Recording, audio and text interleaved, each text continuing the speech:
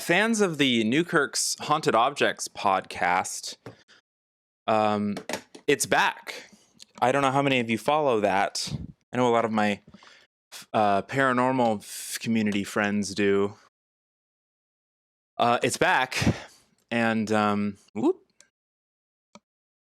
and their first episode of this season, season 2, was about tarot and cartomancy, which was pretty cool, considering that's a modality that I've been dedicating a lot of time to, not specifically tarot, but this stuff, the Galactic Heritage cards, developed by Lisa Royal Holt. Which I really like, because, I don't know, this is the stuff that I resonate with, and it's cool. I like it a lot. Dropping frames like Galileo dropped the dang orange. Oh, cartomancy divination, that's right. And then John Tenney had a Patreon chat for... I'm wearing his podcast shirt right now. That's John Tenney. And he broadcasts once a month on the 10th. At 10 p.m., so it's a 10-10-10-y talk. And he taught about astragalomancy this month on July 10th, which was really cool, which was, that's divination using dice and die. I don't remember what the difference of plurals is when it comes to dice and die. Astragalomancy. It's very cool. Took a lot of notes. There's infinite ways to divine. It's all about intuition, vibes, and then just confidence in yourself. You know, you don't have to like go around telling people that you're psychic to have some sort of positive impact when it comes to divination.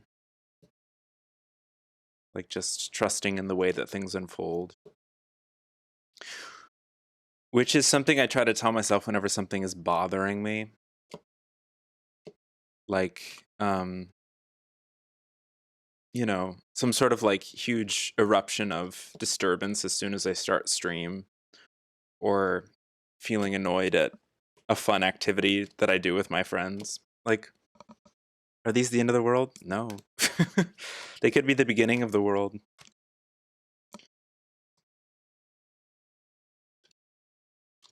There's a lot going on. And there's a lot of different ways to react to what's going on.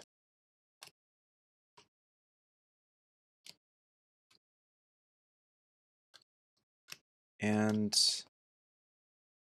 I have to tell myself sometimes to breathe, to eat, to sleep, to drink water, so that I'm regulated enough to like react to events in a way that I feel is measured and positive. You know, not in like an imbalanced way, but just like in a way that's like, okay, my world's not going to crumble around me if I like have to experience something. Rory story cubes? No, I don't think so. Maybe. I don't think so. That's a Beastie Boys line, the Galileo dropping the orange. That's funny. Okay. I'm going to go with this one and this one. I'm gonna do This Is the Crown today. So this is 4 and 6. This is the heart and the third eye. That's what I'm feeling right now. That's what I'm feeling right now.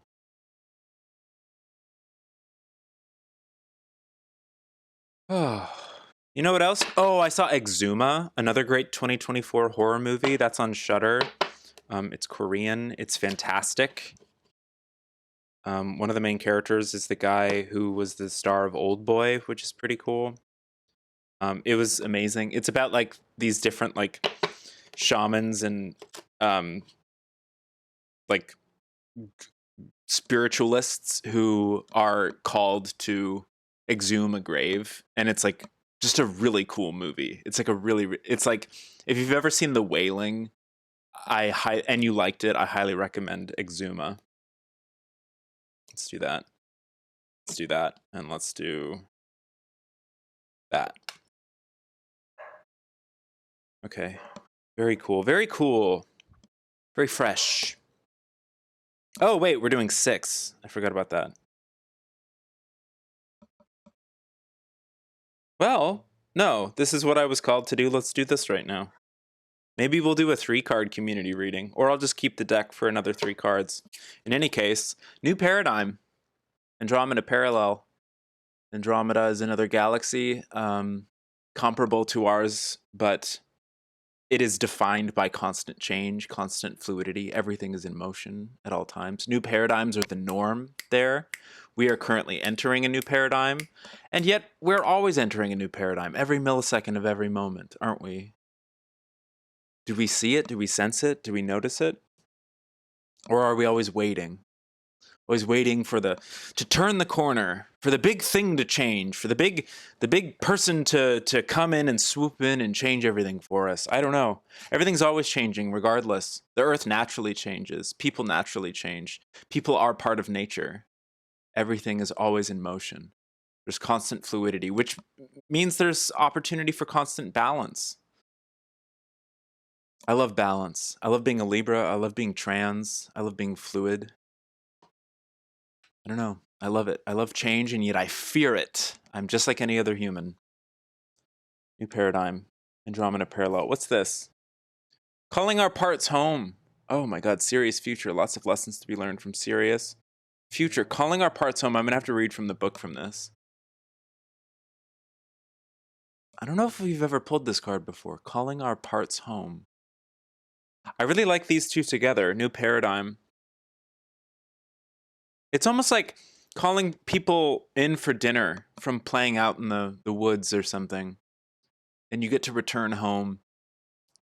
And everyone comes back. At 92, that's later in the deck. That's consciousness is careening back towards unity, back towards source. So we had fun out in the fields, in the woods, experimenting with difference, with otherness, with polarity, with conflict, with argument, with change. Well, it's always changing. But now we're calling our parts home. And what are we having for dinner? What are we having for dinner? A new paradigm. That's pretty cool. The dice have symbols, and they are meant to inspire a story that you tell either on your own or you can do it as a group activity. That sounds wonderful. Just listen to the Waves Blood song Andromeda today. Yes, I love Waves Blood. I'd like to get back into listening to her. One of the last D&D campaigns I was a part of, like many years ago now. A Wise Blood album had just come out, and I sort of associate that album with getting a ticket because I accidentally turned right in an intersection where like there was a camera and you weren't allowed to turn right on a red. And then I had to, my friends told me I didn't have to pay it, and then so I didn't, and then the fees went up to like $500, and that was the last time I think I was ever in like the red in terms of my bank account. So I'm over that now, and I'd like to listen to more of her music because the two have nothing to do with each other other than that association. Or do they have everything to do with each other? Let's read about calling our parts home. That was also the last time I like listened to anyone else about like whether or not I should pay a ticket. Like what is so frustrating that chapter of my life was. Okay. When we connect with the future Sirius energy, it acts as a force that nudges us toward the integration of all our parts, the shadow and the light. If you have had lifetimes of deep polarity and struggle, which I think is very relatable to a lot of us here on Earth, at times, this Sirius energy can provide a profound healing if you allow yourself to embrace all parts of you, even those you don't want to see. Take a quiet moment and visualize the star Sirius. It's around there somewhere. It's up. It's somewhere over. Use an app. You can download an app. With each inhale, breathe in its energy. With each exhale, Release old separated parts of you into the light of Sirius, which is it could be down there actually, because the Earth is round. In doing so, you call all parts of you home. Well, there you go. That's a much more poetic way, I think, of how I was visualizing it. This card accesses energy from the Sirian era after they became an awakened species and transcended into a non-physical fifth density state. That's pretty cool. The Sirians from this era are a great model for humans, showing how a physical species can transcend the challenges of being immature, become awakened, transcend physical existence, and then serve as guides for other beings. That sounds like a new paradigm to me. I tell you what. But we all make mistakes. Why would your friends say that? But we all make mistakes. But like, why? I don't know what you're saying, AWOL.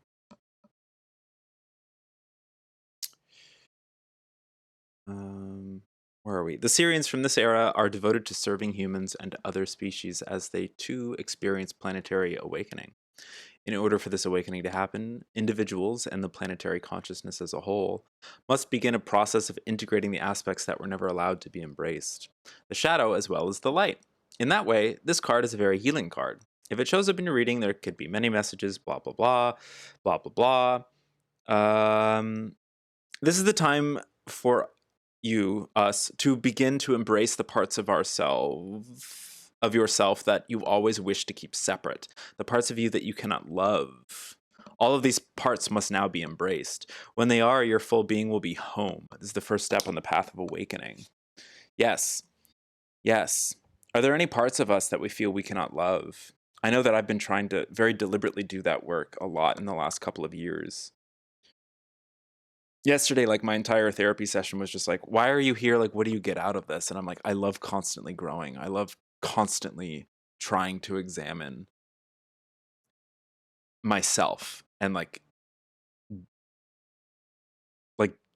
work on any possible issue that I have and stuff. And even that can lead to an obsession where it's like that becomes its own issue, paradoxically. Your friends telling you not to pay a ticket is so wild, but I don't know, none of us are perfect, but also that's silly. Yeah, it was stupid. It was like somebody lived near that camera and they're like, oh, that, I talked to a lawyer, there's a law that you don't, and it was nonsense. It was nonsense.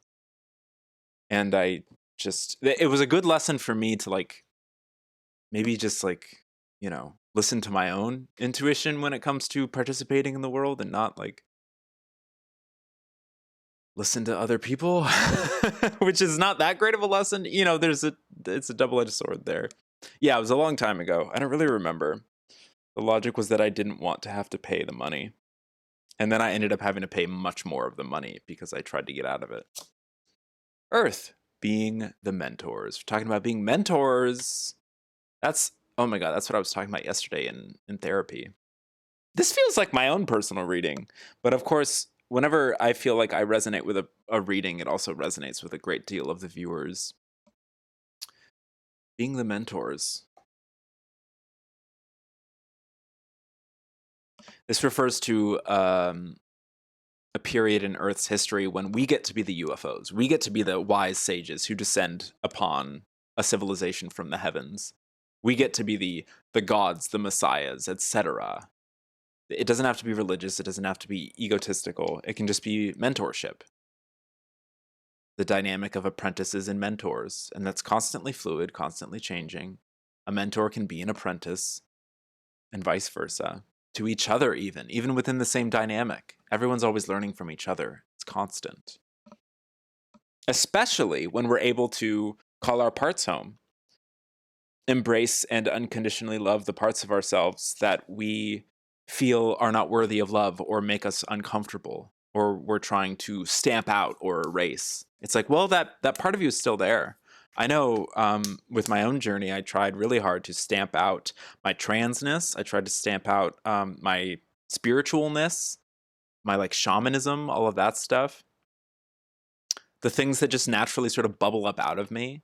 I was like, oh, life would be so much easier if this or that or that or this. Is it? Is it easier when it's like suppressed and choked? I don't know. That's for us all to individually decide.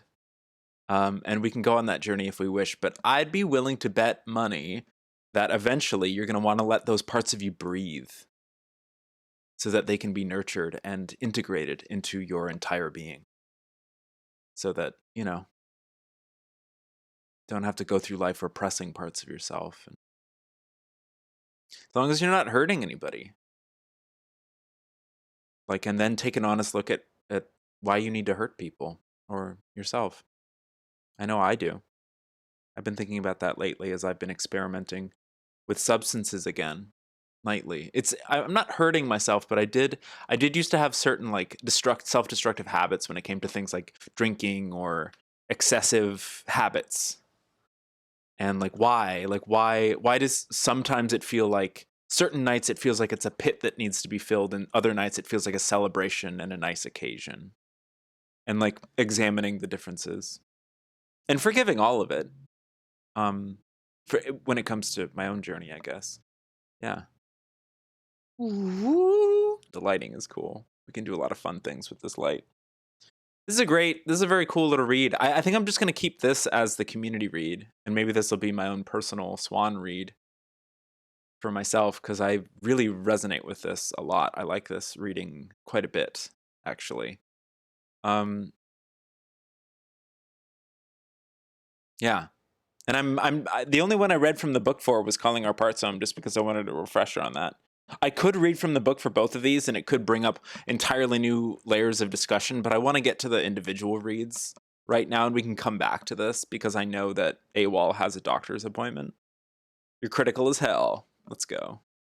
Being critical is a wonderful quality. Yo tambien, I would say. Sometimes I'm so critical that it completely paralyzes me. Sometimes I'm very critical as a way to seek expression and freedom. That's what I majored in. I majored in criticism, in film criticism, interpreting media, interpreting the stories of our culture, and why we created that as a global history. How movies and television and news media, etc., all of it influences our reality and how we perceive objectivity. Through a lens of subjectivity, I want to read a little bit about being dementors for a second. Just a little bit. Yes. Even now, we have the responsibility to spiritually mentor those on Earth who ask for our help without forcing it. You may be called on to do this. Blah, blah, blah. Let your words and your deeds come from your heart. That is all you need. That's beautiful. Yeah. I like not reading from the book if it can be helped. These are all very comforting. They always are. That's one of my favorite things about cartomancy, is there's always a comforting... Things don't need to be foreboding unless the reader wants it to be foreboding, I feel like. If someone involved is oh, make it scary. That's, I can make it scary if you want me to, but these cards aren't really scary. Despite what blockbuster movies would have us believe, extraterrestrials are really not scary. It's a lot more boring than that. And by boring, I mean it's not boring at all, but it's we're still sort of in a paradigm where we really like to be scared. That was something I was thinking about a lot throughout Long Legs. And an unknown number is calling me. You majored in just chillin'. That's awesome. All right. Who's first? AWOL? Let's get to it. You have a problem listening to others' opinions too much without looking at them with a more critical eye. Yeah. What's up, Julia? It's good to see you. This is a cool reading. Okay. AWOL, are you there? Are you out there, my good friend AWOL? I shuffle very slowly because I like to be thorough, and I like to imbue intention to the shuffle. And I like to have the volunteers, so to speak, imbue some of their own intention. Because if I'm just doing really, really fast, that's a different vibe. Some people really like to like mix and mash the cards up. If I had a larger table, I would do that. But this is just a more like organized mathematical way of just like straight up like mixing the cards up. And it allows like a little bit of participation and intention on the part of the recipient.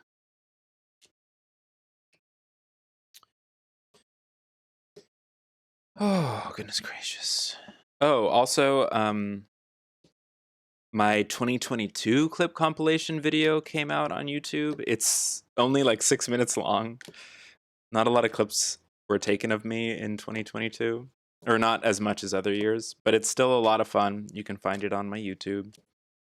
I might watch it later just because it's only 6 minutes. I'll probably release the 2023 one in like, I don't know, like a month or something. I don't know.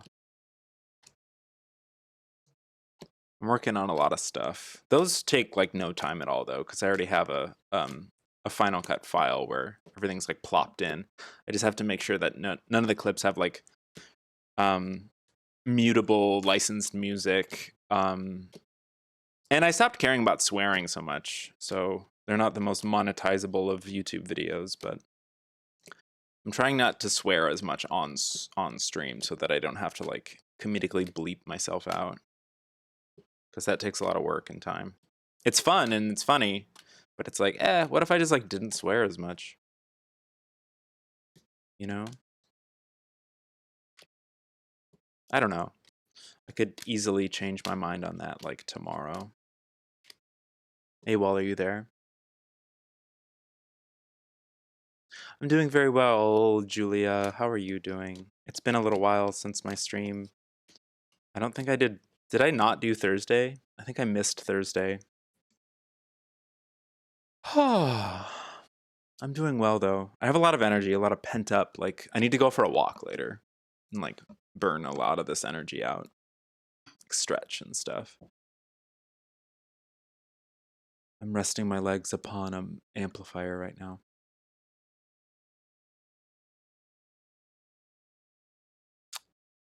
AWOL. AWOL! Is AWOL in his doctor's appointment?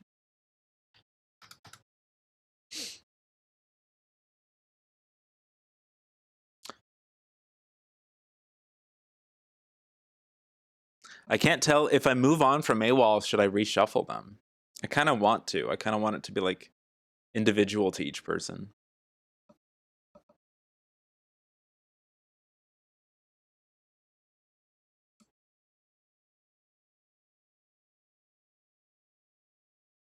Moments like these are why I should charge money. Anyway, how are you all doing? Struggling a bit with some stuff, but trying to stay positive. That's a beautiful representation of the human condition. I wish you much love and strength. In fact, I'll do more than just wish it to you. I'll send it to you energetically right now. AWOL is waving to people in Discord. AWOL!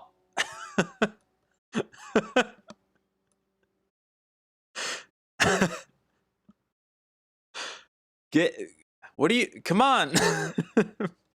Okay, thank you. AWOL, give me two numbers between 1 and 7, inclusive, as they said in Long Legs. I liked how they did that in Long Legs. Can you give me two numbers between 1 and 7 that can include 1 or 7? 1 and 7? Okay, cool. Thank you so much. Awesome. 1 and 7. Beautiful. Root in the crown. God, I was reading this thing about singing bowls, and it was listing chakras, and it was like, it called the sacral chakra the root, and it called the root chakra the base. And I was like, okay, whatever floats your boat. But I don't know how popular that interpretation is. It's interesting. Okay. 1 and 7 are 73 and 5. You already picked 1 and 7, AWOL. You got 1 and 7. Guys, I'm in a mood today. This is fun. I'm experimenting with being more curt with people.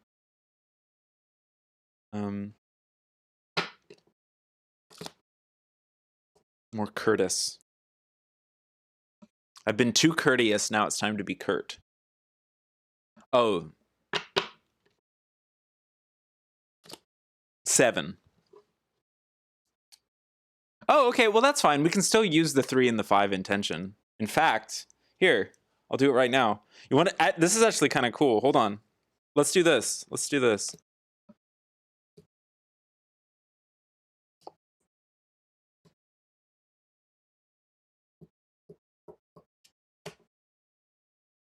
And then, yeah, let's do that. Let's do those 3, because that's 3, 5, and 7 from the bottom of the deck. That's fun. That's interesting. Okay. So your intention remains. You are still participating. Okay.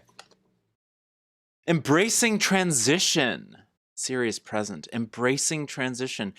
Even from the micro metaphor level, what we just experienced with that shuffle was an embracing of transitions. Embracing transition. Do you feel like you're embracing any sort of transitions right now in your life? Let's read about it.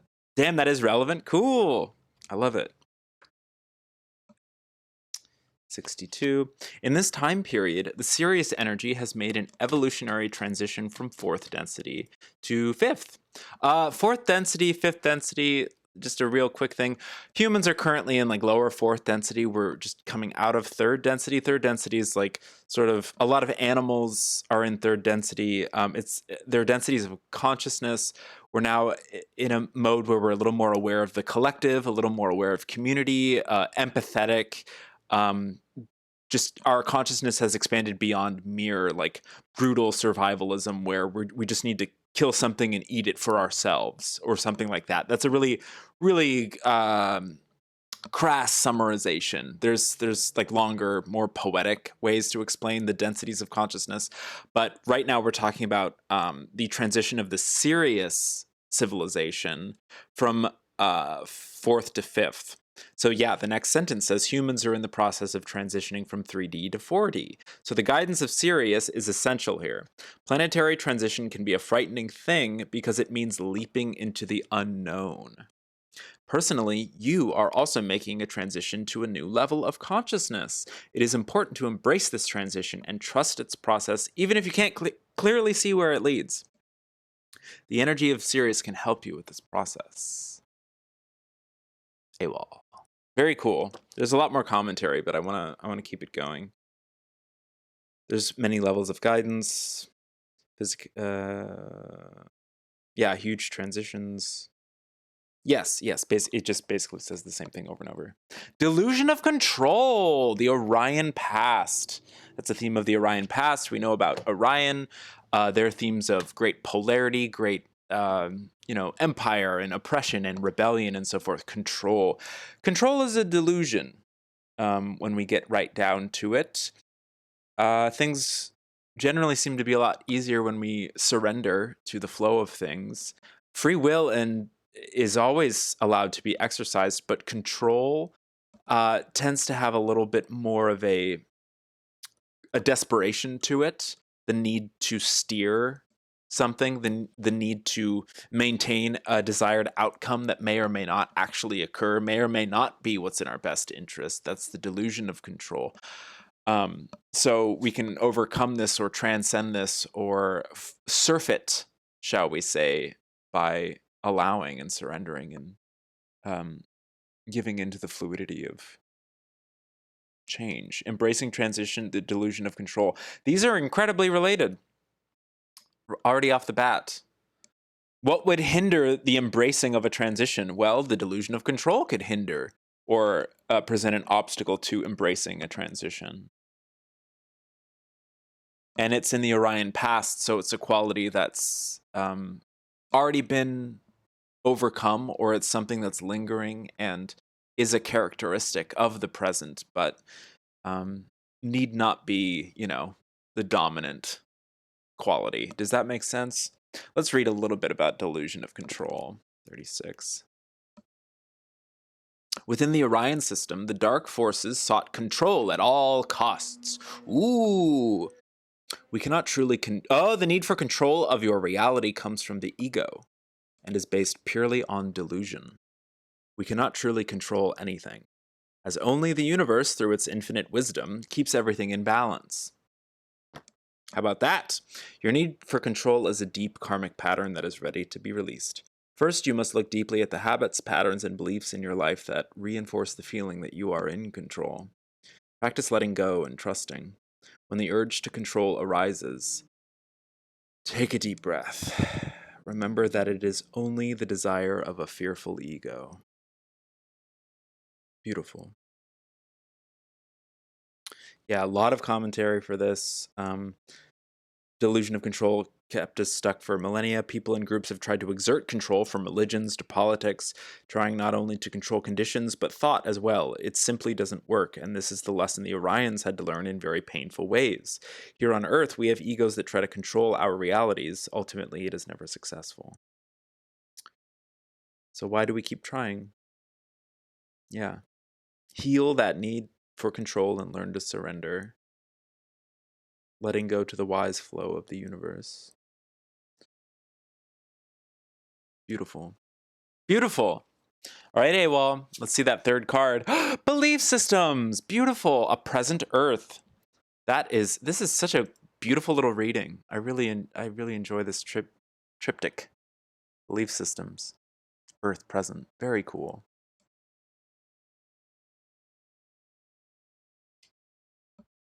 Belief systems could also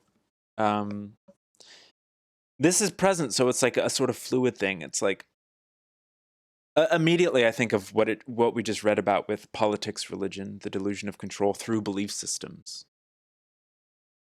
Oh, that's wonderful, Danny. Yeah, the individual readings are really for everyone as well, because we're all the same.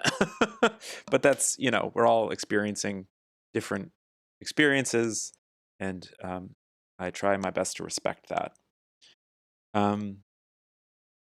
Yeah, before I get into the book, this just immediately ties in with everything. Embracing transition of belief systems. Belief systems could hold us back from embracing transition because of our delusions of control. The delusion of control of our own belief systems, other people's belief systems. I know that I struggle with this for many years, and it's a big theme that I explore, is like, even right now through streams like this, insisting on certain belief systems and how positive or negative they can be. Yeah, Julia, I love this deck. This is the Galactic Heritage cards. Let's read about belief systems. Because 53. There we go. There is a human tendency to cling to belief systems and rationalize them as facts without realizing that they are illusions. Delusion of control. That's fun. In fact, any construct of our minds, beliefs, thoughts, emotions, is an illusion and not representative of our true nature as aware consciousness beyond the human experience. Let me read that again. In fact, hold on. In fact, any construct of our minds, which includes beliefs, thoughts, emotions, is an illusion and not representative of our true nature as aware consciousness beyond the human experience. The higher self, etc., all of that. This is seen as a unique human trait, one that obstructs our growth at every turn. Delusion of control, embracing transition. Take a look at your belief systems and your view of the world. See them as constructs of ego rather than universal truths. Only one truth exists, that you are pure consciousness. Everything else is an illusion. Which is not to say that it doesn't matter. I really want to add that in. Everything being an illusion, time being an illusion, reality being an illusion, constructs, emotions, beliefs, that doesn't mean they don't matter. In fact, they matter very much to us. That's our human experience. Like, and we get to play with that. We get to exercise free will and follow our passions to change things if it is our passion to do so. Everything being an illusion does not mean that it doesn't matter. Our belief systems matter to us. That's why there are belief systems. They construct our reality. I think that what this touches upon is that gentle reminder that, hey, it can be observed from a distance, from an objective, our subjective realities may be observed from a slightly more objective standpoint when we can remember that, we're just consciousness experiencing itself through a human lens, through this human lifetime experience. If you choose to believe that, that's a belief system, etc. I think that's a positive outcome of that belief system, though, is being able to take a step back, not remove yourself from the equation. Taking a step back does not mean, oh, I'm never going to participate. That's a lesson that I've had to learn. Or a lot of times spiritual people get accused of like being indifferent or too neutral on like current events and world issues and stuff.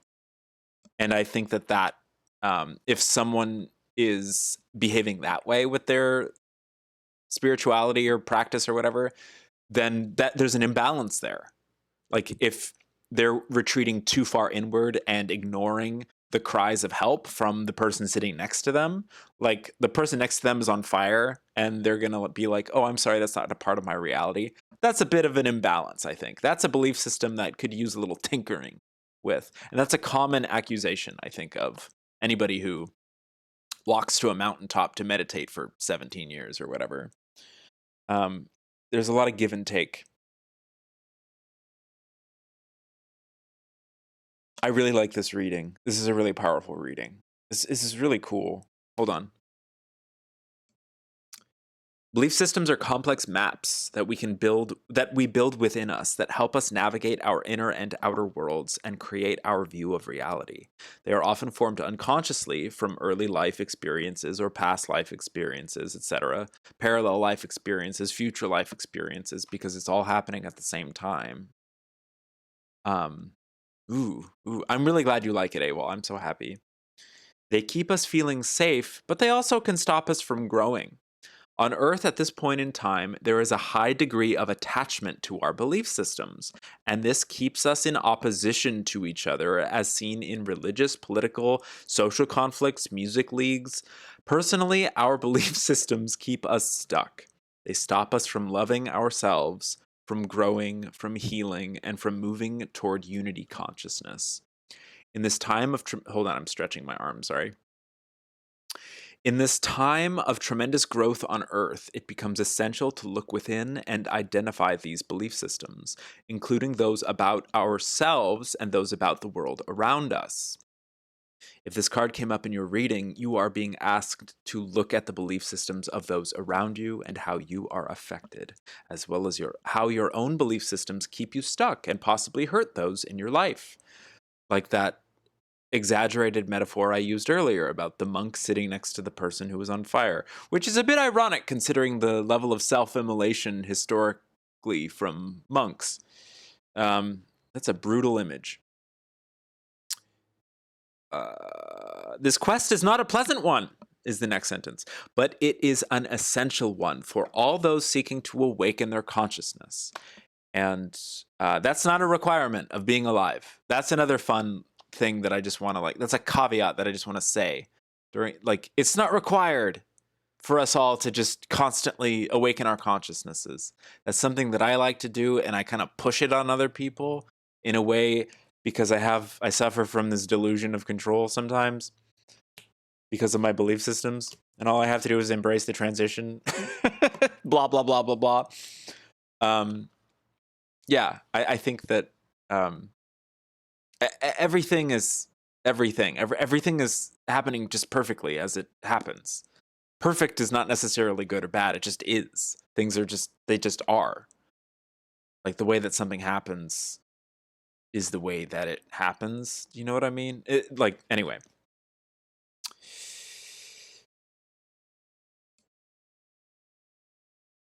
What you will find if you go on a treasure hunt deep inside yourself can greatly serve you in your growth if you apply the lessons of examining your own belief systems. What a beautiful reading.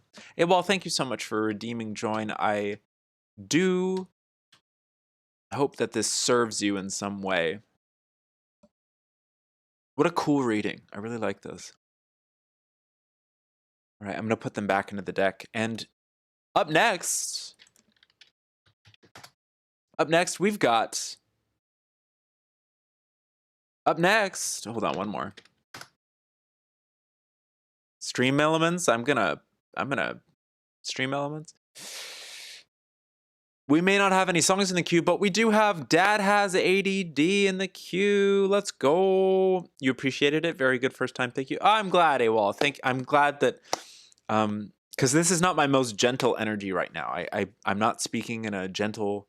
Well, who knows how I'm coming off to people? I'm being too hard on myself. Thank you for being here. Thank you for participating.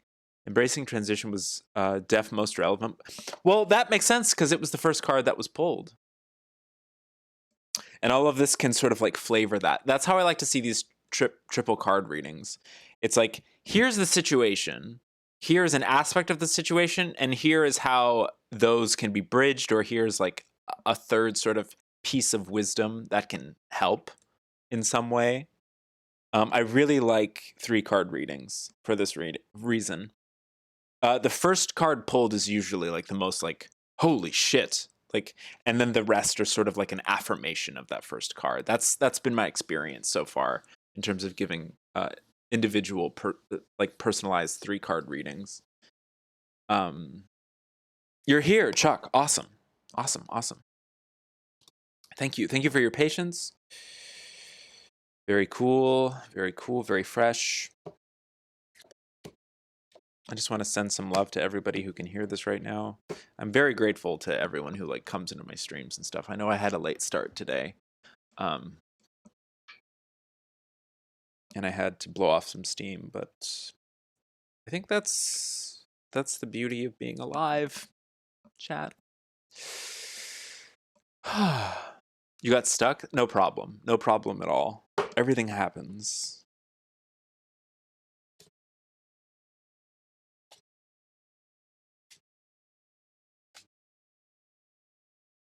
This one's for Chuck.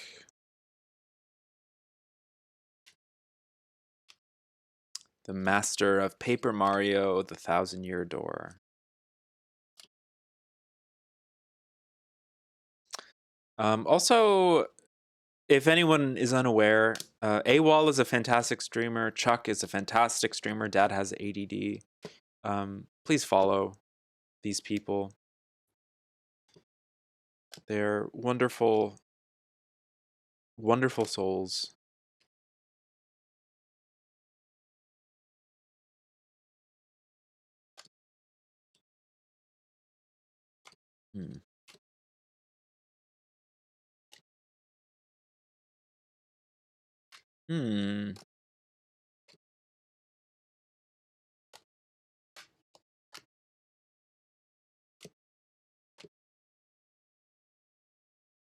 Heltran is here. That was funny. We've got so many wonderful streamers, and also Heltran is here. Heltran is a fantastic streamer. KSBB TV is a fantastic streamer. Pretty much everyone in here. Shelby was in here earlier. Everyone who's active in chat is generally like a fantastic streamer.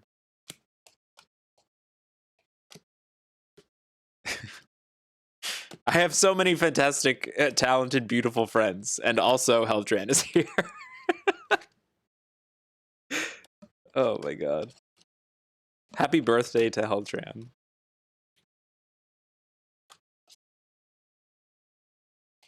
Heltran is...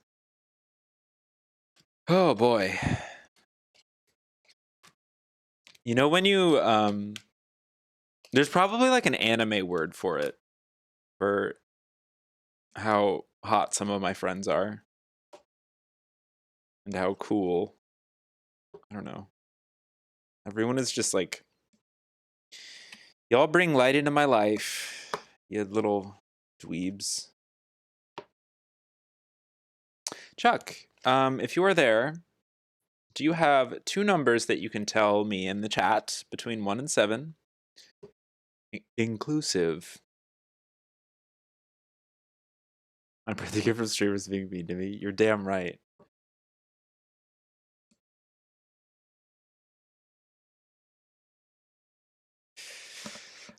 Two and 3, awesome. Cool, these 2.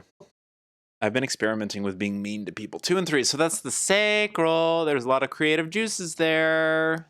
Creative, sexual, physical, ooh, ah, passion. 3rd, purpose, direction, decision-making. Yes, the solar plexus, yes. I need to study more about the chakras. I need to study more about everything. That's my favorite thing about embarking on like any modality. I love all this stuff. Isn't it cool when you can find stuff that you're genuinely interested in that fills you with purpose? Took me long enough. Gosh, some people go their whole lives. You know what can help with that is being honest with oneself. You're driving now, but you're listening to me. Plant Danny. Speaking of cool hotties, I try to be an exemplar of righteous meanness for my soft friends. Yeah, that's a really great way to put it. Still waiting for that. Still waiting for that. Oh, I feel like yes.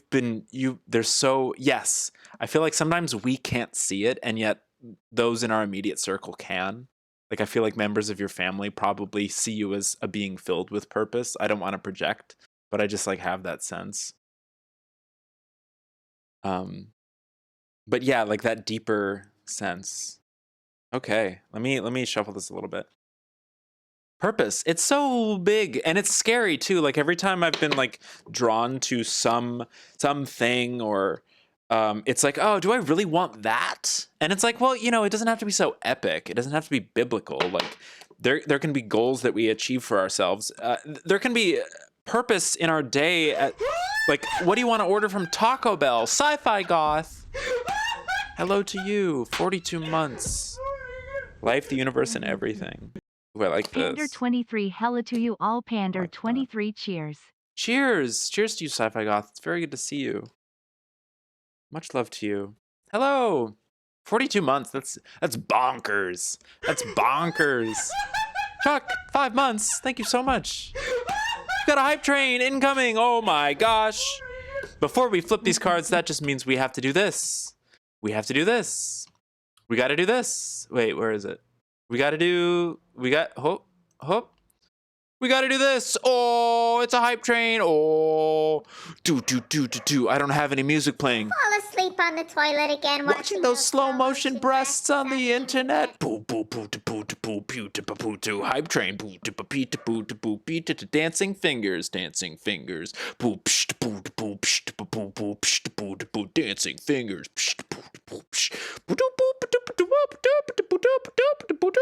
The system is down. The system is down.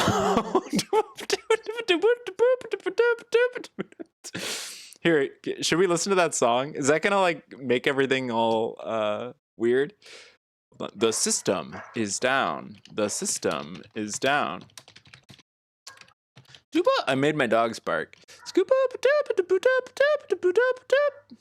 Hype train. Oh snap! There's a Bandcamp.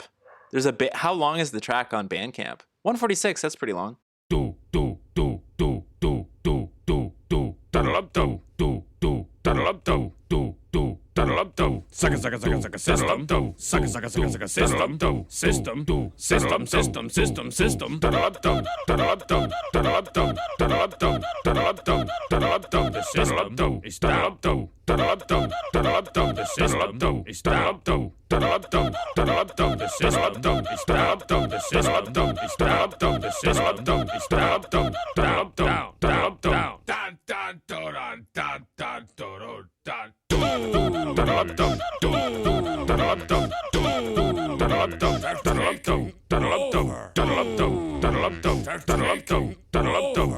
system is taking over. The system is taking over. The system is taking over. Oh my god.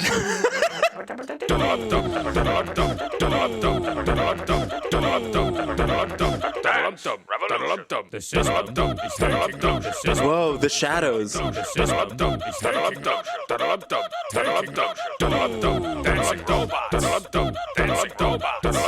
Dancing robots. Robots. Dancing robots. Dancing robots. Robots. Taking system. Football.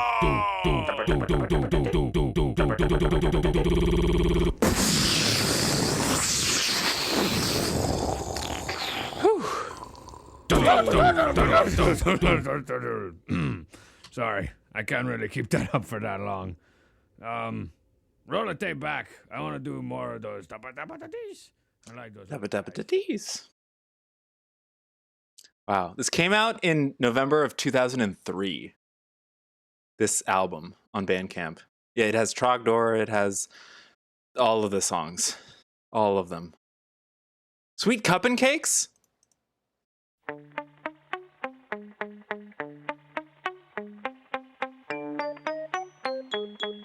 Oh my god.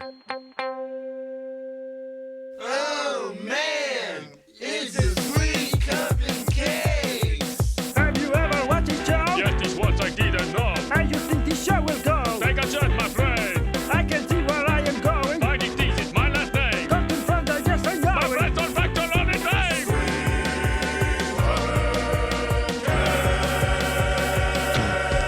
Have you ever? They must have Fahugu gods. How you think this show will go? Oh, they did it live? There's an 8-minute version of Everybody to the Limit.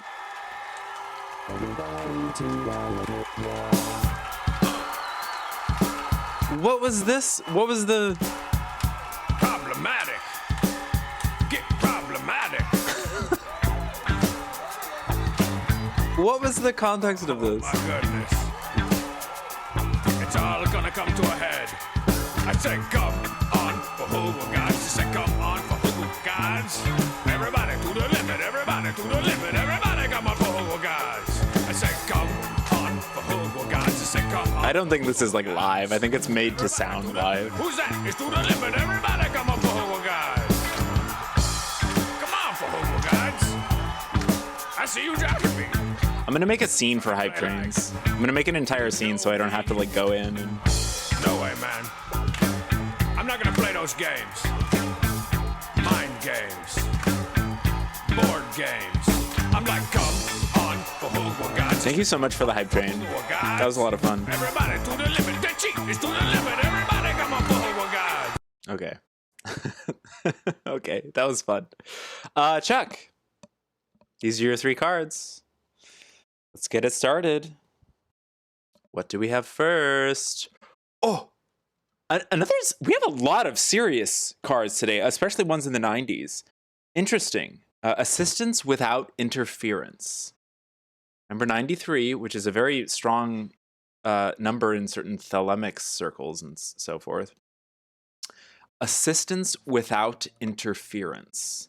Very interesting concept there. Beautiful, strange illustration. Assistance without interference. To like get some sort of focus going there. Thunderstorm just rolled in. Assistance without interference.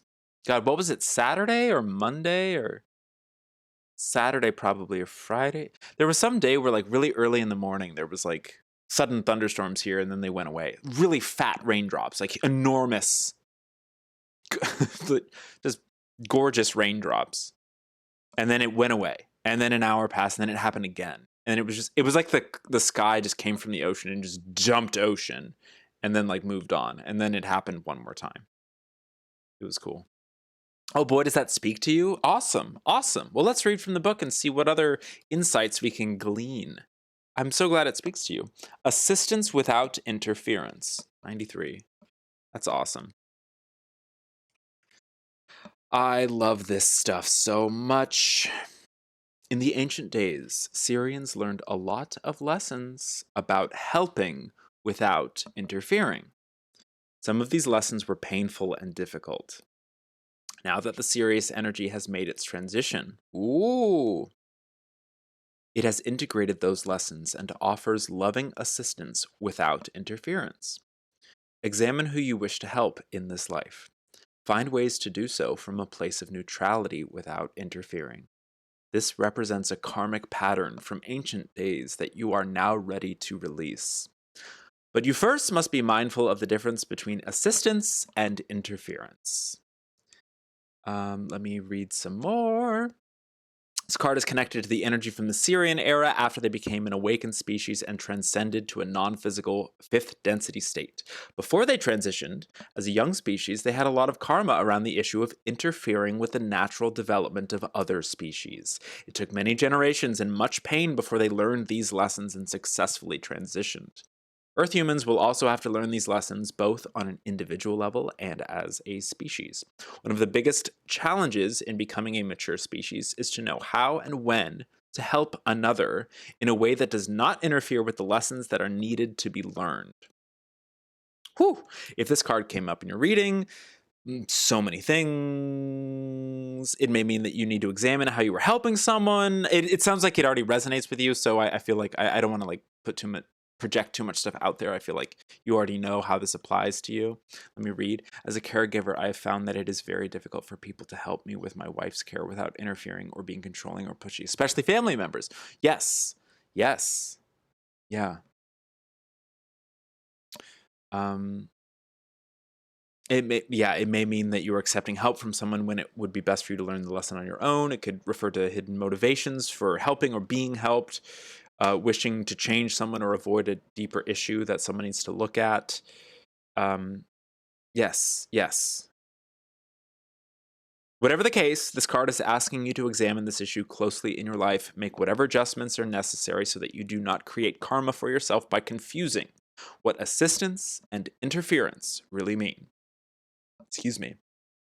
What's this next one? Guilt! Oh, guilt! Guilt! Pleiades past. 41, guilt.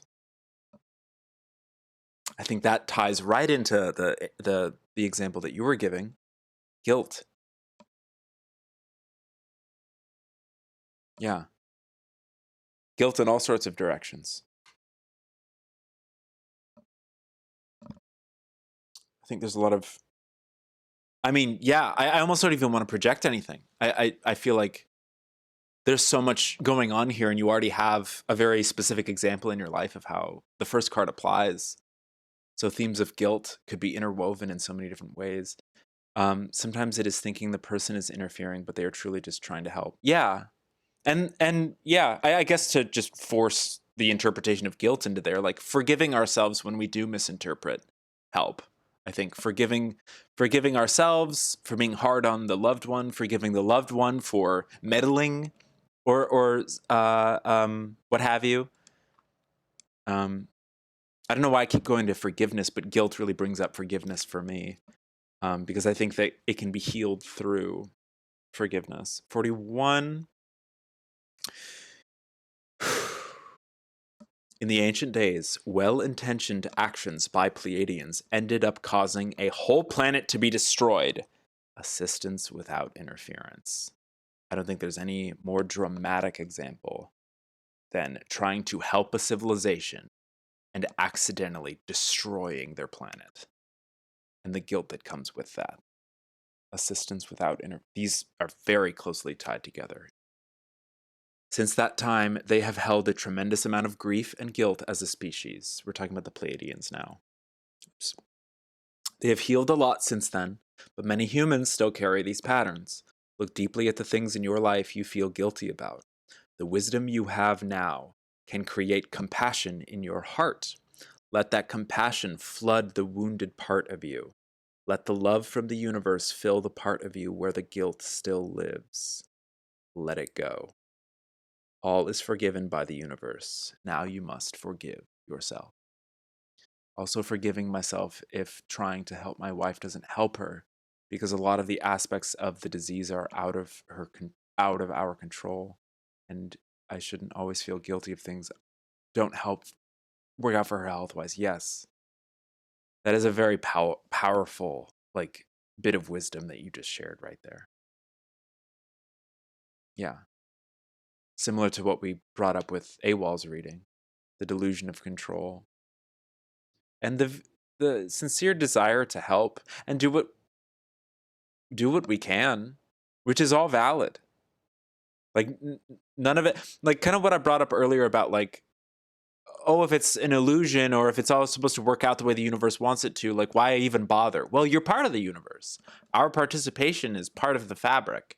The free will that we exercise is part of the fabric. And there doesn't, I have trouble with this a lot. There doesn't need to be a guilt associated with trying to help someone or trying to control something. Like, I think it's very, very human to want to try to, especially when we have the means to do so. Like, if we get sick, we take medicine. And that can mean many different things for many different people, but like we take an action. And even if we don't take medicine, sometimes the medicine is like meditation, or like if we don't believe in pills or what, all sorts of, there's still an action being taken with the thoughts that we apply to the condition, to the situation. Like whether we are intentionally taking the action or not, there's still like these beliefs and these thoughts that are occurring within us as we react to a scenario, shall we say. I'm kind of going all over the place right now, but spiritual sovereignty. Let me get that on the big screen right there. That's an Essassani parallel card. Essassani, very wise teachers, hybrid species between humans and Zetas. I learn a lot from the Essassani teacher Bashar, who's a very famous channeled entity, I should say. Again, you don't have to believe in aliens. You don't have to believe in channeling. You don't have to believe in crystals, spirituality, chakras, any of this. It's just the information. And I find that it helps, or it can help sometimes. Spiritual sovereignty.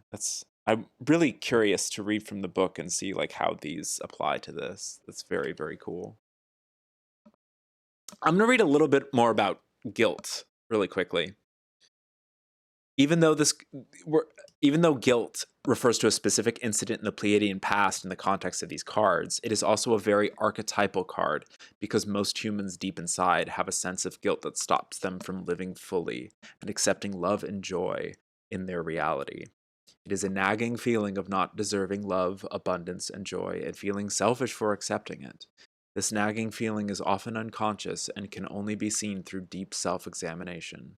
Religions often play on this human condition of guilt, and by reinforcing it, some religions can keep humans under control, and believing in the way of the religion as the only thing that can absolve the guilt.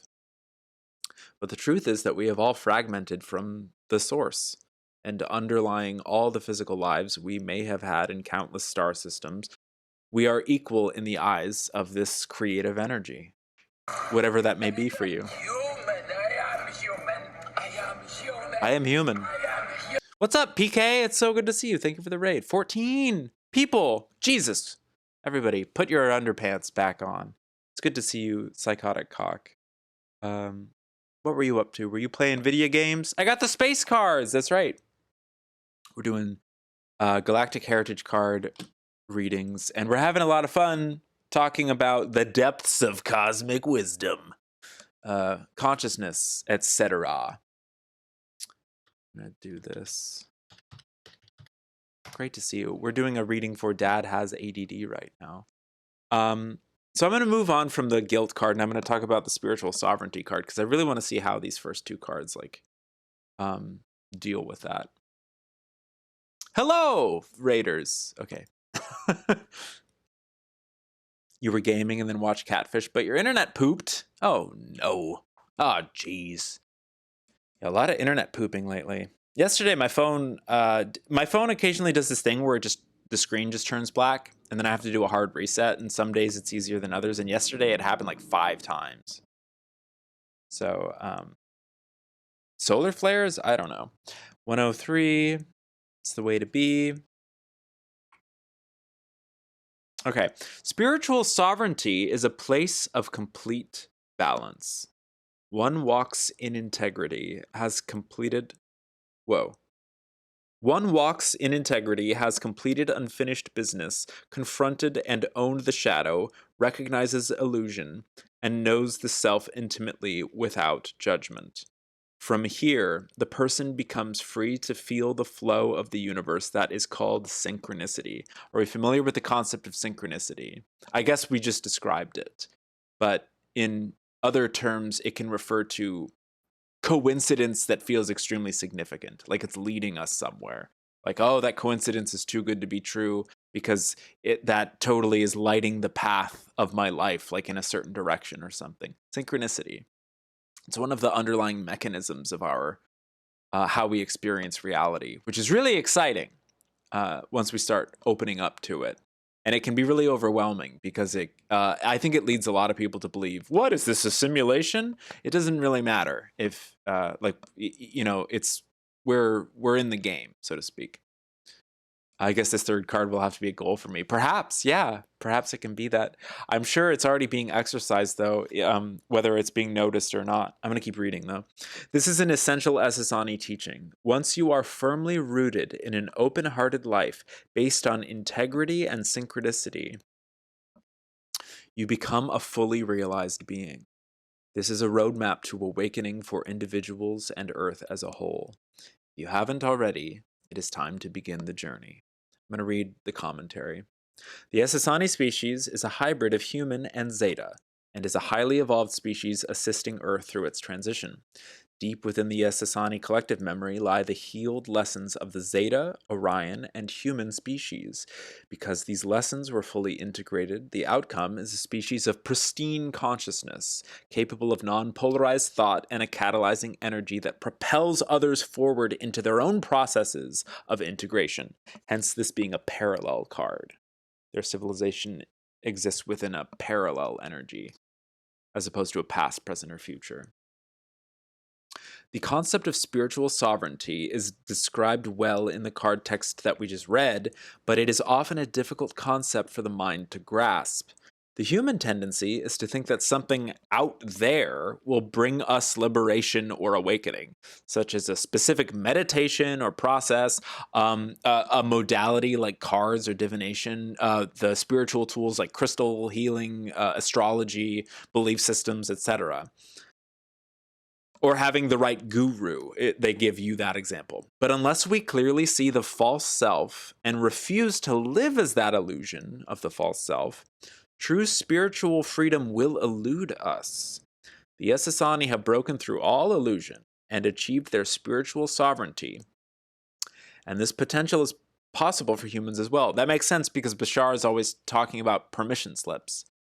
He's like, oh, that's great. You worship the moon and you light candles and you do witchcraft. That's wonderful. That's a permission slip. Like the power is within you at all times. But we have these rituals, we have these spells, we have these processes that we, because we're passionate about them, we like to do them. I like to do this. I like to shuffle these cards and read them because even though all of this wisdom is already within all of us, apparently, it helps. These permission slips, these modalities help me at least, and hopefully they're helping you if you're here listening to it. But I think there's that gentle reminder once again that ultimately their activities, it's like a coloring book. All the colors already exist, but we like the process of choosing to put them in certain places because then we get to learn something. We get to see an image. We get to create something. I don't know. That was a weird metaphor. If you pulled this card, it is likely acknowledging your potential to do so. To do this too, it says. This is a message of gentle encouragement to continue forward and do what is necessary to awaken beyond illusion. Conversely, this card may be instead a warning that your current path might not be leading towards sovereignty, but towards further illusion. So be truthful with yourself. Go deep within and open yourself to seeing what you need to see for your highest good. If you need assistance, call upon the Essassani energy to guide you if you wish to do so, if you believe in that sort of thing, etc. This is a very, I think what you described in the chat, this is a very powerful reading. Yeah, and this does feel very much like a goal or like a place to work toward as you said, because you feel like things are very unbalanced and out of control right now. Yeah, I think that this is sort of like a lighthouse or a homing beacon. It's like, hey, we can be dealing with this, we can be dealing with this, these can be wrapped up with each other. But ultimately underlying everything, there is that sense of spiritual sovereignty. Especially, I think, I just want to give the shout out to the intention that you're caregiving. Inherently, this like positive, loving, unconditionally loving sense of service and help and spreading of strength and well-being. And yeah, I think that this is a very bright lighthouse, a very bright beacon. When those are the actions and intentions that you're aligning yourself with, I think there's a great deal of integrity that you are exercising. So allowing for the synchronicities to help guide us through the linear time, because we all experience linear time. That's another illusion. Oh, time is an illusion. Time is an illusion, sure, but our experience of it is very real to each of us. Shout out caregiving for real. What's up, Goose? It's good to see you. Well, I hope this serves you. I'm going to move on to Plant Danny if she's still here. Let me. Feel free to type !join in the chat if you would like a free reading. I'm just gonna. That was a good read. I'm really glad, Chuck. I'm really glad. Okay, we have Plant Danny. We have KSBP TV, who is walking her dog right now. So that's perfect. She'll probably be back when we're finished with Plant Danny. Hello to you. Hello. Cool. Thank you all for being here. Thanks again for the raid, Psychotic Cock. 3 and 7. All right, I'll remember that. Let's go. 3 and 7. You were right out there with those numbers. You've had those ready to go. That's pretty cool. I wonder what's going on within your innards to conjure that. Got to get back to work for sure. Sci-Fi. Glad you could pop in. That's okay, Sci-Fi. They've been really early in the morning. Usually when people in America are at work. I've been doing them at 9 a.m. Pacific, but today I started at 12 noon. I'm kind of getting back into the swing of things because I took a couple of days off. Oh, you moved? Cool. Well, that's exciting. Yeah, it's just great to see you. It's very good to see you. You're always a very like healing presence for me. You're a Philly guy now. Let's go. Oh, that's cool.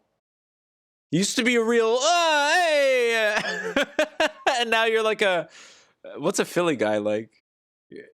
You're the other kind of hey. I don't know anything about the East Coast. All of you are a mystery to me. May your shift go swiftly. Yeah. It's the city of brotherly love. There you go. God, it's good to see you. Wearing a tracksuit and eating a cheesesteak. Hell yeah! Oh my god. I would love that that fit for Sci-Fi Cop. Thank you, everyone. Have a good day, y'all. Yeah. I'm pronouncing water over here. What's washing machine? Who are the people who say warsh? Is that Washington? Warder? Dorder? How dare you talk to my daughter? What are you doing talking to my daughter? Quick. Maryland has some warsh in it. I remember the time I went to Europe. One of the families who was on like our tour group, they said warsh, and we had like a long conversation. We were like hiking through the Swiss Alps, and they taught me about like, oh yeah, we say like washing machine, and people make fun of us for that. They're like, did you know that you have like a SoCal accent? And I'm like, I don't know what you're talking about. Everybody talks this way everywhere because that's what Hollywood taught me. And they're like, no, you're wrong. Nobody talks like that. People just watch TV and then pretend like they talk like that. Actually, you're from a very specific part of the world that has like a very like... I'm not even sure what that means. There's a spiritual component there that I don't fully understand. It's all right, Tucker. Maybe someday you'll understand. Snow cone. What is that from? Is that from... I recently watched Valley Girl for my first time and I loved it. They definitely drop a few slurs in that movie, so you know it's from the 80s. But other than that, it's a pretty much like a perfect movie. It's like so beautiful, and so many of the parts of it are shot in like places where I grew up and like would drive up to, like the lookout points in the valley, like where people would go to hook up and smoke weed and stuff. And you can't do it anymore because it's like so... too much time has passed and too many people are alive, so everyone's like very aware of the smoking spots. But like they definitely showed a lot of those places in that movie, and Nicolas Cage is in it, and it's really funny and cute, and the music is good, and everyone talks like so silly, and I'm like, oh, this is what people think that our accent is like. That's really funny. And then I like think about it and I'm like, oh, that's kind of what a lot of us talk like. But it's also what a lot of Californians in general talk like. And now with the popularity of people like the Kardashians, what have you, it's how like most of the country talks on a certain level. So when they're represented in media. So anyway, Plant Danny, 3 and 7, you said? What song is that? Da, da, da, da, da. Dreamin'? Dreamin'. Who does that song? What is that song? Ba, ba, ba, ba, ba, ba, ba, ba. Blondie? Thank you, Chuck. I knew you would help me out with that. That's Philly, South Jersey. Emphasis on the... Oh, snow. Oh, yeah, that's how Champ talks. Isn't that how Champ talks? Champ's voice makes me poop myself. Champ's voice gets me so hot and bothered that I poop myself. And you can clip that and send it to him. Snarry Karn. My intention, Plant Danny's intention. I need a new car really badly. I have some, but not all of the money for it. I will need help. Why would it be okay for me to prioritize my own needs in that process, like make and model extra features? Oh, over minimizing the load on the other people who will be helping me afford it. Oh, interesting. That's a very interesting concept. Pushing and pulling. Well, it sounds like you already have quite a bit of awareness of how it might affect others for you to exercise the free will, as to use that phrase that I've been using all morning. Like, there are things that you want about that car, but you're also asking for help from other people. So there's that push and pull. There's a little bit of guilt of that energy involved there. Why would it be okay for me to, anytime a sentence starts with that, there's a lot of like, there's like permission, allowance, themes like that. 3 and 7. 1, 2, 3 and 7. It was 3 and 7, right? Let me. Warsh. 3 and 7, please. Yes. Yes. Okay.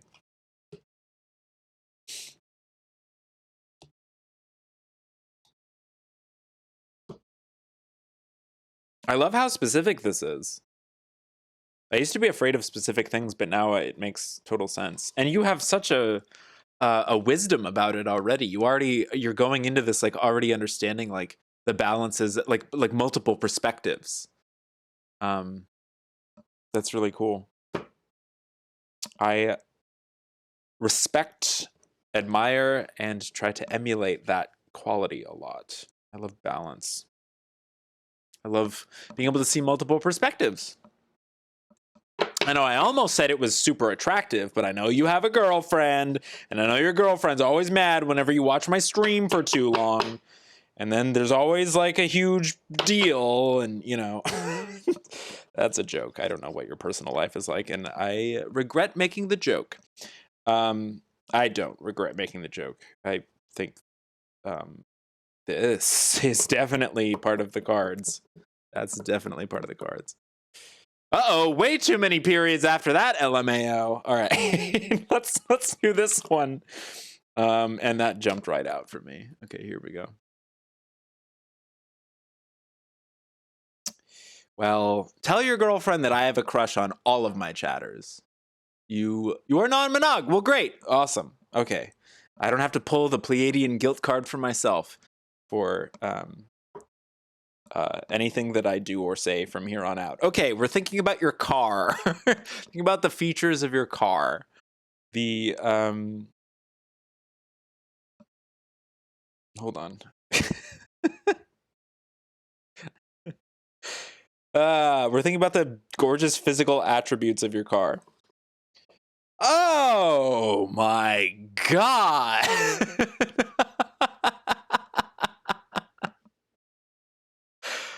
What are the odds? Assistance without interference, the first card, same exact first card that Chuck pulled. That's never happened. It's never happened on this stream before. That applies so directly, I think, to your situation. Fourth time for a series card as well. Yes. Yes. Yeah, we literally just like shuffled the cards again. And I still was drawn to that card for you somehow. Or I should say the card was drawn to you. I don't want to take ownership over that. I got a girlfriend just to get mad at me for watching Panda streams, but she's too busy being a signed headshot of Natalie Wood to be jealous. Yeah, totally. Well, she's very busy. That's cute. Wow. I mean, immediately, assistance without interference. The scenario that you described. Let me read this back again with the scenario that you described in mind. How powerful is that? That's very interesting. Seems to be a common energy today. In the ancient days, Syrians learned a lot of lessons about helping without interfering. You know what immediately comes to mind? If people want to help you, it's their lesson to learn that, like, it's not really their place to interfere with. It's your car. I think that if people are going to help you out of the generosity of their hearts, there should also come with it an expectation that, like, I mean, it's going to be your car. You don't want to be like, I wish that I sprung for this for the next like 10 years of my life as I drive this vehicle. I don't know. This is a quick little thought that came out. That's a quick little thought. Some of these lessons were painful and difficult. Now that the Sirius energy has made its transition, it has integrated those lessons and offers loving assistance without interference. Examine who you wish to help in this life. Find ways to do so from a place of neutrality without interfering. This represents a karmic pattern from ancient days that you are now ready to release, but you first must be mindful of the difference between assistance and interference. So this is reminding us that there's a difference between assistance and interference. Do we give, if someone offers to help us, like purchase a vehicle, do they also, because of that, like it's up to us to allow them the authority to tell us which features? I think. I don't know. I would struggle with that same thing. If I was accepting money from outside sources, I'd be so much like, well, what do you think? Like, what? I don't want to spend too much on a cup holder or whatever the feature may be or whatever. But it's like, ultimately, like, I think in that hypothetical, I would live a better life if I just got the car that I wanted. And I think that ultimately, you don't want to have like weird hangups attached to this beautiful object that you're going to be very intimate with for the next several years. I don't know. These are just thoughts. Maybe they could be steering you in the opposite direction. I don't know. Yes. They had a lot of karma around the issue of interfering with the natural development of other species. Let's look at the next card. Open Contact, Pleiades Future. Another second card being a Pleiades card. Interesting. This is a future card, though. Open Contact. So as opposed to guilt, there can be open contact. Open contact. immediately, in this case, I think of just honesty.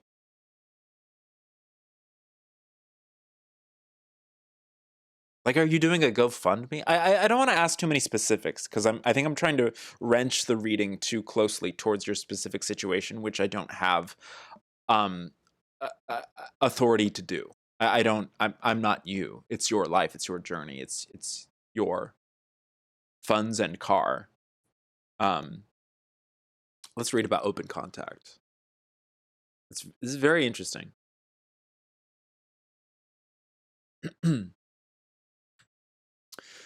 This card has to do with meeting an other, stepping onto common ground into the unknown, and making a connection with a new entity or consciousness. It means facing your fears in order to do this, but experiencing transformation in the process. GF and parents are the ones helping. The future Pleiadians are committed to mentoring humans in this contact process, and their energy is here to assist you. It is also likely that this Pleiadian energy is a future life of yours, reaching out through time to support you. Excuse me. Or it could be a new channeling experience. Either way, it is time to open yourself for contact. Let's read the commentary. This card connects with an evolved time stream of the Pleiadian civilization in which they are focused on building relationships with other species. In the case of Earth, they are committed to preparing for the contact process and have been engaged in a contact program with humans for nearly a century.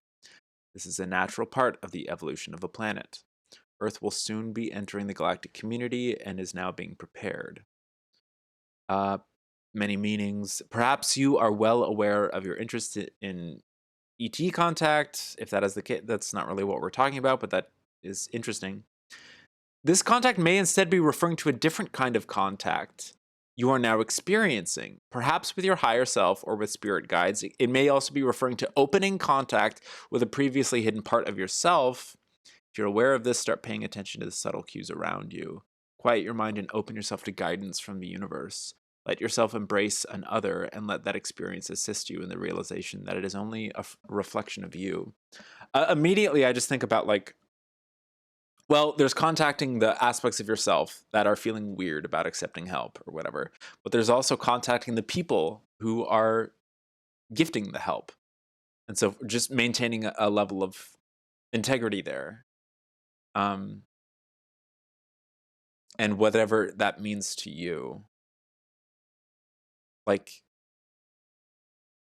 I'm really curious to know what these, do you want a spoiler or something? Well, why would it be okay for me to prioritize your own needs? Because they're your needs. That's how I immediately read that sentence.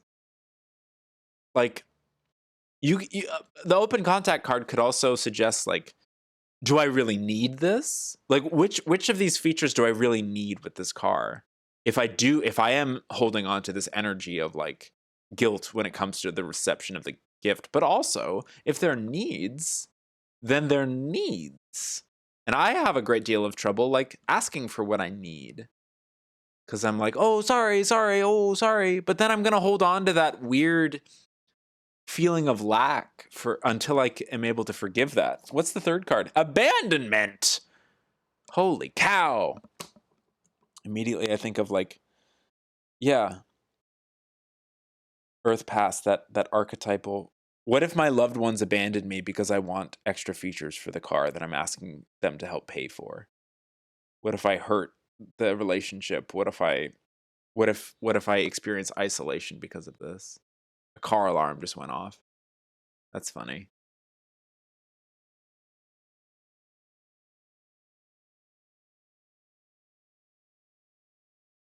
It feels like this is describing the fear that is holding back from the honesty that comes with the open contact. As you explore this assistance without interference theme. I feel like I'm interfering too much by saying, go for it, girl. Just get the fucking cup holder. I want it to be your decision, obviously. I don't ever want a divination fortune teller mystic to be this is what you must do with your life. But I just reading this situation and then reading these cards, it's like there's so much to explore here. It feels like this is exploring the things that are keeping you from maintaining that honest contact with the people who you are, your loved ones, like who there's this sort of like weird awkwardness there. And I understand that too. Money can cause a great level of awkwardness amongst loved ones. It happens to me constantly. Abandonment. Let's read about that. Let's shine some light on that. Species often have karmic issues to clear as well as people. One of the main issues for humans to clear has to do with abandonment. When the ETs left Earth in the ancient days, the pain of that departure left humanity with scars of abandonment. Humanity felt as if it had no role models or parents to guide it. Along with that abandonment, we experienced anger, sadness, and self-pity. But as we remember our place in the universe, these wounds can be healed. This card asks you to help humanity heal by remembering your universal connections and the fundamental truth: we are never alone.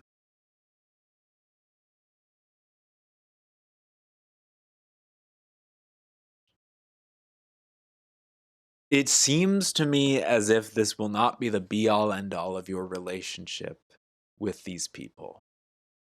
So I think it's okay to address what you've described as being your needs in this situation. While on the surface level, this card refers to the time in Earth's past when our ET forefathers left the planet and we felt very alone, it also refers to a very deep issue that serves as a wound for all beings in creation. This wound is discussed in many esoteric texts and is that of the original separation we experienced from Source. It is that it is so deep and archetypal a wound because of the very fact that we are individuals experiencing difference. Like, I am me and you are you, and they are them. And that is already an inherent flirtation with abandonment because we're separate, unless we're, bumping uglies. And even then, it's two aspects of an equation. In a sense, it is that which drives us toward reintegration and wholeness once again. Probably more than any card in this deck, this card has many layers to it, and you will need to truthfully look at your life and your challenges in order to understand the message it is bringing to you. If you are consciously aware of pain regarding abandonment as a human in this life, or fear of it, this card implores you to heal that wound. On a deeper level, the message of the card may have to do with this original wound of the separation from Source, resulting in feelings of loneliness, disconnectedness, guilt, low self-worth, and so forth. Take some time to explore this idea and see where it leads. Look to the other cards in your spread for hints or further insights. Wow! What a full circle reading there.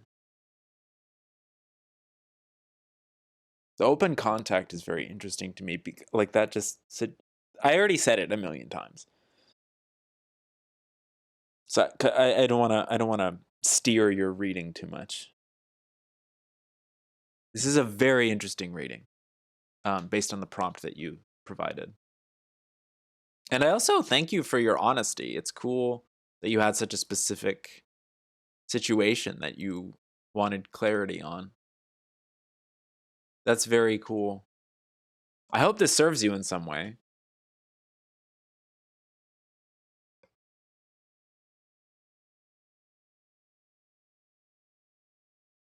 Wow. Okay. I'm going to hit the next button. We have Plan Danny, and now we have KSBB TV. Stream Elements. I bet she's not back from her walk yet. You're choosing to have peace about it. Thank you, Lovey. Cockney accent. Yeah. I think ultimately it's nice to choose to have peace about something. Spleen Trelements.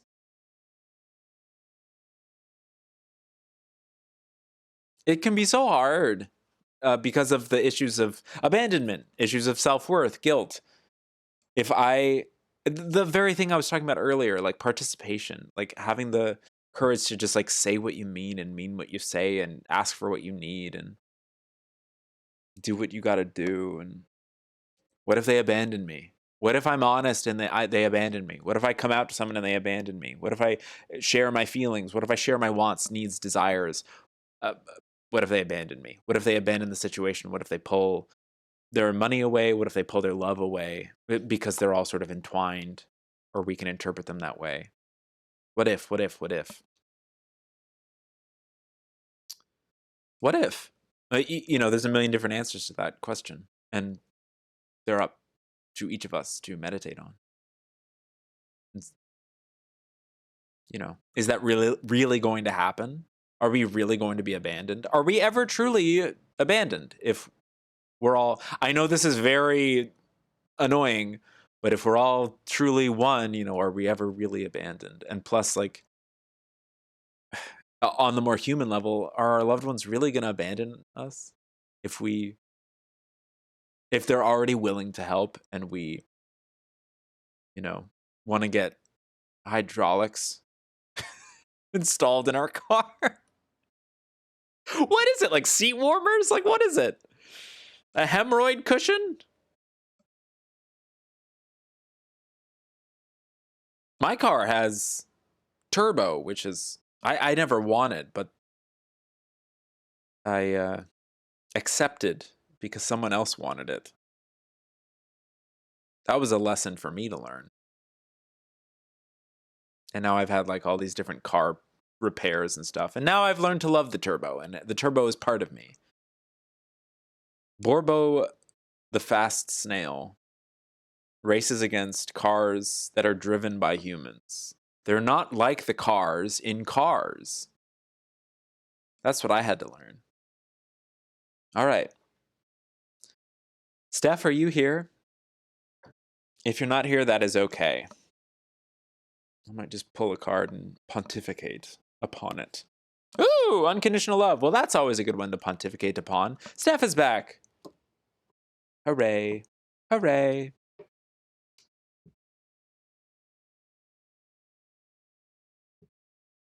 Pontificate. Talking about life, like roof rack, power moon roof. Those are great.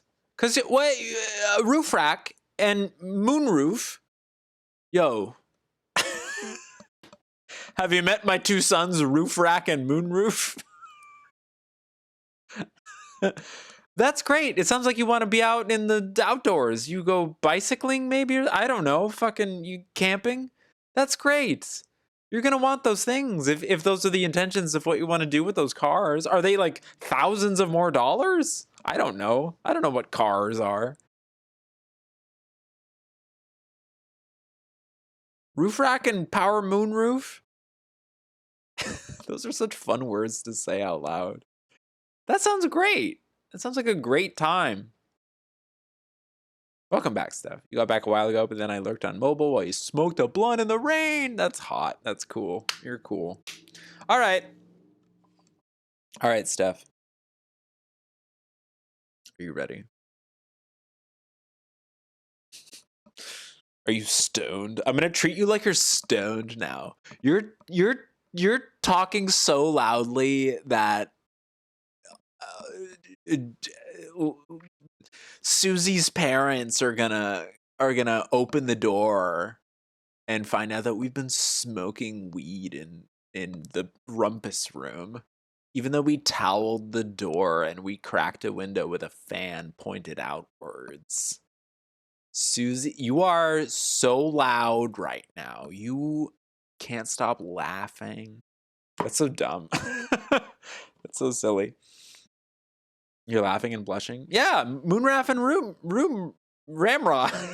moon roof. Holy shit, this is hard. Roof rack and power moon roof. Roof rack. Raise the roof. You know, my rack can raise a roof, I'll tell you that much. And when I moon people... This is so stupid. All right, Steph. We're going to shuffle for Steph. I wonder if we're going to get that same serious card again. Hopefully not. Because then I really need to seriously, like, re-examine my shuffling tactic. But at the same time, I also like let go and let God, as they say, when it comes to the shuffling process. Oh, staff. KSBP TV.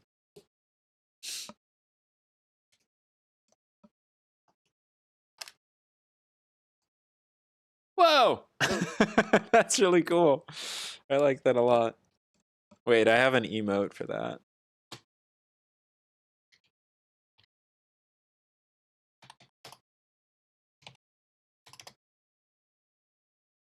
I don't even know which one I left off on. KSBP TV.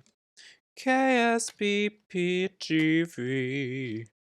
KSBP TV. Excuse me. Johnson R. Cool.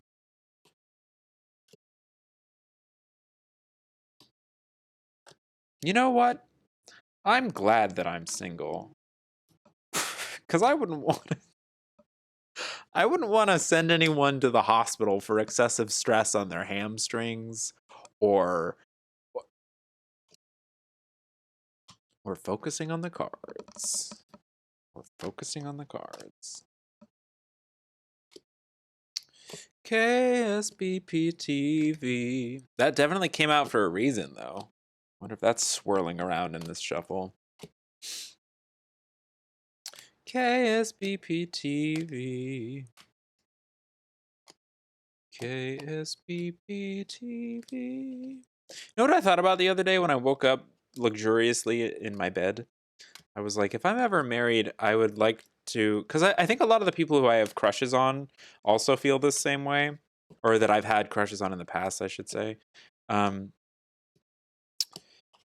There's this desire of like, oh, I would love to like live with a partner, but we don't need to like share the same bed every night because that might feel a little claustrophobic. And I think I can relate to that. Like there can be nights when you do, nights when you don't, and you have the integrity in your relationship to be honest with each other about which nights you do and which nights you don't. And you can have your own personal space if you have enough money to afford a house with 2 rooms or an apartment with 2 rooms. What a concept. You can bump uglies when it feels sincere to do so. And you can cuddle when it feels sincere to do so. I don't know. These are just thoughts that I have sometimes. Steph, can you give me 2 numbers between 1 and 7, inclusive? I like saying that. There's a lot of pressure, I think. Or it was romantic when I was like 19 to be like, oh, we're sharing a twin bed every night and we're intertwangled and we have to take muscle relaxants every night so that we don't have horrible back pain. 3 and 6, beautiful. 1, 2, 3, and 6.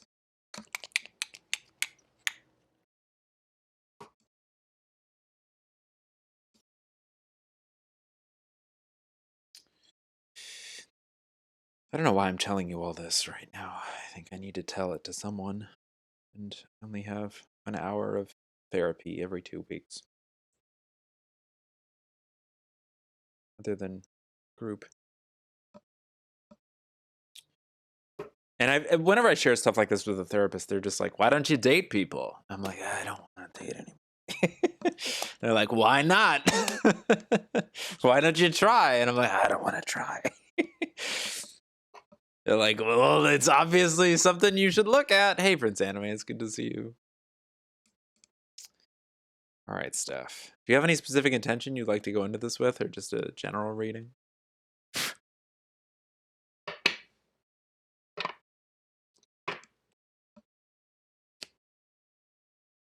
You need like a California king-size bed? Yeah. I mean, it'd be nice. Sounds nice. Sounds nice. Hello to you. Hello to you. What are you? This is interesting. Lemurian era. Look at that. Earth past. Divine feminine, shall we say. The period of 13,000 years before the Atlantean era, which we are now just getting out of. Lemuria. Lemuria.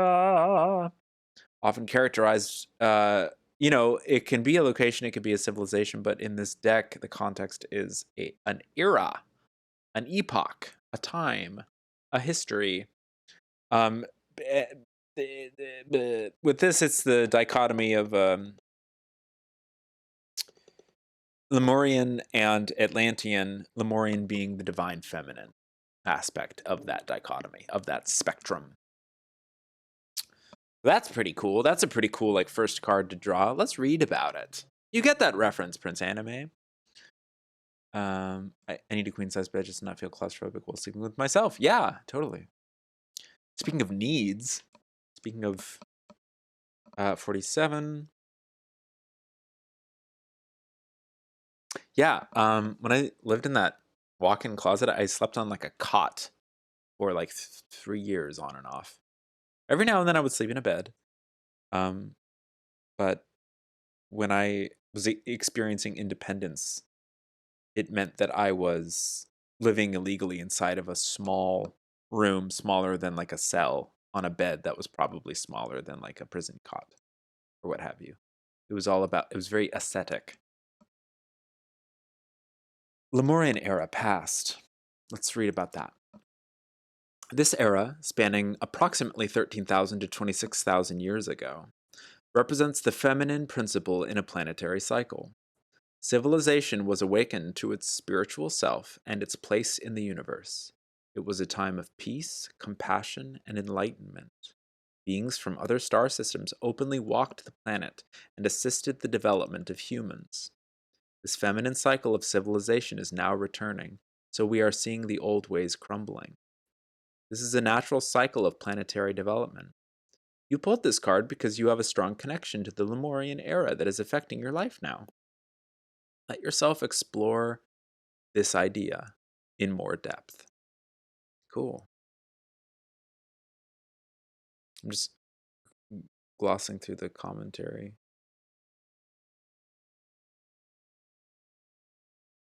Yeah. It could mean that a part of you is longing for a more balanced spiritual life. It could mean,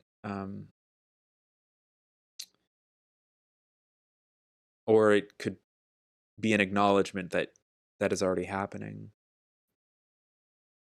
Reconnecting will help you in your future spiritual growth. Yeah. I don't know. That's nice. That's just the first card, so I don't want to read too much. My focus this time is on past attachments, old friends, family, etc. Okay. Let's see where we go. Mirror reflection. Mirror reflection, limoncello. 99. Mirror reflection.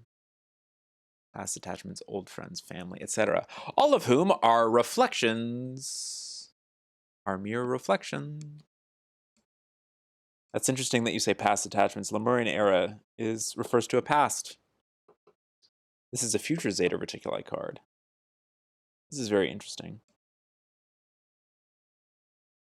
Seeking balance is something that really makes sense. Cool. Let's read about the mirror of reflection and see if anything comes up.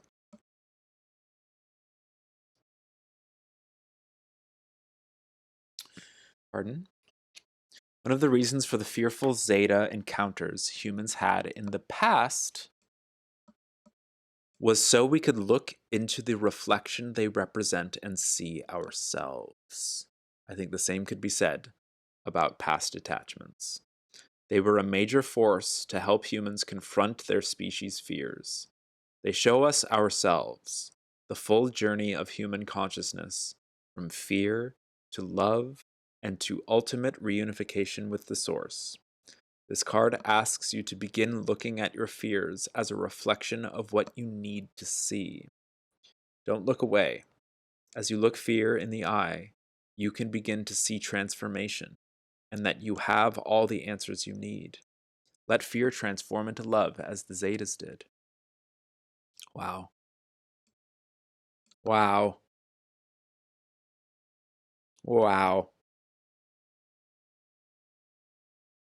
Yeah. I don't need to read too much of the commentary, I think, on that. Your clarification, I think brought a lot of that to the surface.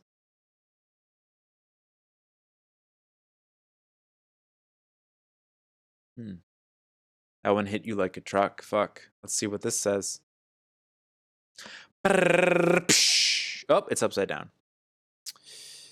Rejecting emotion. Zeta Reticuli past.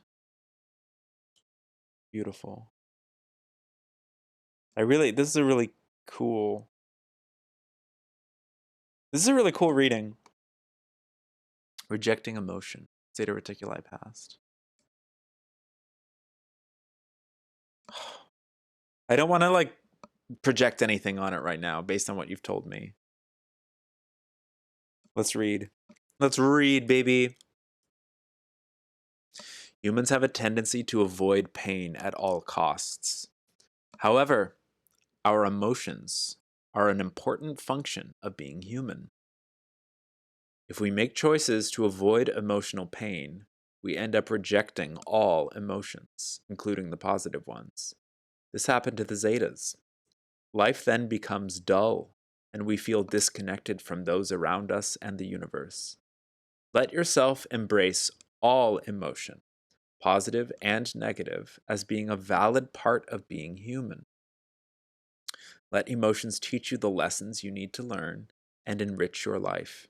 Zetas learned this lesson too. They then had to relearn emotions from humans. Yeah.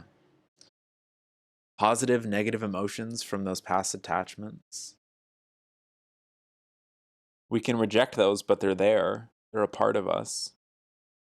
And we can help accept and integrate those emotions by remembering that those past attachments, those people, those places, those things, those events, they're reflections of us. They're mirror reflections of us in some way. And that can often get, I think, tied up in the desire to reject an emotion if it's negative. Like, oh, I don't want to, I have nothing to do with that person from my past. We're so different. How could they be a mirror reflection of me? So we want to reject that emotion. But it's there. It's still there. We don't need to, align ourselves entirely with someone who we see as different from us, but they're still part of us. They were in our lives. We affected each other. And ultimately, on a cosmic level, we're reflecting each other. Especially, I'm finding that more and more as I get older. Like the people who bother the hell out of me, there's like a reason I'm being so bothered. And I don't mean like, some grand, like, this group of people, like freaking Nazis, or I'm talking like interpersonal relationships. Oh, this person who I interact with on a pretty routine basis always does this thing that really bothers me. And so what I've been, as an exercise lately, I've just been trying really hard to like understand, like, why does that bother me so much? And what is it about myself that maybe I'm not looking at that could be causing that great discomfort with this other person's insistence on that habit or that thing that they do or say that bothers me so much? Why does it bother me? I don't know. And there could be millions of reasons that I could be veering off track here with this, but I kind of want to go back to the Lemurian era just to like kind of cement these all three together. 47.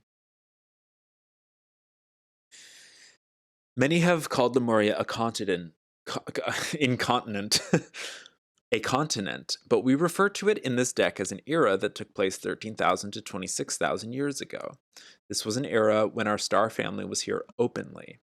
Genetic projects were being finalized, the tutoring of new humans in Vegan mysticism was being accomplished, and there was an attempt to aid humans in becoming a sovereign species able to enter the galactic community. Immediately what comes up for me is that this is referencing a past when there was interaction between like several different people. Like all these different teachers were all interacting. That time is past. That time is gone now. There were lessons that were learned through themes like these two cards, etc. But that happened. That already happened. Underlying all of this was the fact that souls incarnating on Earth as humans had not yet healed the polarity dynamics that they brought to Earth from the stars, which revealed itself later in the Atlantean era. If you pulled this card, the Lemurian era card, it may mean that a lifetime or a guide from this era is calling to you. It could also mean that a part of you is longing for a more balanced spiritual life, as is symbolized by this era. If this is the case, it is essential to do what you need to do to take care of yourself and meet your spiritual needs in the here and the now, regardless of whatever we're attached to from the past. The Atlantean era on Earth is ending, and a new era is beginning that symbolizes an integration of the energies of both Atlantis and Lemuria. Thesis, antithesis, and synthesis. Reconnecting to this Lemurian energy will help you in your future spiritual growth. Ooh. You may wish to read the commentary for the Atlantean, blah, blah, blah. We could learn, we could go deeper by talking about the Atlantean era, but I don't want to do that right now. I feel like we should stick with this stuff.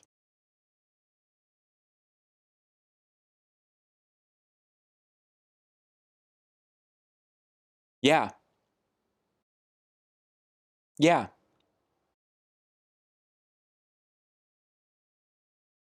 This almost feels like well, this could be interpreted so many different ways, but I see a lot of thesis, antithesis, synthesis type of stuff, especially when like just trying to make peace with something from our past, something that we considered like past attachments, etc. Like, what did we learn from those attachments? What are we still learning from those attachments? What can we integrate and move forward? Like, I feel like if we try to forget, it will bubble up.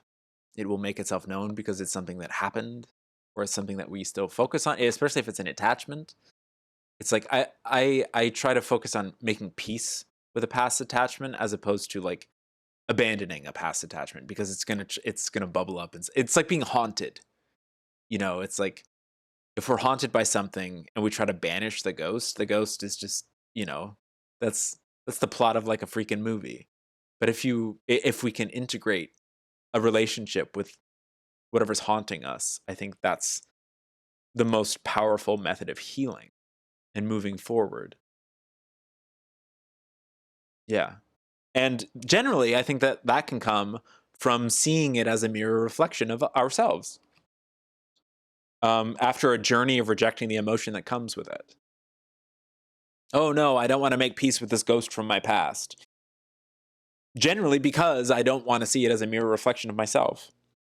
But this like beautiful divine feminine spiritual growth era, this energy that is so like prevalent, especially now. And there's a lot of it within you. There's a lot of it within a lot of us, especially here in chat, especially girls like us, etc.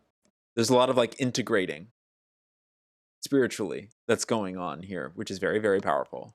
Not to be too, not to be too flippin' woo-woo about it, but I intend to be as woo-woo about it as humanly possible. Someone's got to do that on this goddamn website. I cursed! I swore! Sorry, YouTube.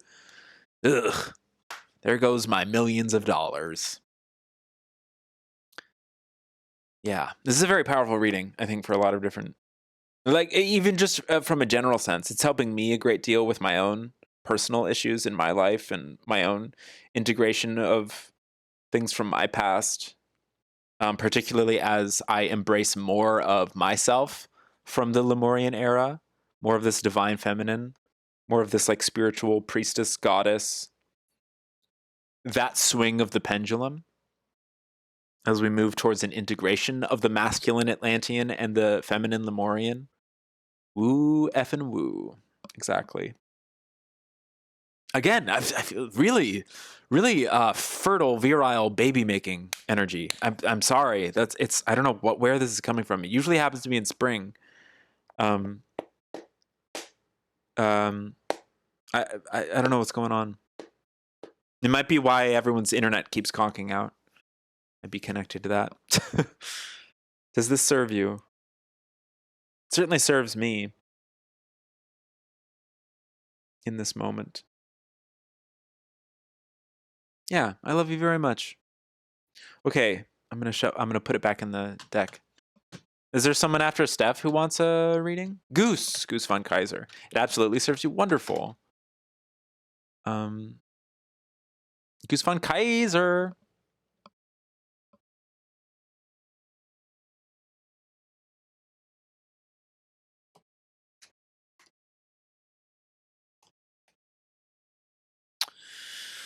Goose von Kaiser.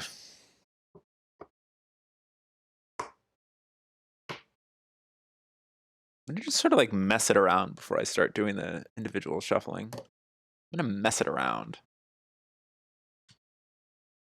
Serves are serving today.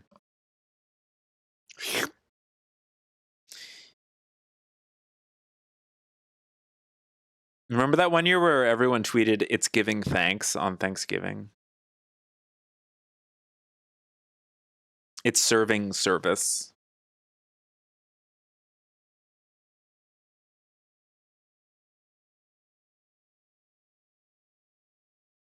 Hey, Julia. Oh, you've been here the whole time. Thank you for lurking. Thank you for this calming stream. Gonna head out for. I'm really glad that it calmed you. That's really nice. Oh, hi, Shelby. Shelby, you'll be in after Goose. We're currently on Goose. Please wait your turn, Shelby. Gosh.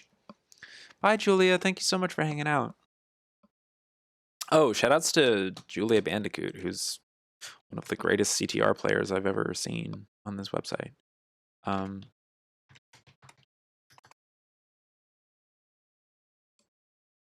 Also, when I'm able to, I'm going to shout out Shelby if I haven't already, because Shelby also streams on Tuesdays and Thursdays. She's a wonderful human being, a hilarious, brilliant mind, and she's a total babe. I was going back and forth on whether to inquire about a reading, but I found myself being very happy with just vibing, listening. Yeah, that's perfectly acceptable, I think, because a lot of these have a lot of things to do with all of us in some way. And I know that sometimes when I'm lurking in a stream like this, the energy might not be there for me to like participate and be like a little like, I get a little shy. So yeah, of course.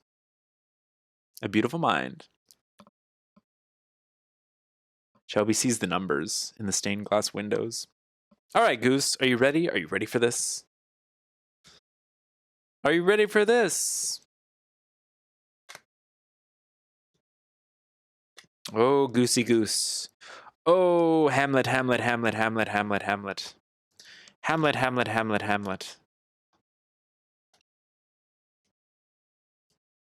I was actually reminded of Whitest Kids You Know yesterday when I was watching Long Legs, because I thought about how good Barbarian was to see in the theater. I really enjoyed Long Legs. It was hyped up too much. And it was too loud in the theater. And I was very close to the screen, and I was very scared. Shelby was like, "It's not scary." It was extremely scary because they had the volume up about as loud as it can possibly go.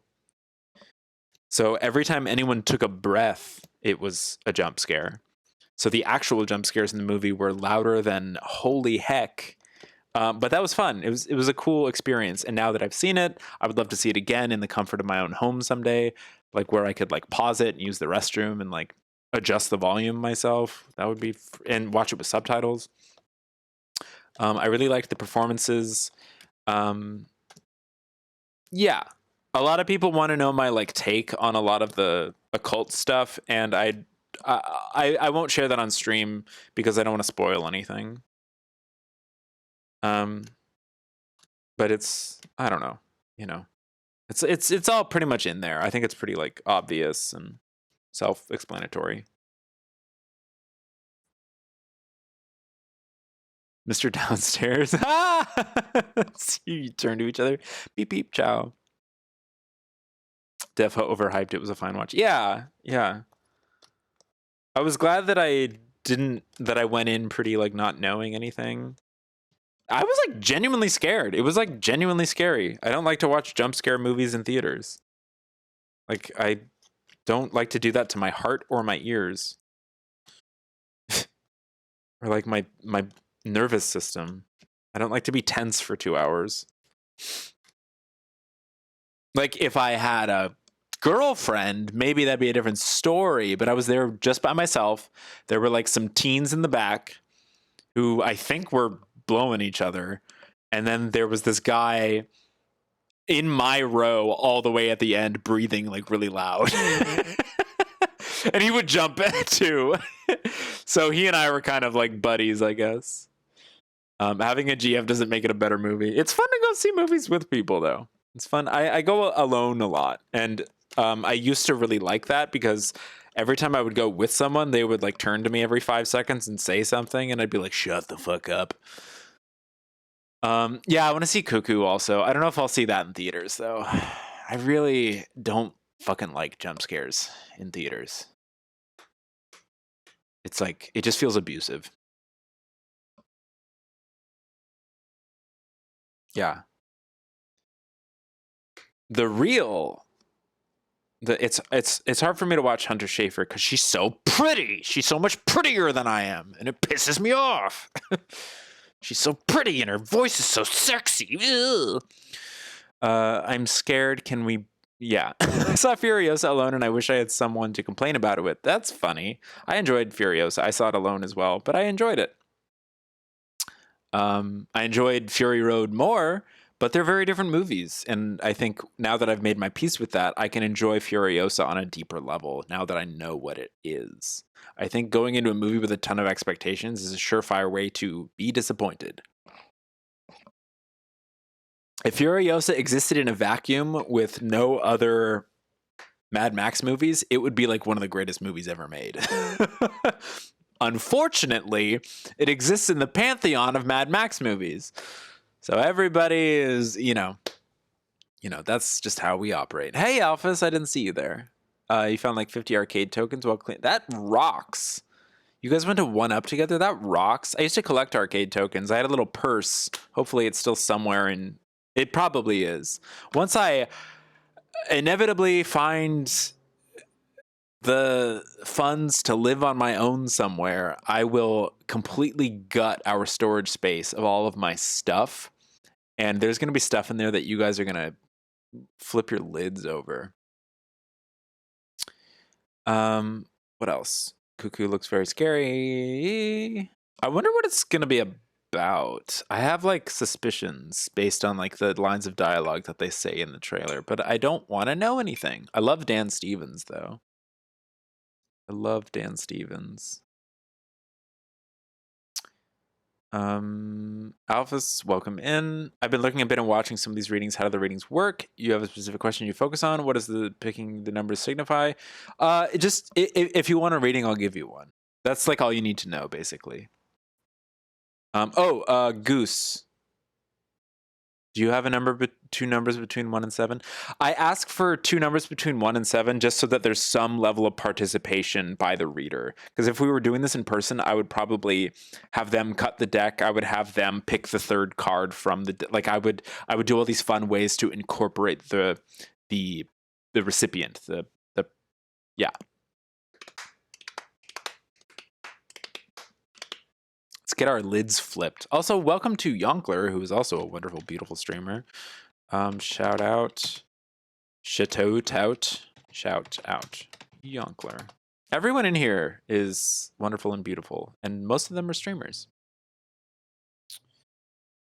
The city needs a new class of criminal, and I'm a monkey, Mr. Anderson.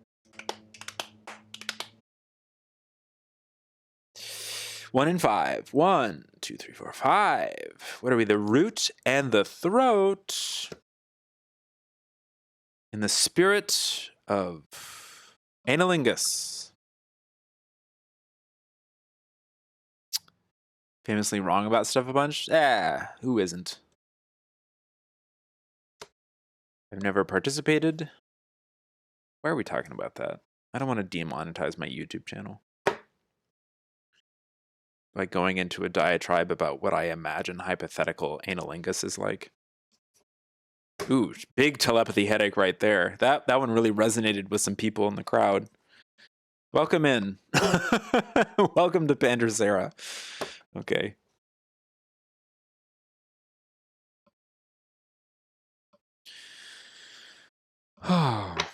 love music. Do you guys like music? Have you guys ever listened to music? You guys ever enjoyed the art of sound?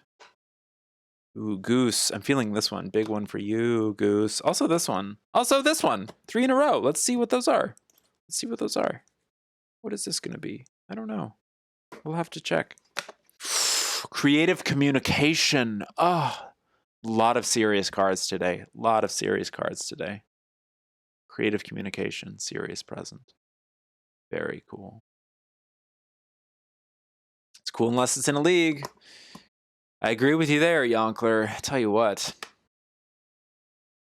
What up, Goddess Eros? Oh, wow. Oh, the baby making energy has brought us Goddess Eros. You can join by, well, if you want to see the queue, you can type !list, but also it's in the title. If you want to join the queue, you can type !join. And right now, they're still free because I like to practice this. Also, welcome in. You can say hello. You don't have to, you can say hello.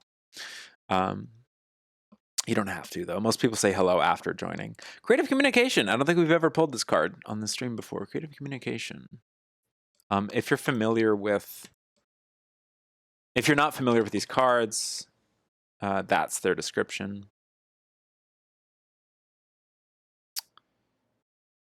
Okay, let's read about it. Creative communication. I mean, right off the bat, it's pretty self-explanatory, but I would like to see what the book has to say about that. That's why these readings are mostly free, because I still am learning so much and I have to refer to the text quite a bit. David Cow is a great name. David Cow is a great artist as well. 61.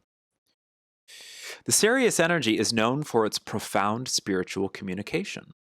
It acknowledges that you have a connection with a Sirius guide, future self, or dolphin energy, which is closely connected to Sirius. The cetacean energy is very closely connected to the teachings of Sirius, that is currently working with you. Spend some time in quiet meditation, connecting with this energy. Let this energy help you inspirationally communicate with those you love. If you do any form of channeling, which can be creative processes, or writing, or, comedy, music, etc., art, this Sirius energy can assist. If you have difficulty saying things that need to be said in your life, ask this guide for help. It can help you clear karmic patterns regarding your fear of expressing yourself. Yes. They were once physical like humans, often act as guides for humans. We're talking about the Sirians now. Their species made their transition from 4th to 5th density and manifest as light beings who communicate to other planetary civilizations that are less advanced and exist in 3rd or 4th density, like us. This card can be considered a channeling card and often comes up for people who have a natural channeling ability. Most humans do. We just use different definitions. A lot of people don't believe in channeling, and yet they sit and draw and doodle. Doodling is channeling. Sorry, that was a little aggressive. But doodling is channeling. It's the same thing. Like riffing, improv comedy is channeling. Let me tell you. Which can manifest in many forms, not just verbally. Thank you. It could possibly be referring to past lives. Thank you for the follow. Devilish Daisy. Oh, hello. It can also possibly be referring to past lives in which you were a channel, or it may be referring to your natural channeling ability in this life, even if you are unaware of it. Take some time to begin reconnecting with your intuition and sensing the energies around you. Begin to trust them as well as yourself in regard to your ability to understand their guidance. If you are already a channel, this card is most likely either acknowledging that fact or telling you that you are about to move into a new cycle of your channeling. Wrestling can be channeling. If you truly have no connection to the idea of channeling in any way, then look to this card as a message about your ability to communicate effectively in your life, which I think is going to apply to most of us because, again, we have different definitions about channeling and so forth. Zip, zap, zop. Acting is absolutely channeling. Yeah. Acting is shamanism. I said jokingly in Sybil's chat the other day that acting is vain shamanism. But it doesn't have to be vain. Acting can just be another word for channeling in many ways. If you truly have no connection to the idea of channeling in any... Oh, we already said that. Human communication is, italicized, is a form of channeling. Are you communicating what you need to communicate in your life in order to stay in integrity with yourself? If not, it is time to commit to authentic communication, not only with others in your life, but with yourself as well. Cool. Creative communication. I like that card a lot. That's a very cool card. Present serious. Let's keep looking. Living in the now. Oh, right in with that present serious, living in the now. Cetacean dolphin. More serious energy, by the way. We mentioned cetaceans earlier. Let me just get the light on this card. Living in the now. Cetacean dolphin. Beautiful. Living in that present moment. For that creative communication, to let it flow freely through you. In that flow state, baby. Baby girl doll. Goosey Von Kaiser, baby girl doll. Living in the now. I love it. 85. Sorry, I keep my mom talks a lot about how one of her eyelids is lower than the other. And I notice that now when I look at myself while I'm streaming, I'm like, oh, this eyelid is a little lower than that one. And it makes sense because I could always do this as a kid. I could pull it down and control it more than this other eyelid.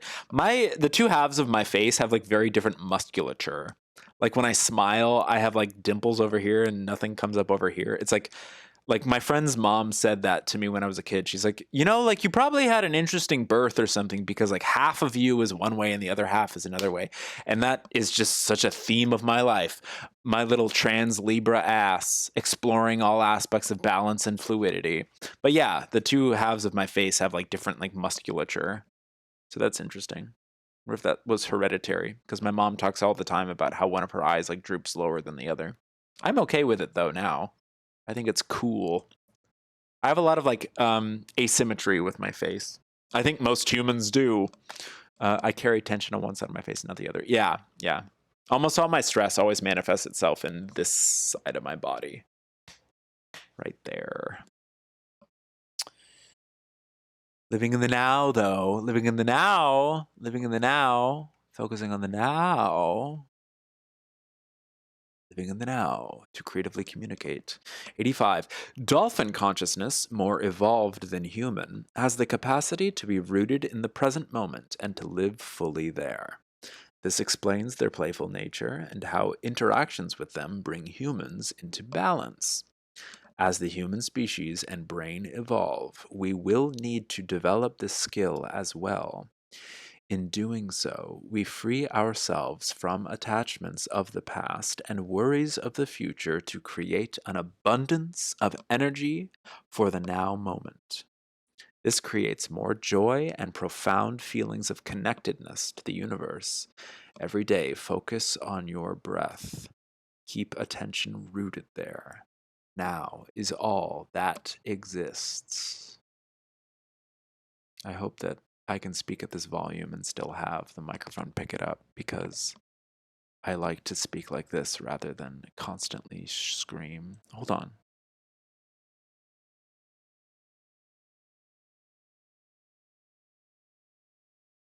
Binary killer recoded. Hey yo, I could use an emergency read. That's your first message. That's intense.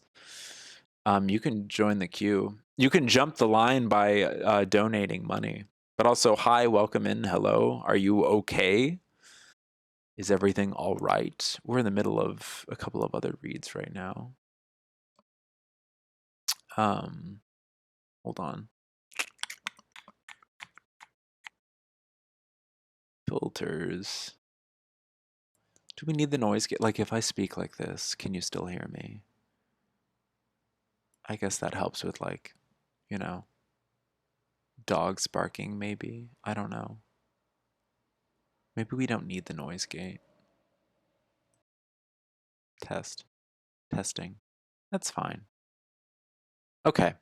Let's keep moving because someone needs an emergency read. Binary killer recoded. That's very interesting. Okay. Living in the now, though, we're dealing with Goose Von Kaiser.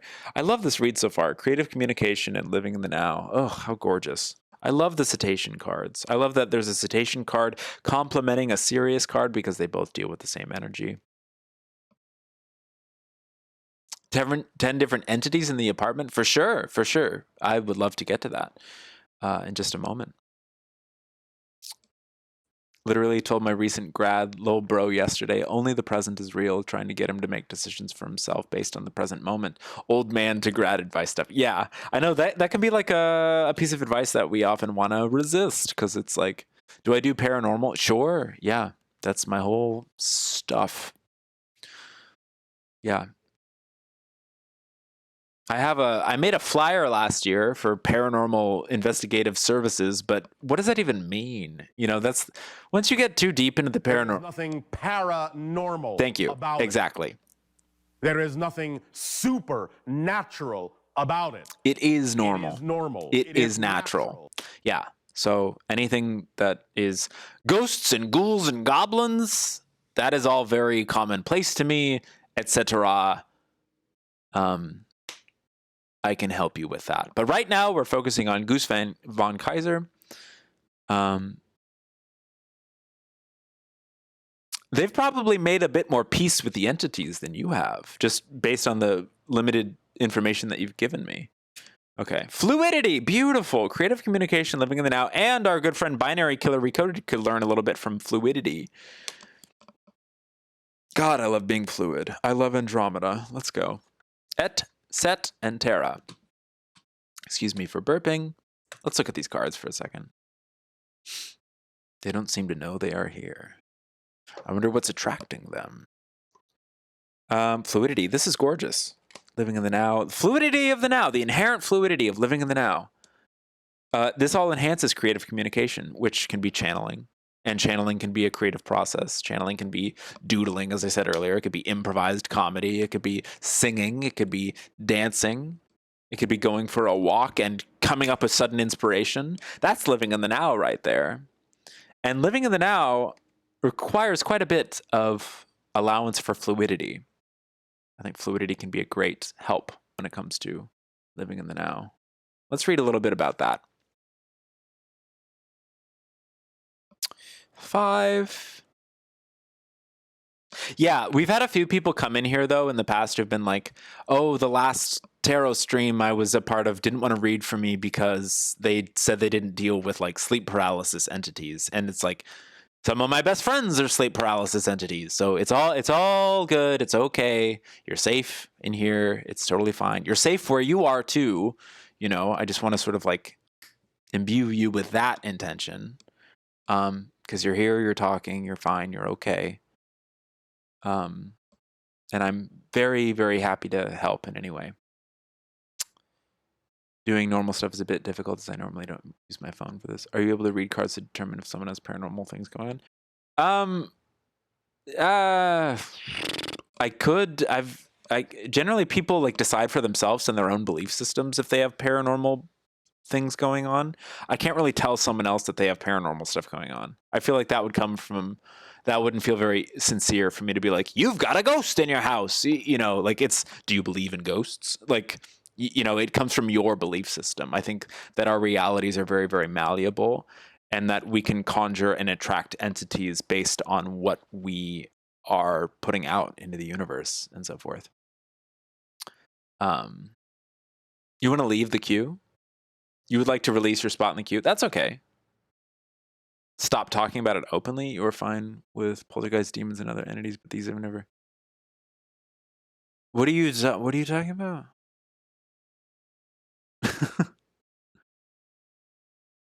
Also, all of these are based in individual definitions. You know. Also, hold on. I'm just gonna like keep putting a pause on you because you kind of like barged in here. So just give it a second. I want to finish this reading for Goose, but I am here to help. But just like, you know, give it a second. It's okay. It's okay. You're fine. Backyard camera always drains when it's my fault for giving you attention. So, okay. Bye, Shelby. Have fun.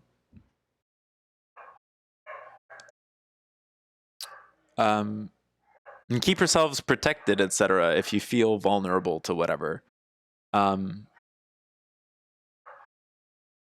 Yeah. Drains when I charge. The person outside, there's no one there. Always wondered. Sure. There's a lot that's going on. There's like constant hidden things that aren't in this plane of perception. It's nothing to be afraid of. If you want to be afraid of it, that can be your journey, and then you can have a very fearful experience with it. But I feel like generally that's something to like that we can work through or transcend. It's up to us whether or not we want to have like a scary horror movie of a time. It's really up to us, I think. Okay. I think there's a pest control guy outside, so there's going to be a lot of dogs barking. But let's read about fluidity really quickly. The nature of consciousness is to be fluid. And this also applies to the discussion we're having right now about paranormal stuff. To flow with the natural currents of the universe. But life in a physical body often causes us to be rigid, whether in beliefs, actions, or emotions. Andromedan consciousness is very fluid also. You know how to be this way innately as well.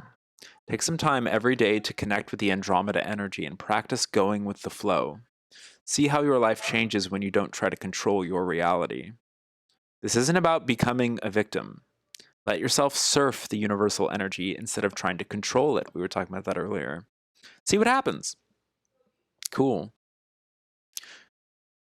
Channeling can also be taking control of the perceived supernatural and accepting they are natural if we choose to perceive them in that way. Yeah, sure. Why not? So much of like paranormal research and supernatural research and stuff is yeah, sure, why not? Honestly. Like once we start going like, oh no, like then it's like,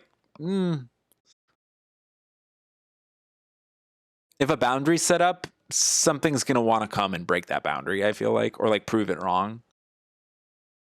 Your tinnitus sound has gone mad crazy since you've took on watching your sister's cat. Oh, interesting. Cats apparently can see interdimensionally. I've heard that from a lot of channeled entities.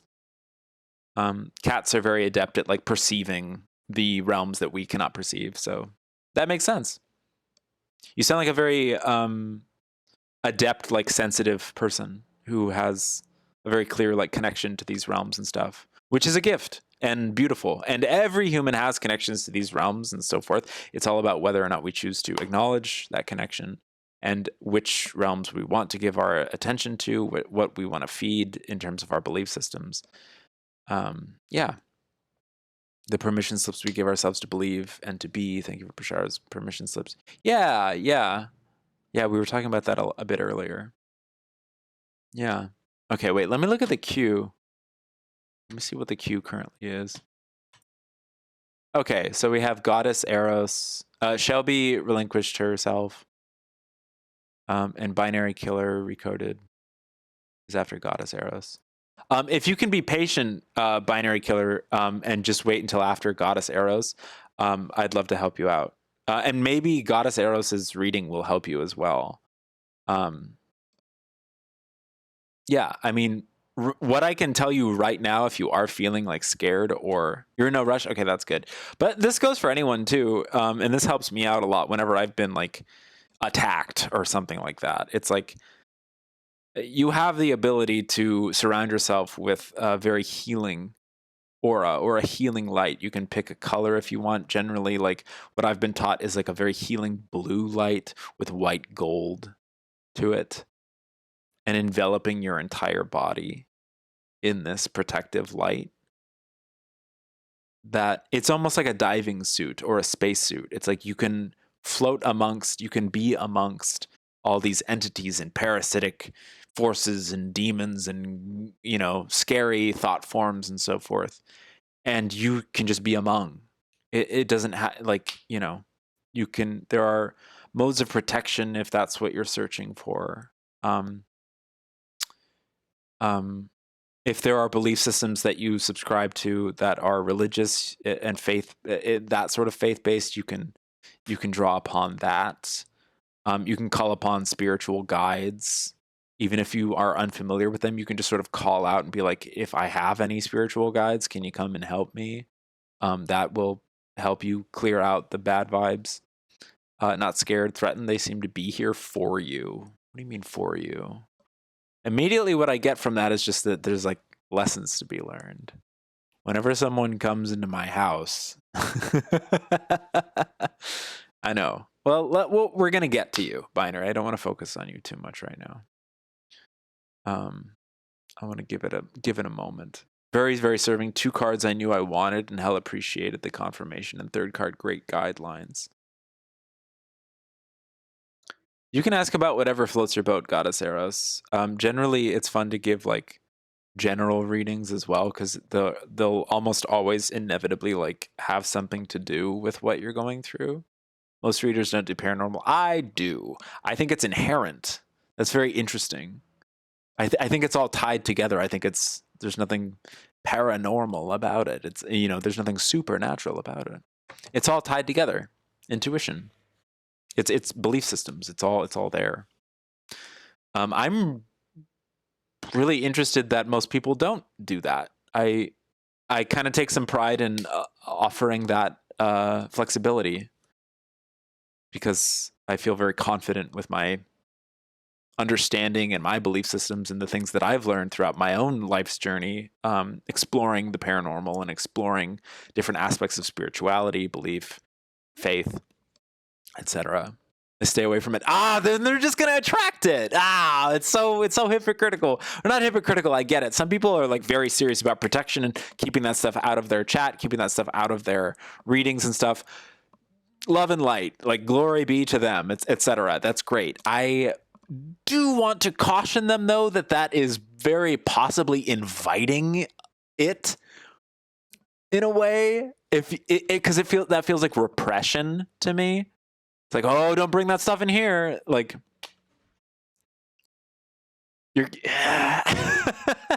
it's like you're making yourself like more of a tasty snack. I don't know. That's been my case. Whenever I've been like, oh no, I want to stay away from that or stay away from this, then it's like, I feel like that energy starts knocking even harder on the door. So it's like, yeah, come in, sit down, let's talk about this. That's the energy that I prefer to provide. Like, let's be open about it. Let's find ways, perfect, Goose von Kaiser, of creative communication, because we're living in the now, and the now includes all of these different belief systems and all of these different energies and entities, and we can be fluid with how we receive them. We can adapt, we can learn, we can grow. All it takes is a little bit of creative communication. Now, if we limit ourselves with our methods of communication, that's not living in the now to me. That's living from fear, that's living from limitation, lack. That's going to invite resistance and confusion and suffering, pain, etc. I think fluidity is a wonderful medicine for all of that. This is a beautiful reading. Goose, I hope it... you did mention that it did apply to you in a lot of ways. Yes, exactly. Huge debt to the universe. That's an interesting belief system. You have a huge debt to the universe. You owe the universe 12 lives. I like that. That's very interesting. Why did this camera just go away? Oh, wait. I'm hallucinating. Sorry. We're good. That's the downside. It's hallucinations. Or are they? I was asking them about my abilities with it. They said they couldn't tell me that in the sense, but more of a tarot sense. Yeah, that makes sense. Like it's someone who's reading a cardomancy or doing a divination read for you. It's not up to us to gift you or imbue you, because you already have the gift. Every human being is psychic. Every human being can channel. It's up to whether or not we want to foster that, address it, acknowledge it, grow it, allow it to develop. And it develops in a myriad of ways based on our passions, what we're attracted to. Ooh, I like playing guitar. That's channeling, Ooh, I like doing this or that, or going on a walk, or meditating, or, all of this. Goose, please take notes. My God. That's why I started to upload them to YouTube, because I feel like they could hopefully assist someone down the line if they happen to skip through all my videos and find one reading that speaks to them or something. or one sentence that speaks to them. Let's use our creative communication to live in the now and embrace fluidity to achieve real growth and sustainable being. I agree with that. I love that. I love that narrative that Binary Killer Recoded has brought into the chat. It's very juicy, very exciting. But right now we're going to focus on Goddess Eros. I would like to give a reading to Goddess Eros, which is very exciting. But as a sort of like re-summarization or whatever, I'm open to anything. The other day we had people in here talking about sleep paralysis demons. The other day we had people in here talking about like ancient Hindu goddesses. It's all there. It's all in the soup. It's all in the mix.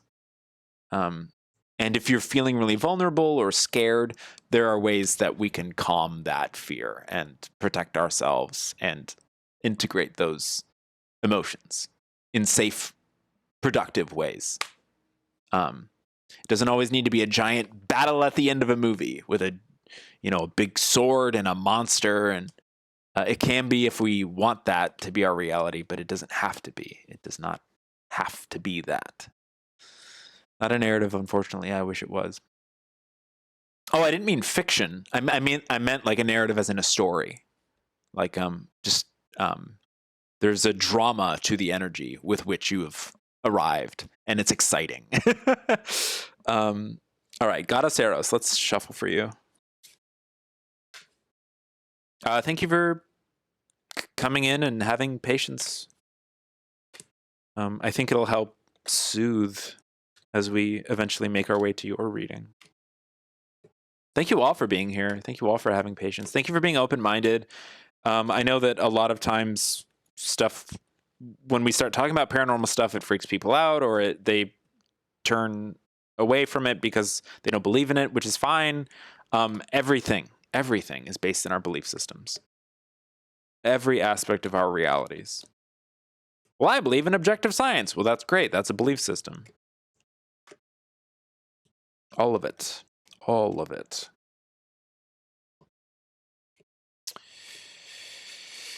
Okay. Goddess Eros. What a wonderful name. Did you hear me while I was talking about how much I felt like I was in heat earlier?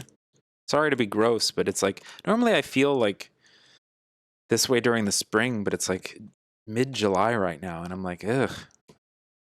I want to like reinstall a dating app, and I've never even used one before. There's something going on right now that's like really stirring up a lot of that energy that's expressed in my interpretation of your name. So it's cool that you joined today. Speaking of attracting entities based in what we're focusing on, do you have anything specific that you want to focus on? Or would you just like a general thing? Oh, you already mentioned. You were talking about it earlier. I'd be open to whatever you wanted to talk about. I'm trying to be really good at like not limiting the readings, but I do want to restate over and over again and reemphasize that I'm not in control of your life. You are in control of your life. I'm just here to like offer some information that may be of some assistance. Yeah, I don't know where we left off. Probably around there. Yeah, this is fine. This is good. Do you have two numbers between 1 and 7 inclusive? Two numbers so that I can continue shuffling. Well, that's nice that you have the cat. I'm sure they're definitely picking up on your vibes and vice versa. Originally asked about my coworker and how they're feeling towards me, like romantically, because we had a conversation today where they kind of pushed away our friendship. Sorry, that I was building with them. Okay, sure, we could focus on that. But we could also, I'm sure, other stuff is going to eke in. I think whatever's most relevant will come to the surface. Whatever is like most relevant for you right now will probably kind of bubble its way up to the surface. Curious about paranormal stuff because I've been trying to find answers these past 2 months. Well, heck.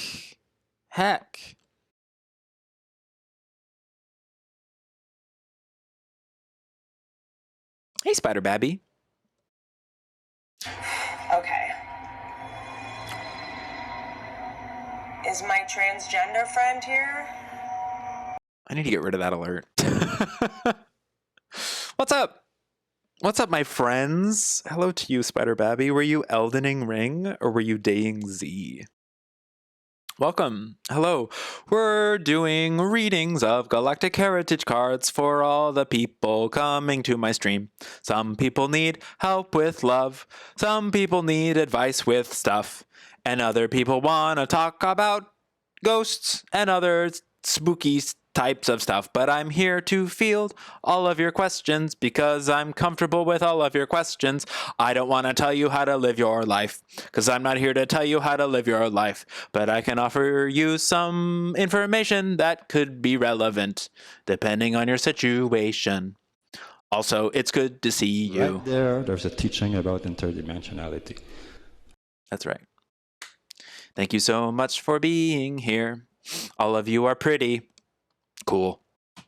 So right now we're doing a reading for Goddess Arrows. If anybody who wants to come in wants to join the queue, you can do !join. We're actually skipping over Shelby because she has to get ready for stream. Next. Sorry. I'm going to stop using the next thing because it floods the chat and that's kind of obnoxious. So we are on Goddess Eros, who's new to the stream today. Very cool username. And we're gonna Goddess Eros, if you have 2 numbers, this is how I have the recipient participate in the reading. Oh, for anyone who isn't familiar with the modality that I use, I work with the Galactic Heritage cards. Woo! They're really cool. It's sort of like cosmic space shamanism tarot. But not really. It's kind of its own thing. It's fun. It's all about consciousness and extraterrestrials and dolphins and stuff. It's like it's what I gravitate towards. It's cool stuff. I also actually learned about another similar divination deck from another channeler who I loosely follow, and I actually ordered my own deck from her yesterday. So I'm very excited about that. I want to learn about that, and maybe we could do some streams in the future where because a lot of tarot readers on here have like multiple types of tarot decks, and I think that's really cool. And I work just solely with this. And so it'll be very cool to have a second set of perspective and kind of open and branch out and be interesting. Goddess Eros, if you could tell me 2 numbers between 1 and 7, then we can get this reading rolling. Rockening and rolling. We also have a lot of fun things happening in chat right now. Some people came in with paranormal emergencies, which is literally like my favorite thing in the world to respond to. So even though I was sort of curt with them, I was like, you have to wait because I'm doing readings for other people. Between 1 and 7, because these are 7 piles. They can correspond to chakras if you're into that sort of thing. But that's just how I shuffle, and that's how I include the recipient. I allow them to pick the 2 piles that I'll shuffle together. Beautiful. 4 and 6. That's the heart, and that's the flippin' third eye. Those are 2 wonderful numbers. All numbers are beautiful. Do you guys have any numbers that you prefer over others? Are you ever like, man, I can't stand the number blank? Well, maybe now's the time to open up your heart. 16! Keep on rollicking, baby. You know what time it is. Fred Durst. We have Fred Durst in the chat. We have frolicking, rollicking Fred Durst. Okay, friends. 16 is a favorite? Cool.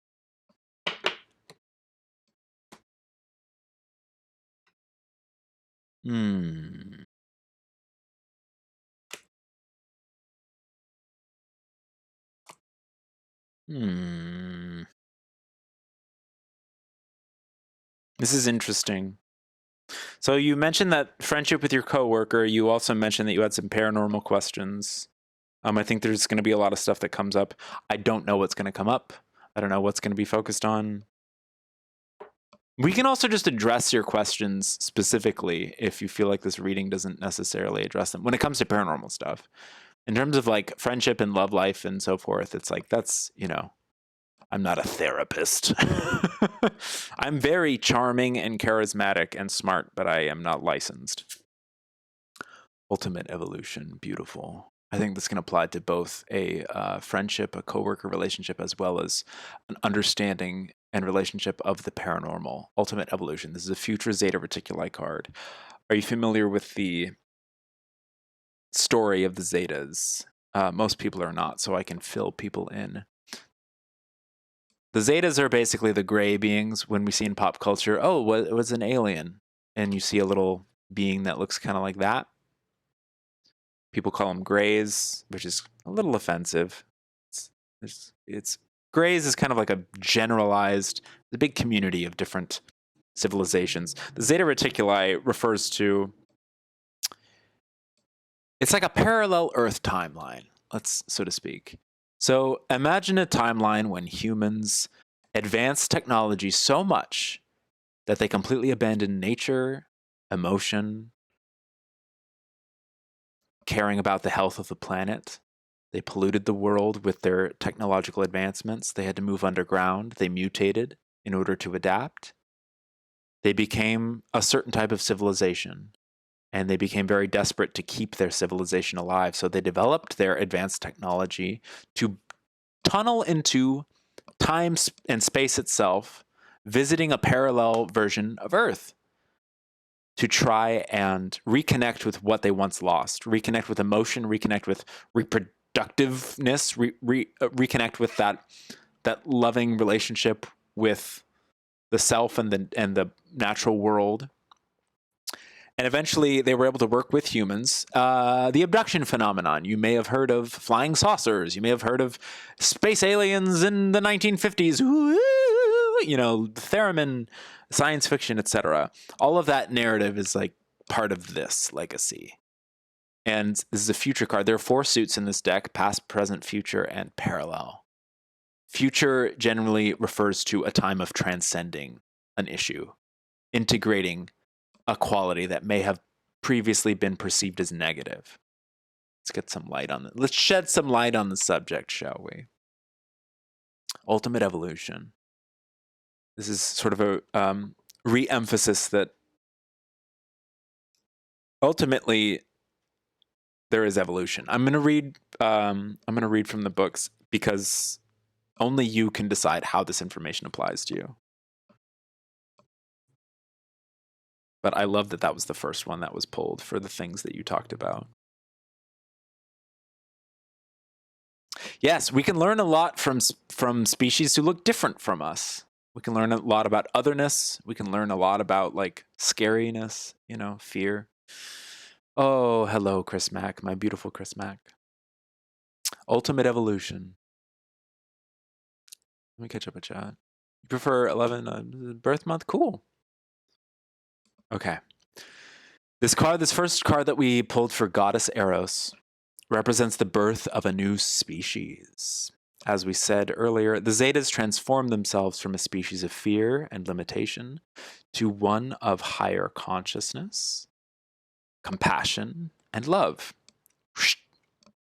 It was not an easy road, but an immensely fulfilling one. Because of this, they can now assist countless other species in their evolution. This card represents your personal evolution. You have the capability to make dramatic changes in who you are by walking through the fire, confronting rather than avoiding your fears, asking for help and trusting the process. Your galactic family is with you. You are not alone. You're not alone in the stream either. I'm going to skim through the commentary because I feel like we touched, I want that to sink in because you mentioned a lot of different scenarios. Aha! This card refers to the profound evolution that happens when beings confront their fears and the issues they don't want to see. And that could apply to an interpersonal relationship with a friend at work. That could apply to what we were talking about with the paranormal. I randomly found a lot of Billy Carson on YouTube, and that was definitely a rabbit hole on aliens. Yeah, Billy Carson's fun. Yeah, I don't follow him that closely, but I've definitely watched a lot of his videos, and I respect what the guy does, and He seems like a nice guy. You know, he seems like I've listened to a few of his lectures, and I've watched him like interview other ufologists and things like that. I like his vibe. I'm not super into the like that's a world of ufology that I'm not super into, like the kind of like I don't even know how I would describe it. Like a lot of it is very like self-help or motivational or something, which is cool. And since we live under like capitalism, a lot of people make businesses out of their lecture series, and some people call that grifting because they don't believe in what they're selling. Other people just see that as a legitimate business venture. It can be interpreted a myriad of ways. Right now, I'm in a place where I'm chill with him because I like what he says, and so far I haven't come across anything that's been like really fear-based, negative, limiting, bigoted, which can happen a lot with like ufology lecturing. Sounds like it, or that my ancestors are with me. Yeah, there you go. Yeah. Always, even when it feels like they're not. That's one of the big things about Western civilization and our fear of death, is that we don't really have a cultural, like unified belief system in place about dealing with grief, dealing with loss, reinterpreting death not as a loss, but as a transition to eventually be a gift.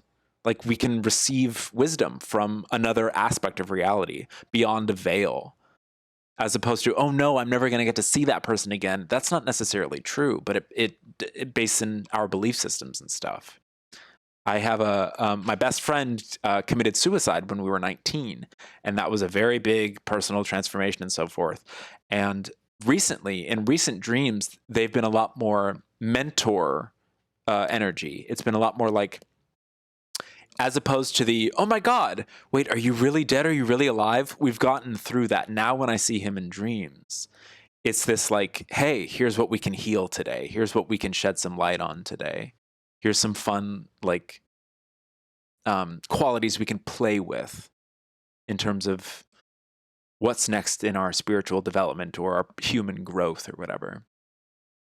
Oh, cool. Anyway, that was just a little rambling about Billy Carson and some people. Whitley Strieber, Johnson are cool. Yes. Whitley Strieber, Communion. He is all over the place. Wrote a very popular book. I love the movie Communion. Whitley Strieber, though, ruffles my feathers a bit. He said some like pretty transphobic stuff on Twitter. He's not the most agreeable of ufologists. And he can be very frustrating at times with some of the things that he says and does.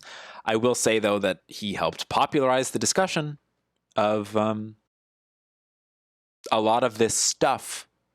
You know, John Keel is a very similar researcher who held some very problematic social views, but wrote some very seminal texts about the intersectionality of paranormal phenomena, which I think ultimately contributes to the growth of the discussion. So there's a lot of problematic figures in any road to development, I think. It's like growing pains. It's like working out the kinks, you know? Sorry that happened, but that's an awesome connection. Yeah. Oh, you're talking about my friend? Yeah. It happened when we were 19, and I'm 32 now. So a lot of time has passed. And so it's become more of like an accepted shamanic process. Rewatching The Leftovers helps a lot too. Just like understanding certain aspects of our own lifelong narratives. Like there's maybe tragedies and how those tragedies can be integrated and learned from and loved, even after a certain point, when we can forgive ourselves and like disabuse ourselves of the survivor's guilt that comes with having a loved one who like chooses to leave, or having a loved one who died and we feel like it should have been us or something like that. You know, all of those little rabbit holes that we can go down. Sandstorm, thank you so much. Da rude. How da rude of you to come in here and tell me that I need cheap viewers. My viewers are very rich in substance. I have some of the most substantially rich viewers on the website, I will say. Did we read a lot about ultimate evolution? We did. Profound evolution that happens when beings confront their fears and the issues they don't want to see. It is much more than confrontation, though. It also has to do with seeing the issues you are avoiding clearly and not looking away, while surrendering to the process of owning their presence in your life. Wow, this is so relevant to both of the things that we were talking about. Owning their presence in your life. Wow, let me read that one more time. It also has to do with seeing the issues you are avoiding clearly. Seeing the issues you are avoiding clearly and not looking away, while surrendering to the process of owning their presence in your life. And we were talking about workplace relationships, workplace friendships, and paranormal relationships. Entities living with us in our homes, in our consciousnesses. They can come with us to work sometimes, etc. That's okay. It's all part of it.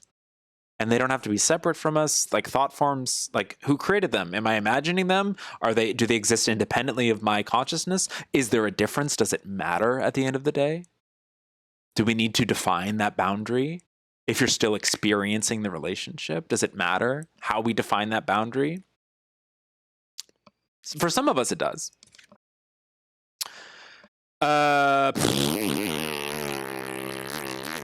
Owning their presence in your life, embracing them as teachers, having gratitude, and never ever judging yourself because of them. This leads to compassion, self-responsibility, self-respect, and the ability to receive and give infinite amounts of unconditional love. This process is so powerful that if everyone in the whole human race were willing to clearly see themselves and do the work necessary for evolution, Earth could transform within a very short amount of time. If this card came up in your spread, it is likely that it is encouraging you to accelerate your evolution by activating this process of clear sight and self-acceptance for the purpose of your evolution. The card may also be acknowledging that you have already begun the process. Hooray! If you are aware of having connections with the Zeta species, then the card may also be reminding you of those connections. Zetas, having gone through this process of ultimate evolution, can be wonderful guides along your path. Oh, that's funny. That's interesting, binary. Yeah, I have trouble doing that on mobile myself. I think, hey, welcome, Johnson R. Cool. It's very good to see you. All right. Let's see what the next card is for Goddess Eros. Initiation and ceremony. Vega future. Well, we know about the Vegan civilization, very spiritual teachers, priests and priestesses, and the like.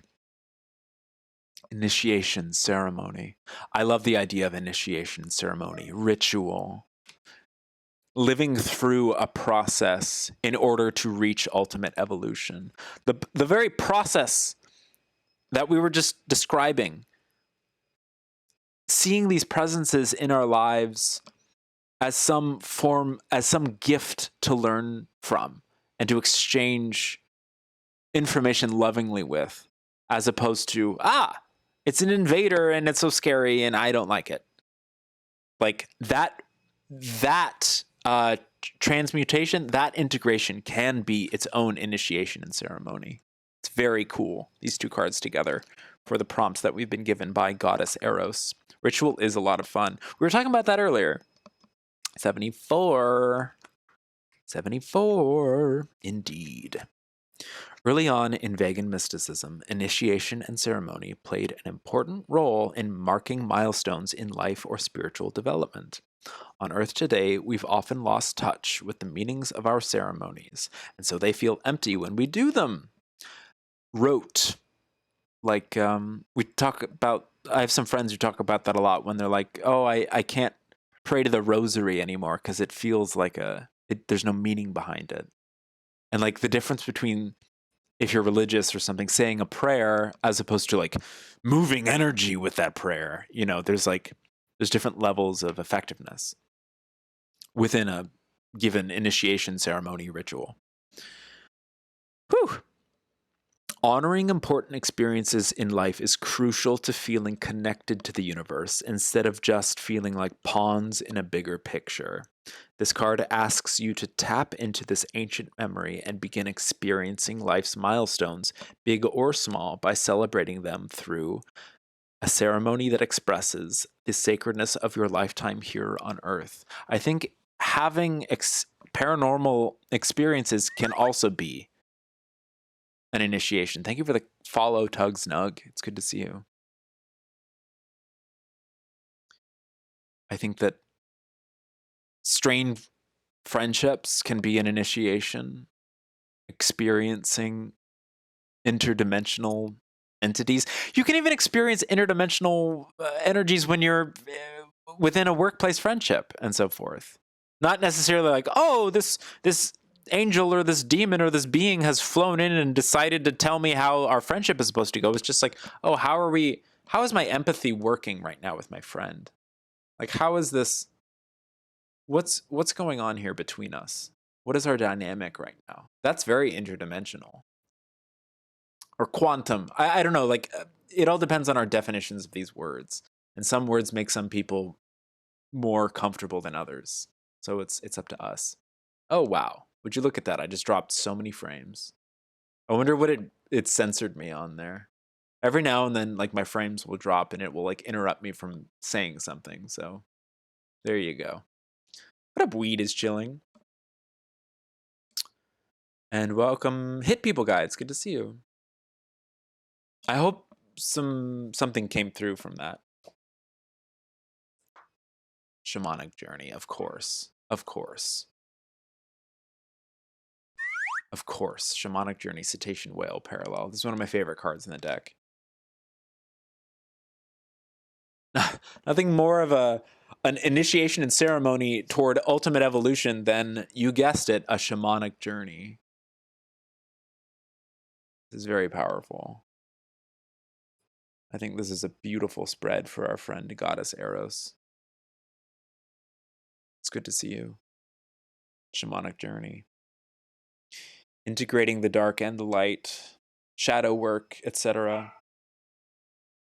What are the aspects of ourselves that we don't want to address, that we don't want to see, that linger, that float elegantly in the depths of our subconscious, waiting just below the surface? What is there to be uncovered through initiation and ceremony that lead us to ultimate evolution? It is inevitable. Evolution is inevitable. Leave?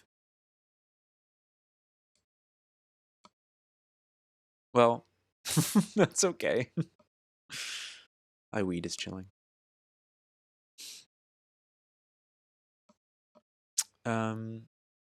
Yeah, I like that too. I'm glad that you like that. Let's read. Let us read. 90. Shamans teach us to navigate through our deepest unconscious in order to confront our shadows and release stagnant beliefs and habits, creating profound transformation. Whale consciousness, which is connected to Sirius, is shamanic in nature. When we work with it, we must look into the mirror and see the false self. Whales are providing the service on a large scale for Earth at this time, but in a very subtle way and mostly through dreams. You've pulled this card because you have a connection with whale consciousness, now or in the past, and it is calling to you once again. Very cool. Represents group consciousness. Each whale is actually a group unified field, like a group of souls. They swim in the deep waters of Earth as a symbol of the deep unconscious in which our true identity as unified beings dwells. Gorgeous. They serve as a reminder that we too are part of a unified existence beyond our limited lives as humans. Ancestral work, connection to spirits, guides, etc., higher self. It's all there. Also, contact work. When I first started getting into the idea that I could communicate with ETs through meditation and contact work. Thank you so much, Zequid Sauce. I love whales. Thank you for 2 months. Let's go. One of the big lessons of like I love whales. Chico wiggle, Chico wiggle, Chico wiggle. Chico Wiggle.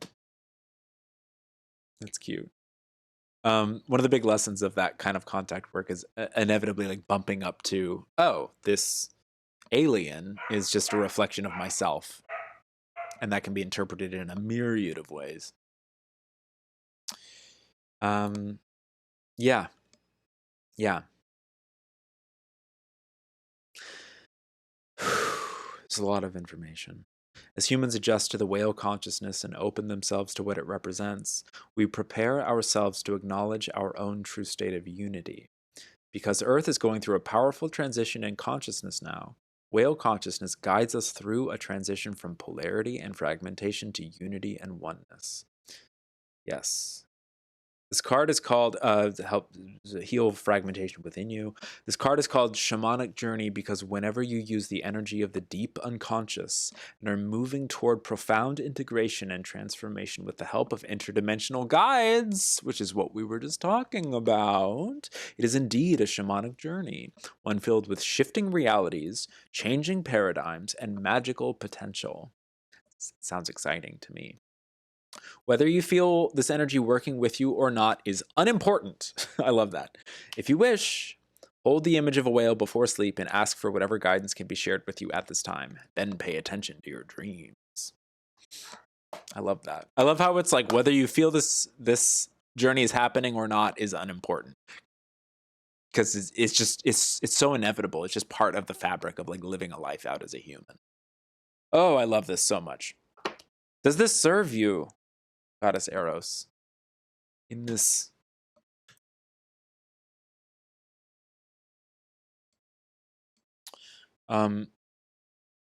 because I must move on to Binary Killer Recoded. If they're even still here. Yes, it does. Oh, wonderful. It is my passion and my pleasure. You're very welcome. Hyped about that vibe. You're here? Okay, cool. Just checking back in, like, are you feeling a little better than when you first came in and stuff? Let's give you a reading. Tuned into the right card. Very cool, Zequid Sauce. Synchronicity. How synchronous of you, as some might say. As the Yesasani might say. I haven't listened to a Bashar lecture in a few weeks. I want to tap back into that energy. I miss him.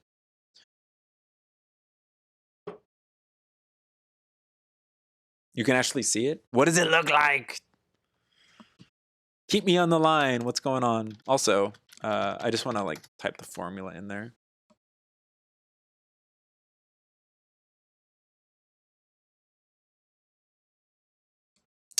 Coffee? What do you see? I have to pee. Let me use the restroom.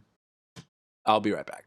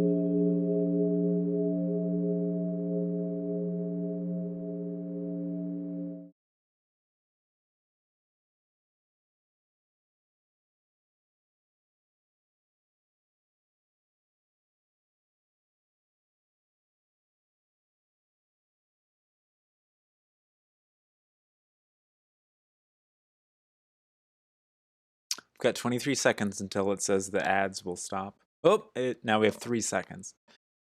Thank you for the muted. So right off the bat, I just want to say it sounds like you're excited by this energy. How did you first learn about that word, those sorts of entities? I'm immediately like curious about what informs your belief system to create that image for you, to allow that entity to represent itself in that way to you. What about that image strikes fear in your heart? Why do you like to give it your fear? It sounds like not to. I'm going to be kind of accusational because you came in strong with a fearful energy. So it's like my initial reaction is like, why do you want to feed it? If you're so scared of it, it doesn't sound like you want. It doesn't sound like you mind feeding it, which is okay. You know, relationships, they're a give and take. I've seen video. Yeah, sure. I mean, there's also like, I understand the misinterpretation of indigenous mythology when it comes to that word as well, especially from like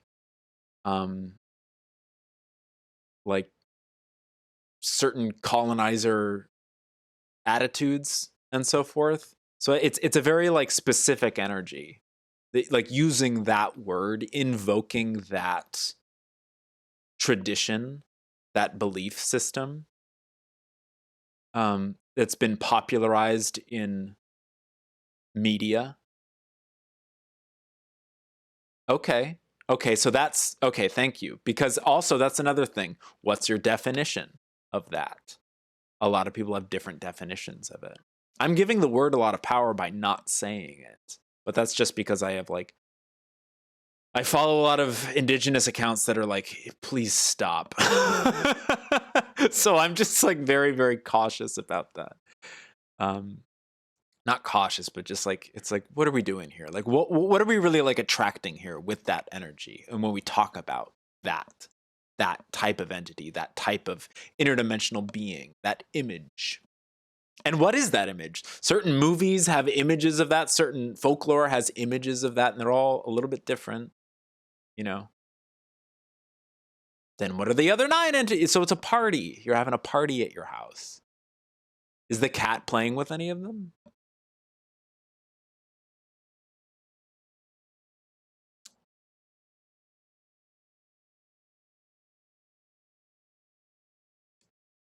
Why would you say, if you ever feared that they're real, well, continue to have that fear?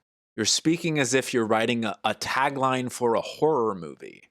And I'm going to call that out because you're having fun with the fear and you're perpetuating it, which is acceptable. That's valid. It's fine. But it also means that you're safe. You know what I mean? Like, you're having fun with the horror movie aesthetics of the experience that you're currently having, which is safe, which is fun, which is cool. At one point was looking back and forth. Yeah.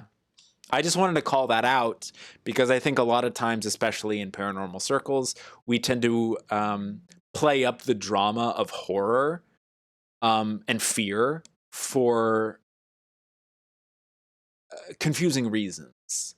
And I really like to examine the intentions behind that. Like, I don't understand why all of the shows and the media that we have about spiritual communication needs to be couched in the aesthetics of horror. Like, why? Is that because we fear death? Is it because we fear what we don't understand? Why? That's all. Like, there's a million answers to all these questions, but it's just like, why? Do we have to? No. One of them doesn't feel right. If fear comes from ignorance, can we replace that fear with understanding? Absolutely. I mean, sure, exactly. It's like a hypothetical, rhetorical, blah, blah, blah. One of them doesn't feel right. Usually whenever I feel like we're coming face to face with an entity or a concept or something that causes us great fear, great primal fear, it's a reflection of ourselves. It's something that we're currently dealing with. It's a representation of something that we are putting out, we are attracting, we are manifesting, we are creating, we are conjuring, which is fine. It does not mean that the thing that you are experiencing is no less valid to you. But we are extremely powerful, divine. What is it? Conduits. We are like we are we are the ones at the wheel, so to speak. We're the drivers of the simulation. So when we interact with interdimensional beings, I generally encourage the experiencer to search for some sort of lesson to be learned there. And oftentimes a good hint is like seeing it as a reflection of the self. Why am I going through this right now? Why am I experiencing this? And it's sometimes it's a Rubik's cube. The answers don't always come quick. Like I've experienced things with entities that are really personal and violent. A few times, like multiple times. And sometimes the answers are immediate and sometimes the answers take years to unlock. So it's like, that's up to you. But I'm just sort of spitballing here.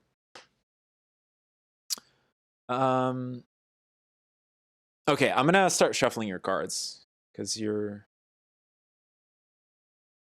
having fun experimenting. Is anyone else in the queue, by the way? Nope. I think this is the last one for the day. What a finale this will be, unless someone else comes in.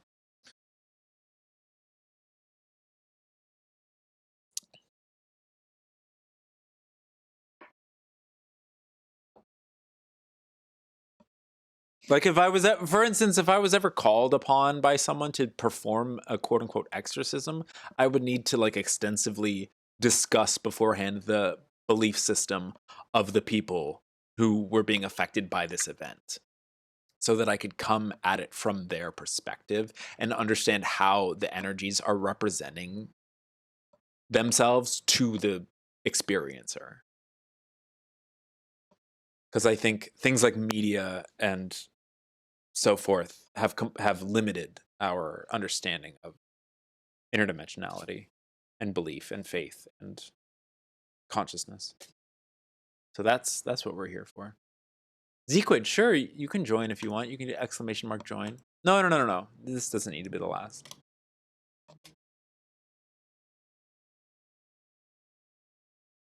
I like this though. I like the drama that we've conjured for ourselves.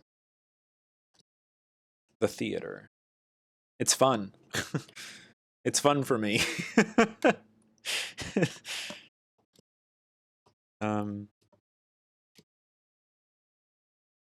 My family has a gateway into otherworldly things. It seems like it's the strongest of it. Not sure why, but oh well. Are you sure? Probably a lot of different reasons. It's cool to be sensitive. It's cool to be open to sensitivities.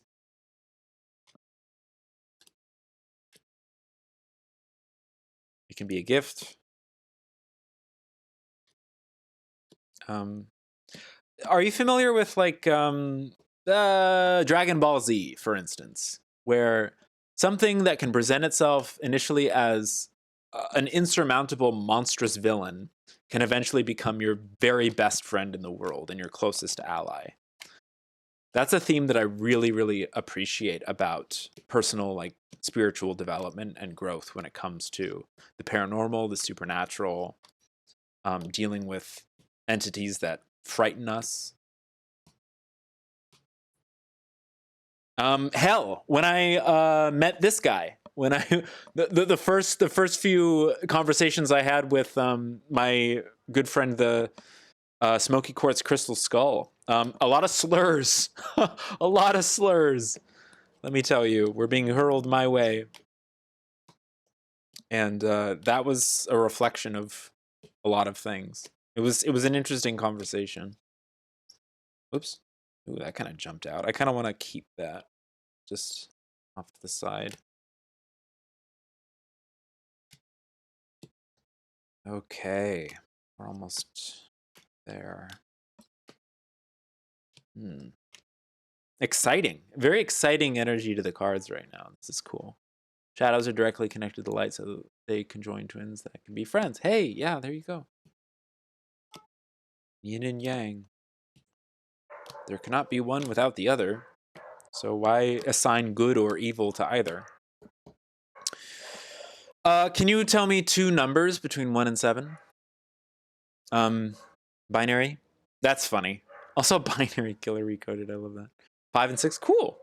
Okay, 5 and 6. What's that? Throat and third eye. Sounds great. Communicating with what we can perceive beyond the veil. That feels very appropriate. It feels very, very appropriate to the things we're talking about. That's really cool. So this card did jump out earlier, and I can't decide right now whether or not I want to use that as the third or as a bonus fourth. Maybe a bonus fourth, because the number 4 is so closely connotated with like spiritual scariness in a lot of cultures. So let's see what happens. This is very interesting. This is cool. And the wind has picked up. Oh, I love it. I love it. What a beautiful day. What a lovely day. What a lovely, lovely day. 2 just bursting out. You? The front. Okay, it says the front. And then we're going to have this as the 4th.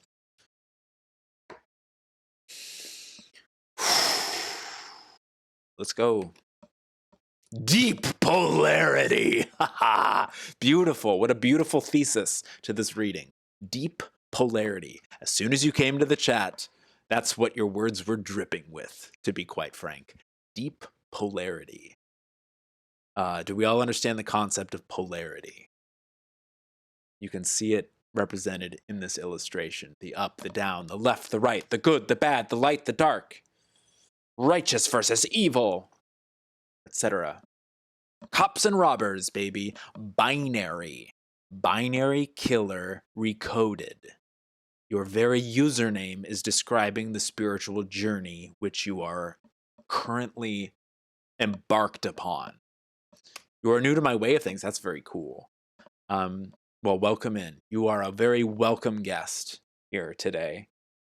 Deep polarity. That makes a good deal of sense. The Orion civilization, we're talking about the Orion star civilization. Their biggest theme of their past was overcoming deep polarity. This is deep oppression. The empire, the evil empire and the righteous rebellion. The heroes and villains. Fighting fire with fire until the whole forest burns down. Sting versus Hulk Hogan. Deep polarity. Which is, I'm going to read like the entire description, I think, for you, because there's going to be a lot of information that could be applicable to your circumstances. This is an incredibly relevant card to be the first one drawn. This is beautiful. 35. I'm loving it.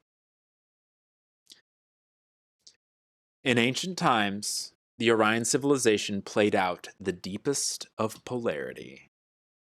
During a very dark time in their history, many souls from Orion eventually came to Earth to heal this polarity through incarnations as humans. If you have pulled this card, then an Orion lifetime of yours still has some influence in your life today. I think that's very evident in the I am here, the monsters are outside of myself. I am sitting across from them in a room, in a darkened room. And I am separate from them. And yet are we? Are we separate from the monsters who we sit across from? These karmic patterns are ready to be released. Examine your natural human tendency to polarize in thought and belief, and ask the universe to help you heal this. Also know that this is a major issue for the entire planet at this time, and your healing affects the whole as well. I just sort of want to bring up like a Webster's definition of polarity really quickly. It refers to opposites, basically. But let me, there's a lot of chemistry definitions. Intrinsic polar separation, alignment, orientation, especially a physical property, unindicated polar extreme, the possession or manifestation of two opposing attributes, tendencies, or principles. So, yeah, things can be scientifically polarized, things can be politically polarized, spiritually polarized. A binary is a polarization. The very essence of your username, right? Or binary killer. So you're subverting and transcending binary, I'm assuming. I'm just interpreting your username. But a binary is a polarization. Poles, north and south poles, east and west poles, polarity, binary. In ancient times, Lyran civilizations, including Vega, expanded, creating the Orion colonies. The Orion civilization is known as the group within our galactic family that experienced the deepest polarity. These memories affect us on Earth, and many humans are still playing out the karma from Orion. We can see it in things like, I don't know, war, or like battles, arguments. The best pop culture reference is that of the movie Star Wars, in which there was a corrupt empire that attempted domination of planets and people through very sinister methods, including the manipulation of consciousness and the energy through consciousness and energy through psychic and metaphysical powers. Within the full spectrum of the experience of our galactic family, from unity to fragmentation to reintegration, this era in Orion was the furthest from unity and the deepest one of separation. If you have pulled this card, it is most likely that you had experiences in the Orion system during this dark time, and most likely still carry painful memories within you. If you don't believe in past lives or parallel lives or cosmic lives, that's okay. We can just use that as a metaphor or an archetype.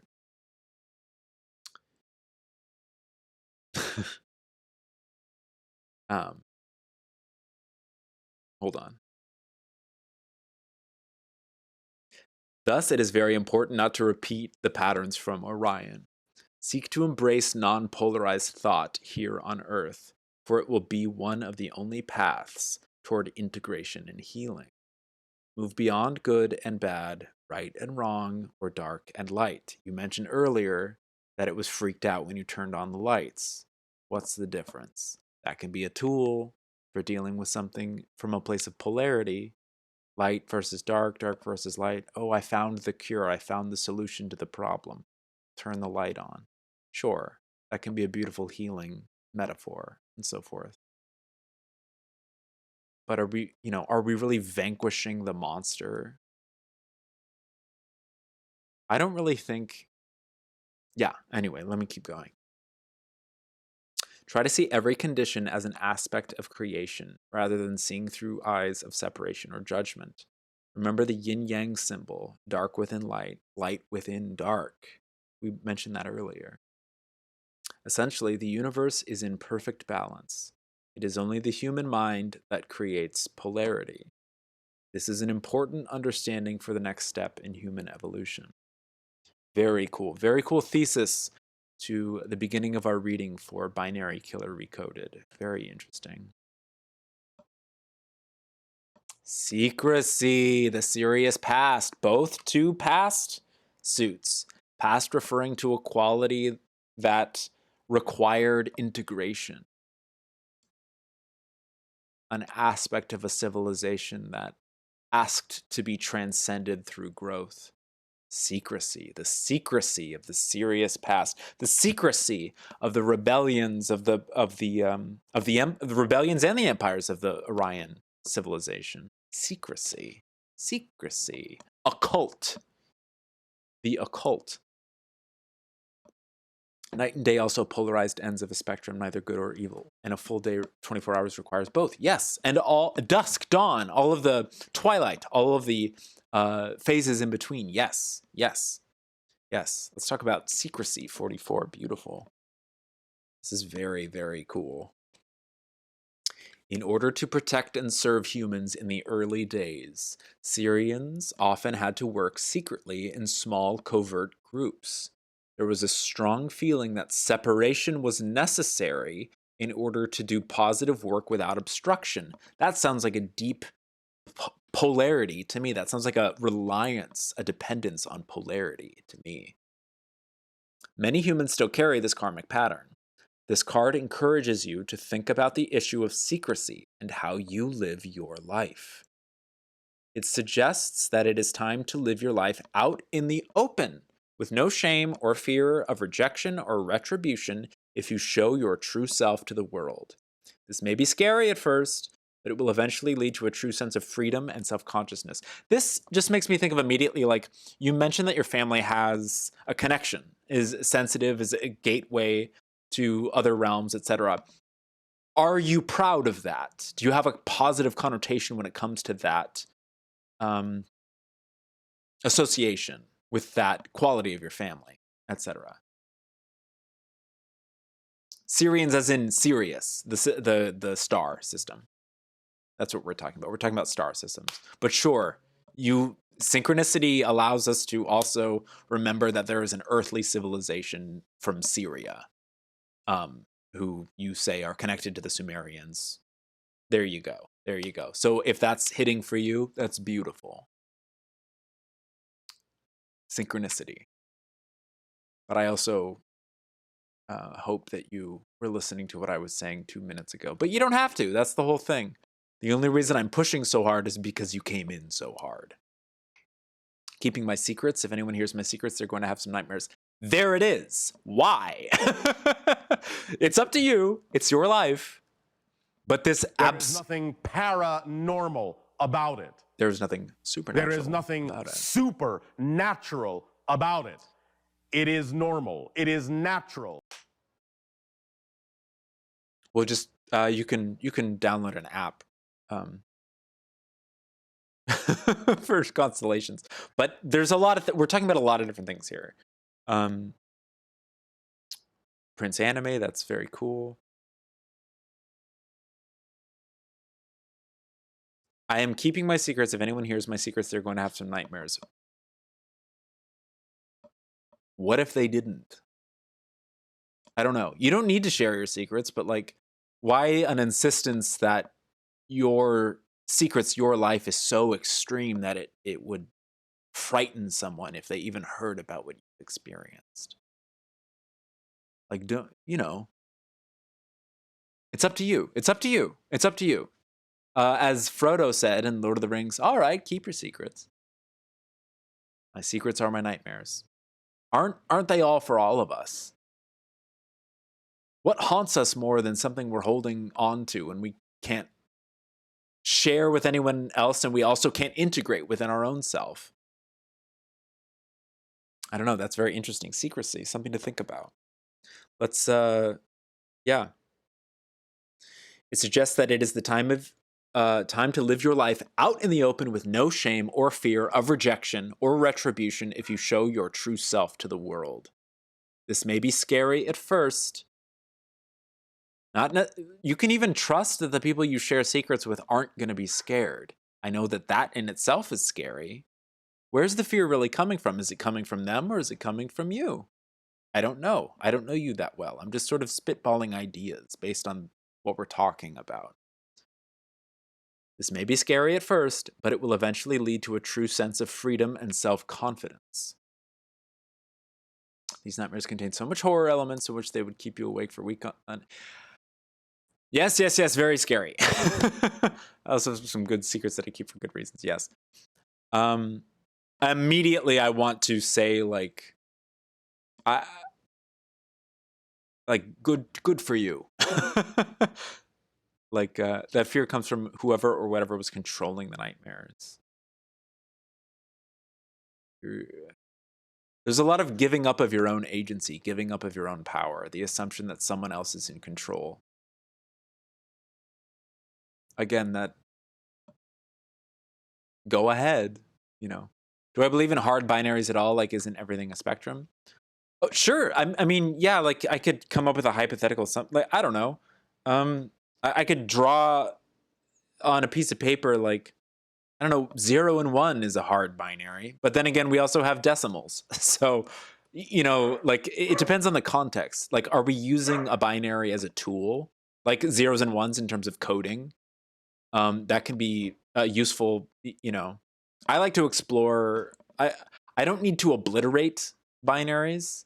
I understand, like, the very word exists, so of course they exist, but everything exists. The only thing that doesn't exist is non-existence, etc. So yeah, it becomes sort of something to roll around in the mind. Are we talking about gender binaries? Are we talking about social binaries? Are we talking about aesthetic binary? It really depends on the context. It's a word. It has a definition. It has a meaning. It has a place in our exploration of our reality, I think. We see binaries, but we can also see the illusion of the like political parties. Let's talk about that. Let's not talk about that, but we could use that as an example. There you go.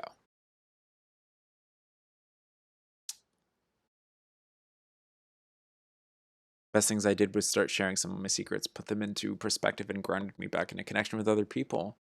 So interesting and such a good source of information. Yeah. Creative communication. We were talking about that earlier. And open contact. We were talking about that earlier. Also, welcome back, Plant Danny. I don't know if you ever left. Secrecy. This card, we're talking about secrecy right now, continues the theme that was discussed in previous cards about saving humanity, apparently. In seeking to save humanity in the ancient days, the Syrians became very secretive. Again, that savior complex. I deal with this too. I deal with that rescuer dynamic. I'm like, oh, I can't share my secrets with you because I need to protect you from the horrors of my nightmares. Oh, you wouldn't be able to experience the horrors that I face. Says who? Says you? Says me? Can we trust like other people to be strong enough to handle our horrors, our faults, our foibles? I don't know. Are our nightmares really just our insecurities? Who knows? They could be. Who knows? There's a lot going on here. And I'm being pretty reckless with it because there's a lot of, you came in real strong. So I'm coming back at you. I just think of all dichotomies or false dichotomies is generally held true for me. I think all dichotomies can be proven false, sure. But I think in order to like create something, sometimes people need to hold on to like something. I don't know, you know. Like we rely on opposites in a way. Like to define things, to define boundaries. But if we're trying to break down boundaries, then we can prove binaries wrong. It depends on what direction we're going. If we want to separate something, if we want to classify something, and it doesn't have to be a negative thing, like if it like, oh, this is a solid, this is a liquid. Isn't that interesting? Now we can learn about solids and liquids. That's, you know, we've created classification. We've created a separation there. We've created a binary. Oh, this is up and this is down. I need to teach my child their right from their left so that they can learn how to drive, or you know, some reason to create and define boundaries, usually represented by a binary or a dichotomy. Now, if there is a dichotomy or a binary that does not serve us, or we're in the context or coming from the perspective that we need to break a binary down because the binary has become oppressive or limiting. Oh my God, the gender binary is extremely limiting. Some sort of social binary becomes extremely limiting. Then we come at it, then we interact with that binary from a perspective of wanting to break through, wanting to transcend, to dissolve, to break it down. Both are valid. Both serve different purposes because both exist for different reasons. We can break down our right from our left. I'm trying to think of that, sticking with that example. Maybe if we're on acid and we want to forget what right and left are, I don't know. Or if you're learning how to fly a plane, maybe their pitch and yaw is I don't fucking know. But yeah, I feel like I was on a good path there until I veered off with the pitch and the yaw. Okay, let's keep reading about secrecy. Opposites make things interesting and fun. Yeah, exactly. I used to rail against, like, oh, why is everything so rigid? Why do we have these definitions for everything? And it's like, wait. Structure creates, like, experience. Or like when Binary Killer came in and I said, oh, this is an interesting narrative. There's a structure to this narrative. Someone is in need of something. Someone has come with this description of their experience. And there are structures to that I want to break down because of my personal beliefs. And I believe that it will help this person. But also, this person has created these structures, and I create my own structures. We all create structures because we believe that they benefit us on some level. Anyway, we're kind of getting into the weeds here, and I really hesitate to like describe anyone else's belief system for them. I think that's rude and inaccurate of me to do. And that's sort of a slippery slope. So keep your secrets. Here we go. Thank you. In seeking to save humanity in the ancient days, the Syrians became very secretive, forming covert groups to work against the negative influences. Ooh. In order to ensure humanity's survival as an independent, sentient species. These Syrian secret societies, having positive intentions, were the first seeds that created the pattern of covert human groups that eventually formed secret societies on Earth. That old chestnut. Thank you for the follow, warm aha. I'm feeling a bit of a warm aha right now as we experience all these positive epiphanies. We're going deep in binaries. Like what exactly? I just wanted to go in there. That was a fun challenge. I really appreciate the question, Plant Danny, because that allowed me to stretch a muscle of my brain and my soul that I don't know if you heard me thanking you, but yeah. Thank you for that question, because that was really, really cool. You were on ads? Fuck. I thought I was doing ads during the pee break. I don't trust the ads. Like, I'll hit ads and then half the people are not in ads. And then it'll be 30 minutes and then everyone's in ads. So who knows? Who cares? I do, but let's move on. Yeah. So now we're talking about the seeds that create secret societies and this assumption that, we must create this exclusive elite secret society because we know what's best for the whole. We must keep the secrets. We must keep the nightmares from the population in order to protect them. Bringing it back around to Binary Killer's tale. It is a rather interesting book. It is hinting towards things that are written in Sumerian tablets. Sure. It all really, there's like infinite roads that all lead to cosmic truth. And it just depends on what we resonate with as individuals who are experiencing this journey of humanity. This is a modality that I really resonate with, that I really like. And it allows me to branch out and learn more about, other faiths, other belief systems. But this is where I come from. It's just like, I don't know, I'm a galactic ambassador or something. I was like, I'm an angel incarnated on Earth and I'm here to help. And I forgot about it because I had to go do a bunch of sex and drugs and rock and roll as a teenager and as a young 20-something. And now I'm in my 30s. So I'm like, oh, fuck, I was an angel who came to Earth or whatever I am. I'm just here. We're all here. I'm here to help. And I'm also very human. So I might get a little impatient sometimes. And I apologize for that. I would love to learn more about ancient Sumerians because that comes up a lot with people. It was not secret before some decided to burn those. Yeah, there you go. Sometime, are you talking about the Library of Alexandria, which is another thing I know like nothing about? You turned 30 recently? Well, happy birthday, Prince Anime. Happy birthday. Happy birthday, Prince Anime. These societies, we're talking about secret societies, continue today from a very innocent desire by the Syrian forefathers to protect humanity. That idea of keeping something secret in order to protect others from it. If this card comes up in your reading, it could mean that you are either connected to this ancient time on Earth when the secret societies began, or you had subsequent lifetimes with this theme.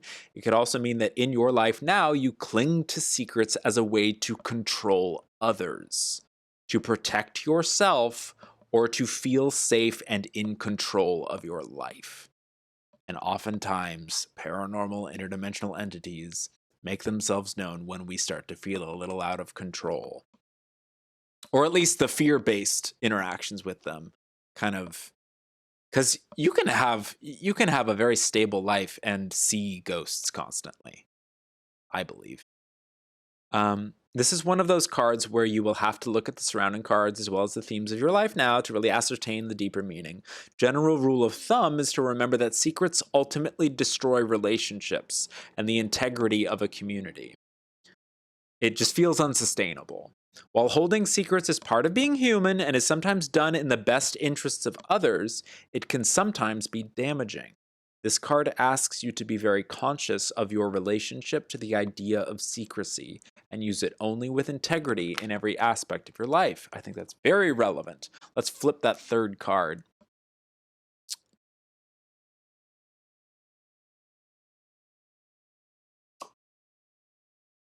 Orion Light, beautiful. I love that this is the third card. True compassion. True compassion. Look at that. Look at that. Look at that weird entity trying to get at the Orion, and the Orion embracing it with a shield, a compassionate shield. I'm not fighting it off, not trying to kill it. Understanding that there's difference there. Orion Light, so the future suit of the Orion civilization cards is called the Orion Light because it refers to the time when they were able to integrate all of their polarities. So remember, this was the first card that we drew for you, Deep Polarity, which makes a lot of sense. The secrecy is the tool that is employed as a solution. Oh, Deep Polarity, I'm good and that's bad. How do I protect myself? How do I protect others from this bad? Oh, we employ the tool of secrecy. How do we transcend this constant ebb and flow, this polarity? If we choose to transcend it. Now, some people don't want to do this yet, and you're allowed to do anything you want in your own time. It's always up to you. Here is a possible path forward. True compassion. 107. This is the second to last card in the deck. This is very close to reunifying with Source, which is learn to tolerate the purple puke.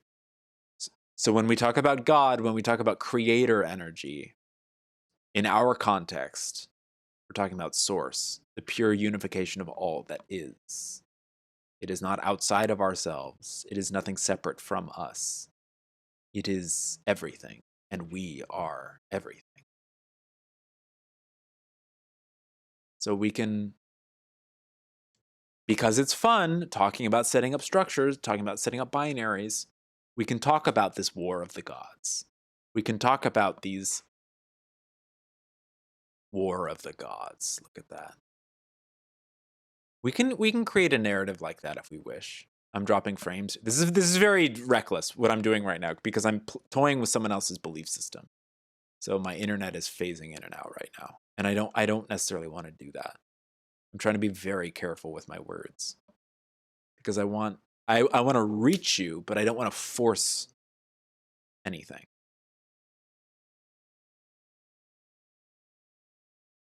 So I will move on and I will read about true compassion.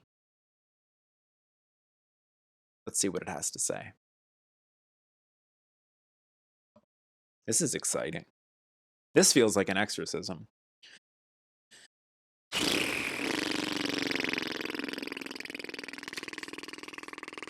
True compassion is a deep recognition that all consciousness is part of a greater whole. Whatever one aspect experiences, like an individual human's, as an example, is experienced by this whole, by this entirety, by all that is. Thus, when you see pain and suffering in the world, know that pain exists within you too. When you find pain within you and embrace it fully, the whole, all that is, feels your love and compassion. At first, this may hurt because it is natural to try to shield yourself from the pain of another. But eventually, the love you share will melt away the pain. The Orion Light asks you to not fear pain and to use it as a gateway to true compassion. You mentioned a gateway earlier. It's a bit of synchronicity there. The last 4 cards of this deck access the Orion Light, which connects to a very evolved era in Orion history. Within the Orion system, where polarity was at its deepest, the concept of oneness or unity was something incomprehensible. It feels incomprehensible to sit across from the entity that you described and feel one with it. Perhaps it can at first feel incomprehensible.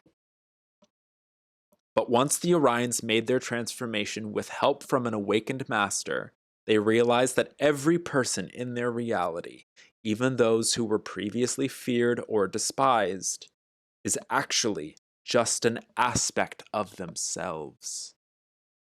I'm getting really emotional right now. I'm sorry. There's a lot of energy being moved right now. As the species consciousness transformed, true compassion was born.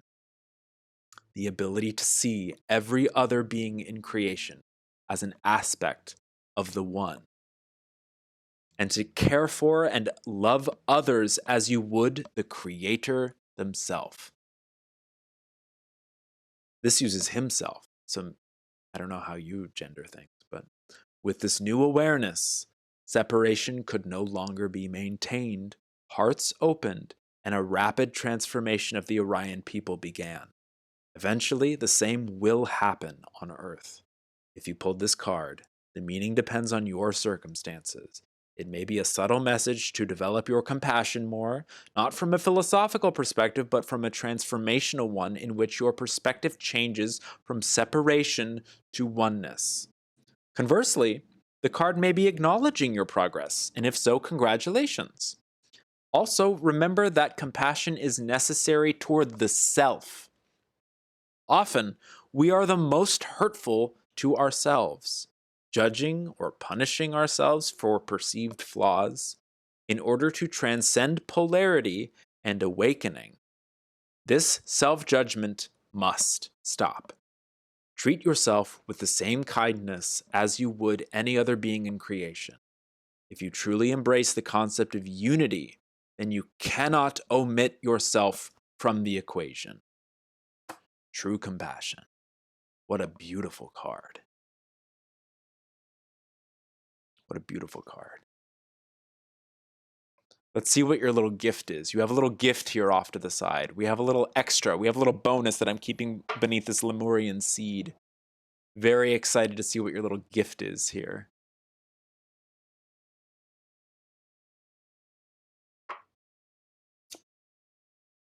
Ooh, serious past, long-term goals. Well, how about that? How about that? Makes a lot of sense considering this transformation doesn't happen overnight.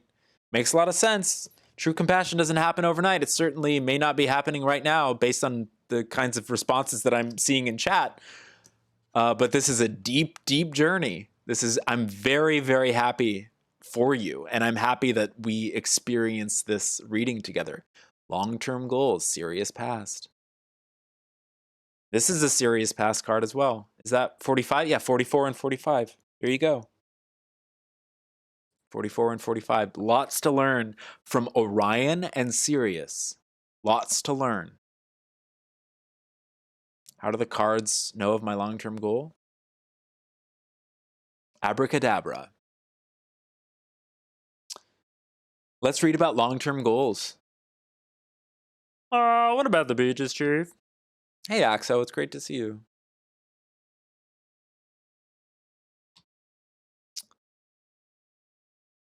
Excuse me. I'm okay with playing around with things. I'm not set on one belief. In fact, I don't have a belief. It sounds like you have a lot of beliefs. But sure. Yeah. Okay. I'm loving this. This is like really cool. This is how can I just, like, before we talk about the long-term goals, how's your room looking? How's your cat? How's the entity? How are the 8 others? You said there were 9, which is a very powerful number. How's the room feeling? How's the energy of the room? How are you feeling? My long-term goal is to leave Earth alive, but it requires a lot of time and effort. Sure. You can leave Earth through consciousness, in dream time, through meditation. But I'm getting the sense that you mean like physically in like a rocket ship or something like that.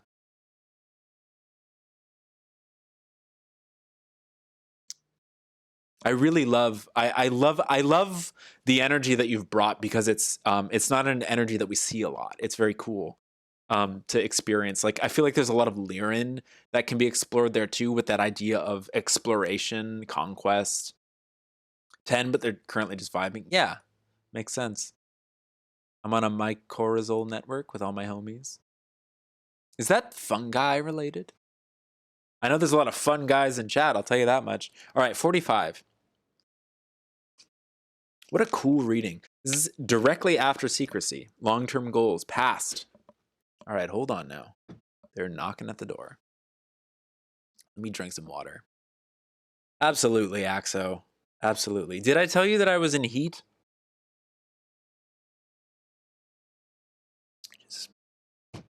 All right.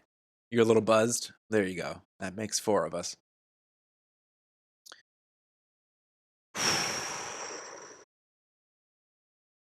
They just tap on your shoulder. Cool. That's cool. Sounds a lot friendlier than I think the energy that I was initially interpreting your messages as. It's very nice. Gonna bring some amanitas to your garden soon? Very cool. I've never seen an amanita in person. I've always wanted to experiment with amanita, develop a relationship, but someday. Bold and powerful opener. Bold and powerful opener? Hardly even know her. All right. Serious long-term goals past. The long-term goals of the Syrians lasted for generations and spanned thousands of Earth years. This required extreme focus, discipline, and dedication. Many people who had Syrian lifetimes still retain this ability to focus and carry out long-term projects. Use this pattern as a skill that can benefit you greatly in this life, especially in regard to your spiritual development. If you have difficulty completing long-term goals, then seek out ways to move beyond this resistance. Ooh. I'm going to read that again because it's something else flew into my mind. If you have difficulty completing long-term goals, then seek out ways to move beyond this resistance. An ability to be focused and disciplined in spiritual growth is essential. Let your Syrian forefathers guide you.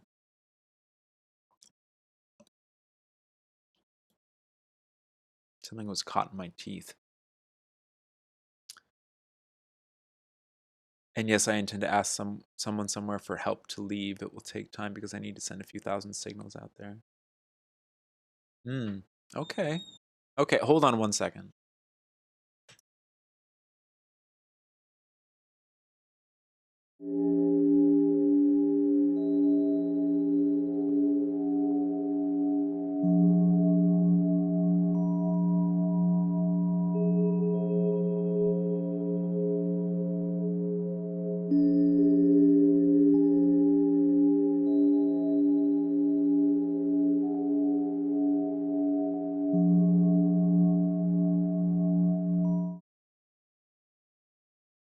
Hello.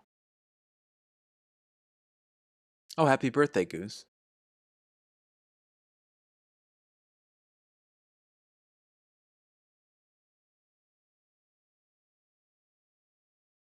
That's a whole other conversation, the desire to leave the paradise of Earth.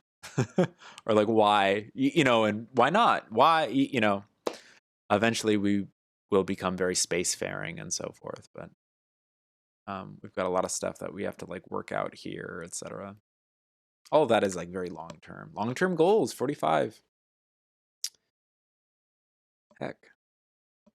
This card refers to the long-term goals of the Syrians who assisted Earth in the ancient days and their ability to see far into the future as to what a new planet, Earth, would need in its development. Many of their selfless goals to help the evolution of Earth have been carried on for millennia. Galactic species must have this long-range vision in order to perpetuate life, to nurture it, and ensure its survival through the challenging periods of its evolution. If you have pulled this card, it is possible that you have a connection to a lifetime during this ancient Syrian era when they were assisting with the evolution of Earth through genetic projects, spiritual teaching, and protection of the new humans. Talking about that protection in the past vibe. Nurturing, keeping things from people for their benefit. It could also mean that you have the skill of long-range vision, being able to see a project through its fruition over a long term. Conversely, if that is not a skill that you are aware of within yourself, this card may be challenging you to begin to develop the skill as a means to discipline yourself, focus, and complete the goals you have for this life. Look at the surrounding cards for further clues. Know that rushing the completion of a project is less important than being focused on the task and carrying it out with integrity, commitment, and thoroughness.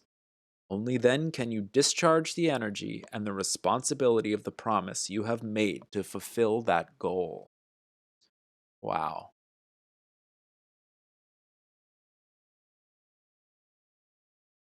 Someone thinks I'm a threat to humanity. Only if you allow yourself to be. What does that even mean? It sounds like someone feeding off of insecurity. That can be transmuted if you wish it to. Although, again, I keep bringing this up. There's a romanticization to the qualities that you've been sharing. There's a romanticization of, oh, I'm too warped, I'm too twisted. I'm too brutal for this world. And yet you are a part of it. You are here, you are participating. None of us are like the other girls. Right, Prince Anime, right. Like I'm too dark, I'm too twisted. My nightmares are too scary for anyone else to comprehend. Says who? What gives you that what's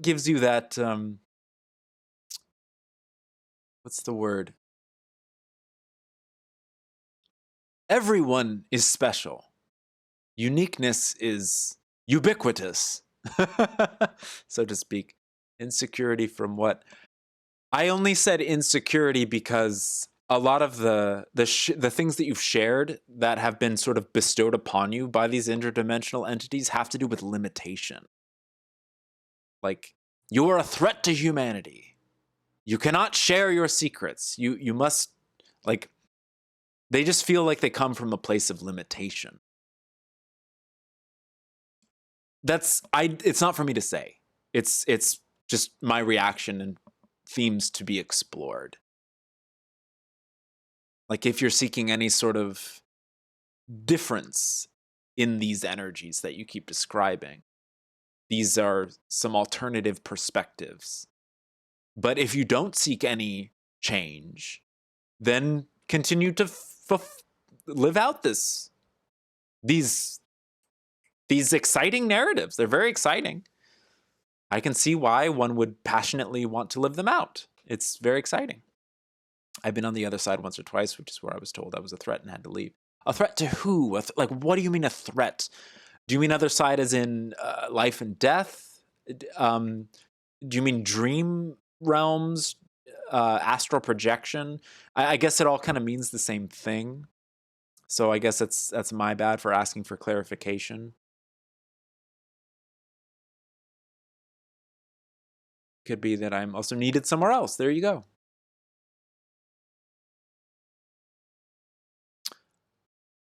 Hold on. It took me a long and difficult struggle to recognize so many of the others, notably a crow raven entity that seemed to dictate the other entities I came into contact with were me and I them, and we are all each other in connection to the source. But as I do, I feel more connected to these messages and powerful in practice. That's beautiful, Goose. That's really beautiful. I woke up with the sound of thunder and delirious. I thought to myself, if lightning strikes, I will catch it, and fell back asleep. That's gorgeous. I've been on the other side once or twice. Yes. That would be a question best answered by yourself, as some insecurities are answered. New ones may arise. Welcome to the journey. It could also be that I'm needed somewhere else. Sure.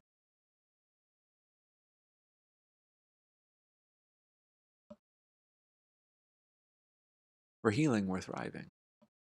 Yeah. Feel more at home when looking at the stars. That makes a lot of sense. Yeah. We're all of the stars. If you want to like have like a frank conversation about that with some like real woo-woo beliefs and stuff, like we're all like hybrids, kind of. But that's a different conversation. And I don't really want to get into that because I don't like to say anything with absolute certainty. Because it makes me sound crazy. But I like to entertain sounding crazy just for a few moments if it can illuminate something about something. You know. That's literally scientifically true. You don't feel at home anywhere here, which is weird. Well, there's a lesson right there, because you are here. You incarnate. You said you believe in past lives. You incarnated here. Do you believe you chose to be here? I'm not trying to like force you into being comfortable here. Hi, Brie. It's great to see you. Thank you so much for resubscribing. 13 months. Let's fucking go. Sorry for swearing. Okay. There goes my... Hi, Pander. Hi, chat. Thank you so much. Do you... Binary Killer Recoded. I just... Are you of the belief that you chose to be here? Just because you mentioned you believe in past lives. You subscribe to that. Like, so I think something got messed up and I wasn't supposed to be here. So do you believe that there's a hierarchy? Like someone else was in charge and was like, oh, I'm going to put Binary Killer Recoded in this incarnation on Earth for them to learn a lesson or something? Is it like a punishment? Is it like a lot of this just feels very, very tied into these themes of Orion and Sirius in terms of like teaching someone a lesson because you feel like you know what's best for them.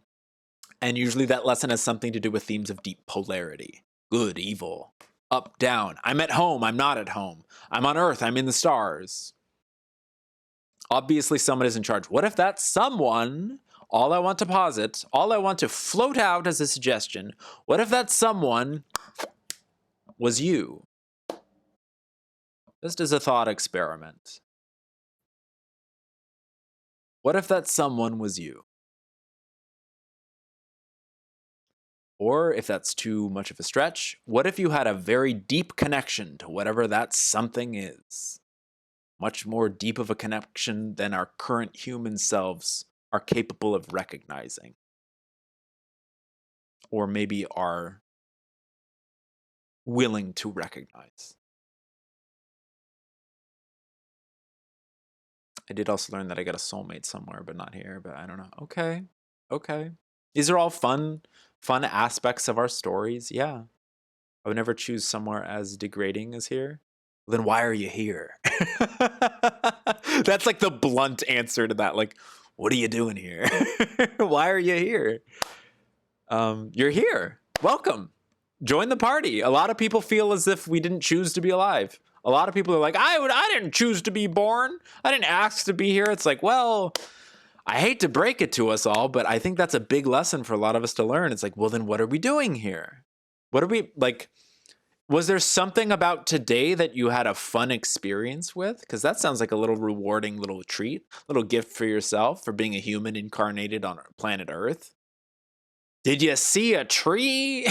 Did you see a bird? Your cat, for instance?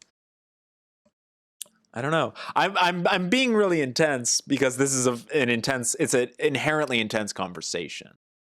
And I really like it because it's fun for me. It's if we're gonna get in the Orion energy, if we're gonna get into the business of Draper is working out some things. Mrs. Draper is working out some things. If we're gonna get into the energy of knocking a tennis ball back and forth, I will play the game. Because I'm not really, but hey, life is weird. I don't know what that was in response to, but yeah, life is weird. Life is very weird. It sure is. It sure is. Let's get you some fruit. I really don't like asking this. No, I'm not gonna ask it because I don't think it matters. If I had fun today, was that response to? Not really, but hey, life is weird. Okay.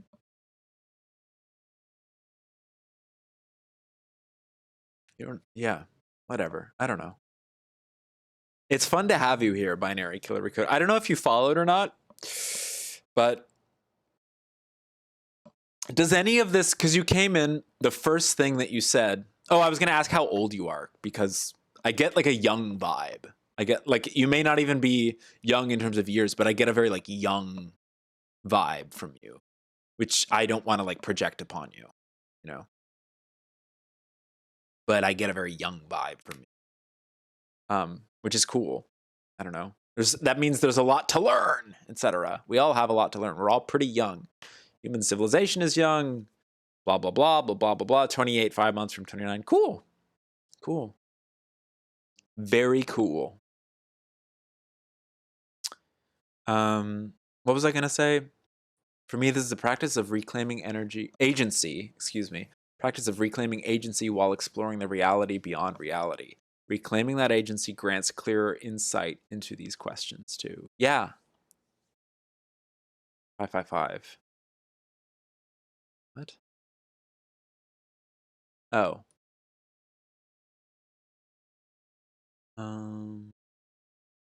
Yeah. I forgot what my train of thought was.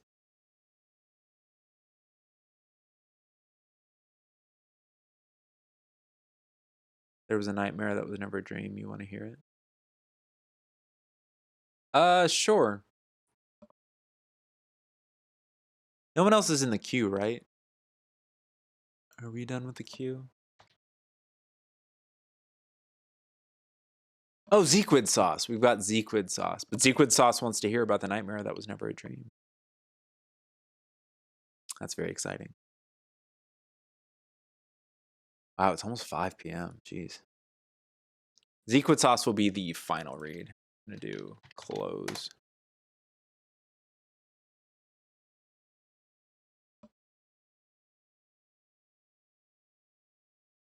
Well, but I do, before we move on to Zequid Sauce, I do hope that this was in service to you. I kind of just inherently, not to be a jerk about it, but I know that this was in service to you. This was so blatantly like addressing the energies. You came in here, the first thing you said was, I need an emergency reading. So there's this urgency. There's clearly like something that needed to be dealt with. And as you described the emergency, to me, it dealt very directly with these themes. I like to translate the like paranormal experiences through these archetypal ideas, like polarity. As especially when it comes to good, evil, fear, fear versus love, that whole thing. It's like, it's all love. What is fear? It depends on our definitions and so forth. This was in service to us all. Absolutely. Yeah, I really enjoyed exploring these themes. This was a lot of fun.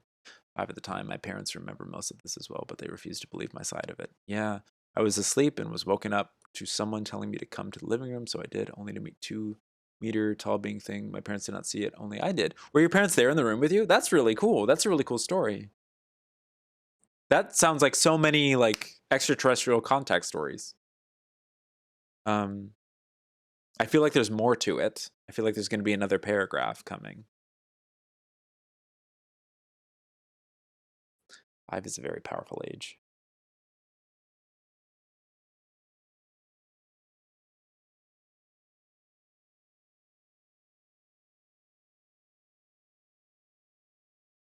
Two meters, that's 6 feet. For some reason, I was thinking of 2 feet. 2 meter.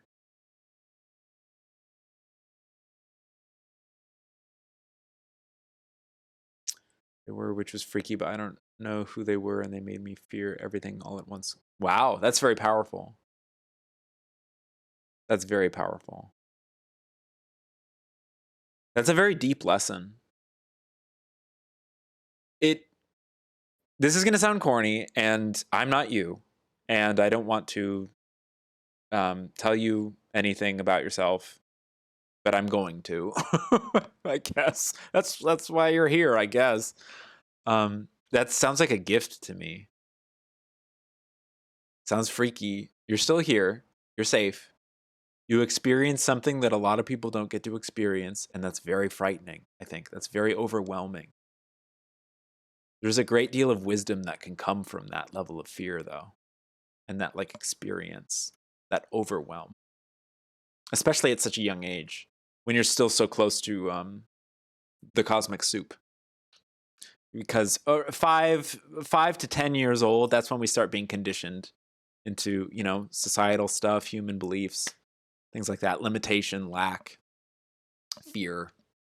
But like early, we just like we're plopped in, and now we're like, oh my God, wait, do I want to stay here on Earth? What themes am I exploring? What's going on? And then to have this like tall guide scare the shit out of you.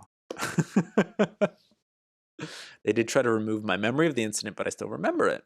I just can't see them. They're just a shadow in my head. There you go. There you go. Like a screen memory. That happens a lot with contact testimonies. That's another thing I want to provide for people is like, I'll always believe you. If you're telling me a story that is coming from a place of truth in your memory, I will always believe you. I'm not going to be here being like, well, do you think it was this? Because I feel like that's a waste of time. I'm not here to be skeptical. I'm here to like help you with the thing that is real to you. I just want to like put that out there. You would not have gotten that experience if you're not at a level to deal with it. That's a Zequid. That's a very, yeah. Dang. Probably because you were able to deal with fearing everything and then trusting it all again. Yeah, that's very powerful. It seems like, oh, 432. I hope that's loud enough. It doesn't feel loud enough. A good incident I had, my guardian, they are nice, but haven't heard from them in like 5 years. Cool. Are they the same entity? Or do you consider that's a separate entity from the one from when you were 5? 5.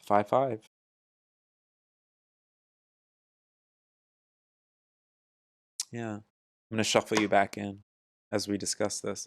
Move on to Zequid.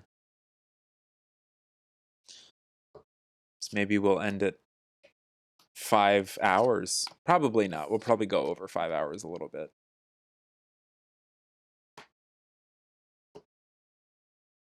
Guardians are human-like. Or are they just presenting as human-like, etc.? But yes. I just keep challenging you on everything. I'm sorry. 5 and 55, right? You seem to have a very like defined set of structure to your beliefs, which is very cool. Like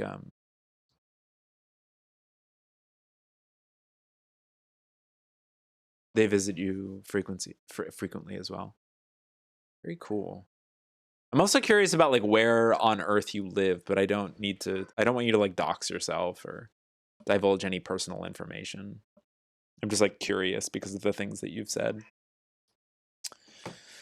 Okay, Zequid Sauce, I'm going to start focusing on you.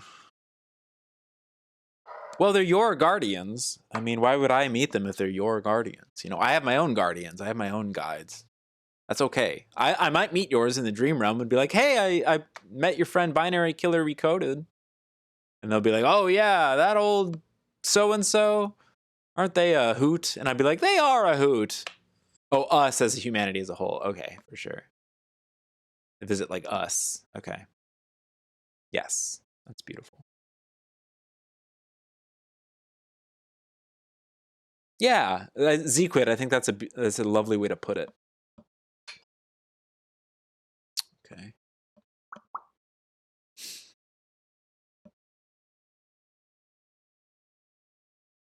Zequid, is there anything specific you'd like to focus on, or just kind of keep it general?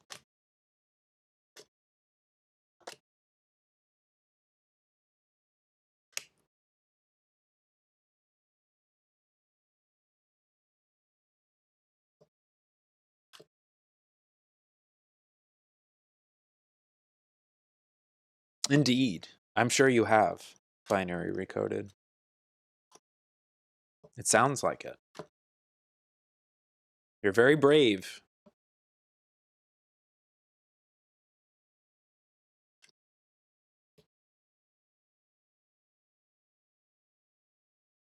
And with that bravery comes great strength.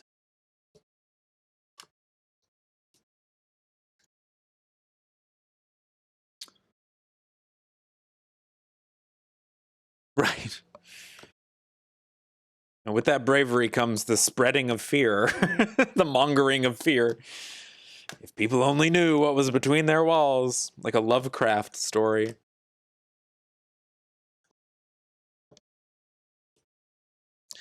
I think a lot of people know exactly what is between, or they don't. I don't know, and then it's up to them.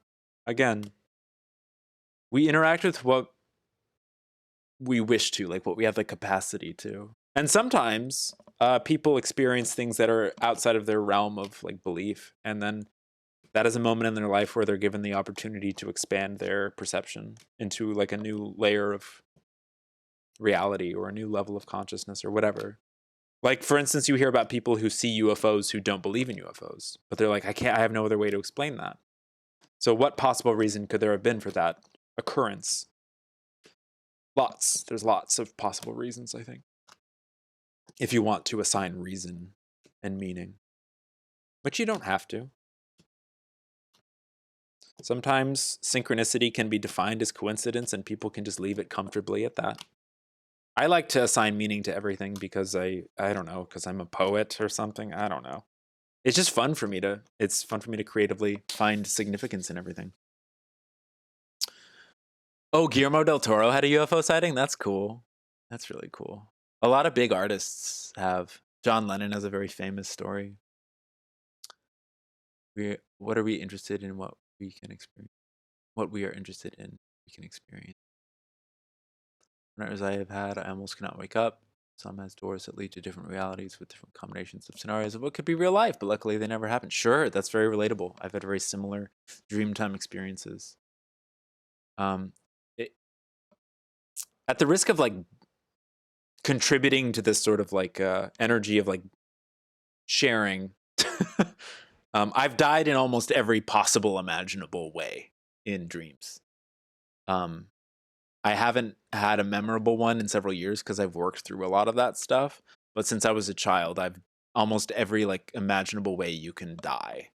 I've experienced that in a dream.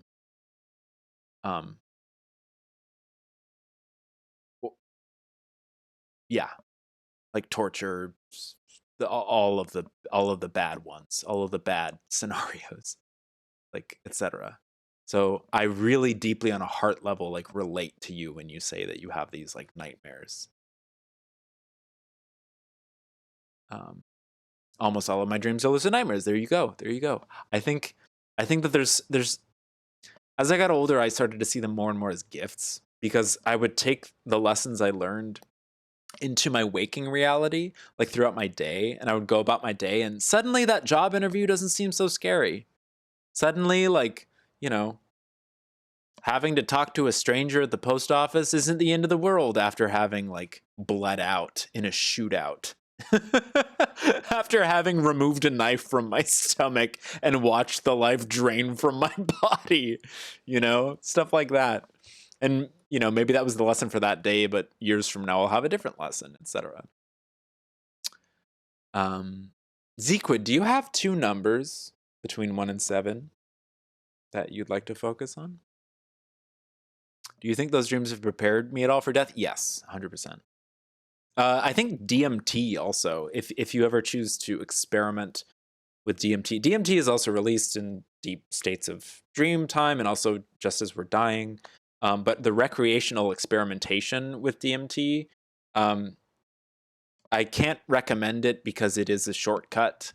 But if you do experiment with psychedelics and things of that nature, I think that that experience can really help prepare people for the mysteries of death.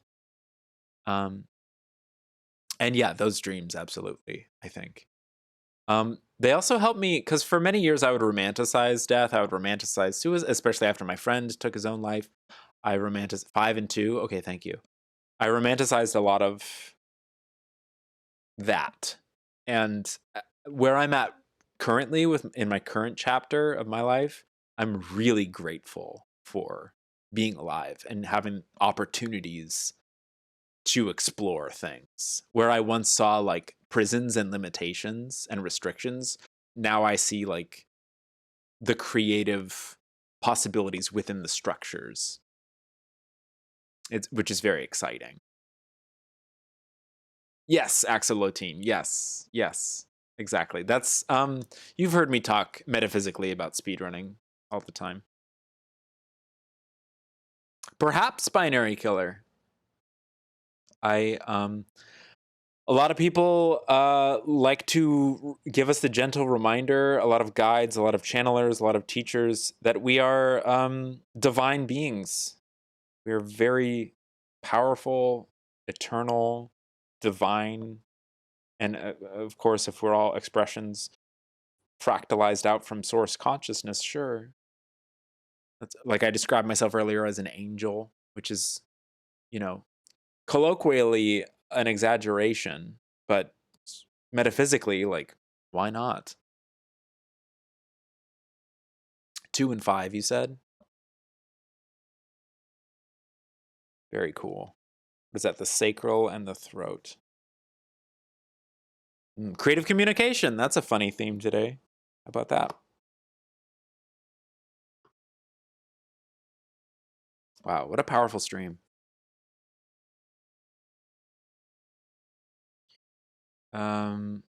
I prefer to die in dreams over being kept alive and tortured. Yes, yes. There have been dreams where I've deliberately, like, there have also been fun dreams, like, where I've had to, like, there was one dream where I had to solve a mystery of a werewolf, but I had to keep reincarnating as different detectives, like, over history. So, like, there was this one clue I had, and I'm like, wait, I've almost cracked the case. So I ran out of, like, a clock tower and, like, had to leap to my death so that I could, like, my soul could inhabit another body, and then I could finally solve the case. That was a really interesting dream one time. That was really cool. That was a long time ago. Where are we?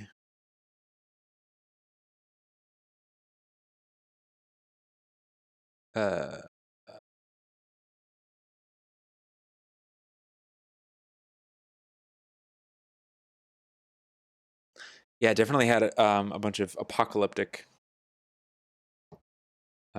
anxiety dreams, things like that. Having to survive deep apocalypses and things like that. Not so much anymore. Most of my dreams nowadays are like big campuses, like big learning centers. It's always like an exchange of information. Like a lot of different people are like, it's like a school or a mall, like a big venue, a big campus where everyone is kind of going around doing their own thing, learning their own thing, and then sharing information. And that's been a lot of my dreams recently, which is exciting because it almost feels like a graduation in a sense, or a, it's very interesting. Okay, Zequid. Used to build houses for fairies as a kid? That rocks. That's awesome. That rocks. All right. Did you say you had a specific intention you wanted to focus on or just a general one? I'm sorry. Chat's going by and everyone's sharing a lot, which is really cool.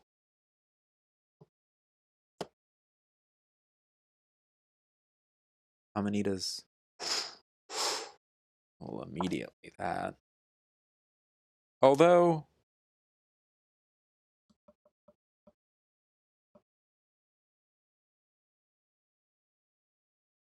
okay, that was interesting. Okay, okay. What is this? Alchemy! Oh, cool! Oh, cool! Oh, cool! I love the Ssani cards. That's really exciting. I don't know why I just like had alchemy. Okay, here we go. Let's get into it. Alchemy. Let's take a gander at that gorgeous rainbow. Alchemy, the Ssani parallel. Let's go.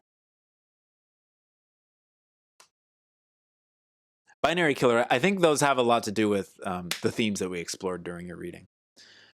Alchemy. Oh, awesome. The Ssani. Very wise teachers. Bashar is Ssani. Alchemy.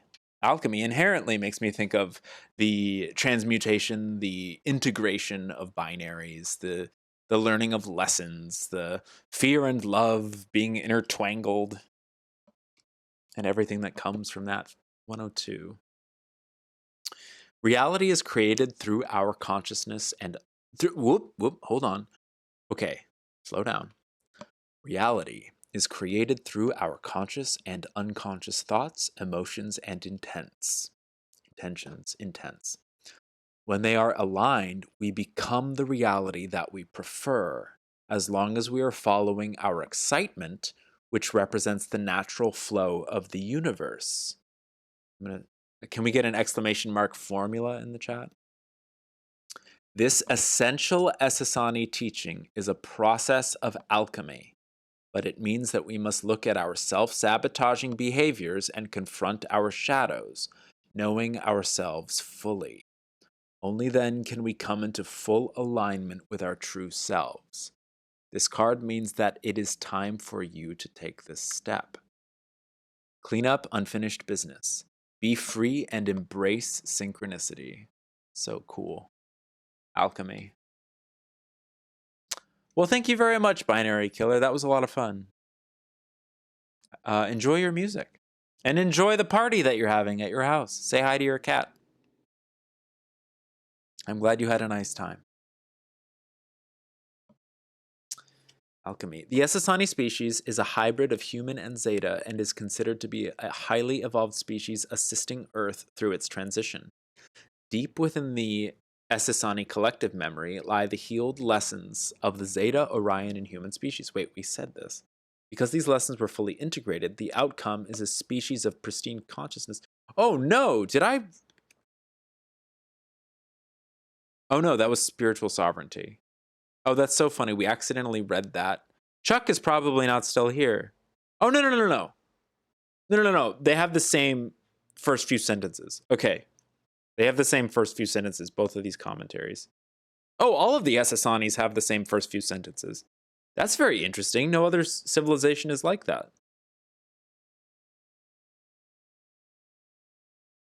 Well, first sentence. Well, okay, never mind. This is very interesting. Sorry. Yes, because these lessons were fully integrated of Zeta, Orion, and human, the outcome is a species of pristine consciousness capable of non-polarized thought and a catalyzing energy that propels others forward into their own processes of integration. Alchemy is the process of using two seemingly opposite forces and bringing them together for profound transformation.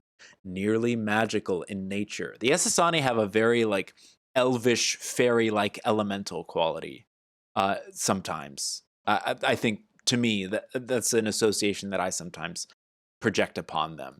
Well, I mean, just look at the illustration. Like, that looks like, a Zelda character or something. It's very cute. And you mentioned that. I think that is a very beautiful, fun, playful energy. That's very cool. This card also connects to the past lessons from Orion, card 55, that were successfully integrated. If you pulled this card, its meaning can vary. A likely interpretation is that there has been, or will be, or needs to be, a shift in your life circumstances that comes in an unexpected way. Our minds often think change is predictable and happens according to a linear model, A plus B equals C. But everything we experience is the result of an alchemical process, an energetic mix of our thoughts, belief patterns, emotions, resistances, and so on. All of these variables create a powerful energetic soup that propels our trajectory. The Essassani are experts in harnessing these alchemical processes and shifting the trajectory toward awakening. Now it is essential to do the inner work necessary to understand the forces that affect how your reality is created.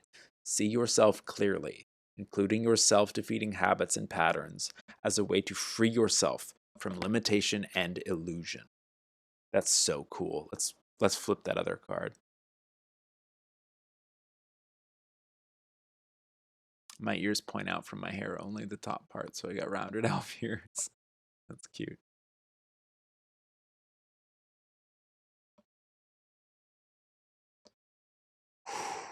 Cosmic Midwifery, Arcturus Parallel. So far, 2 parallel cards, very powerful here. Very cool. Very cool, Zequid Sauce. Cosmic Midwifery. Immediately, that's, the bridge between birth and death. Being very comfortable with these transitions. Shepherding people across realms of reality, states of being. Very cool. The alchemy that comes along with that. Hold on.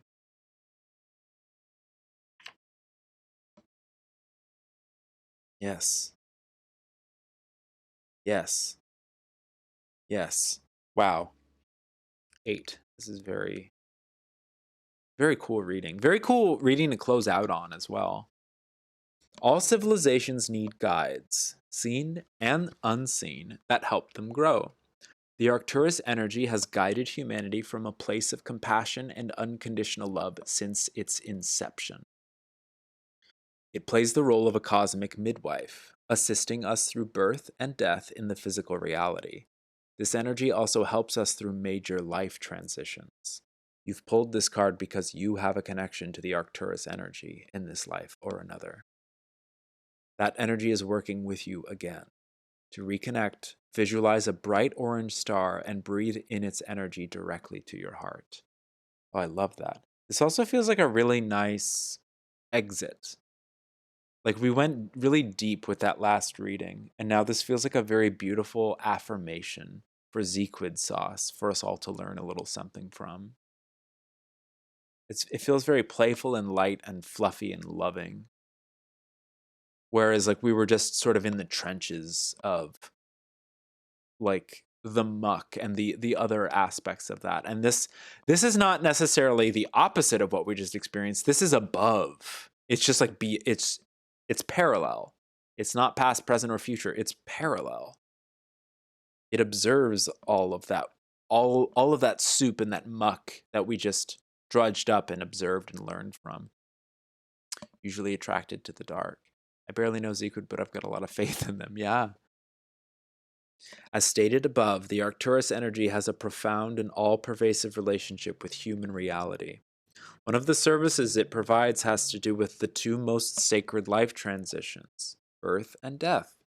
The Arcturus energy, which energetically resonates as the energy of our higher selves or our integrated essence, serves as a midwife for us when we are born and when we pass from this physical world.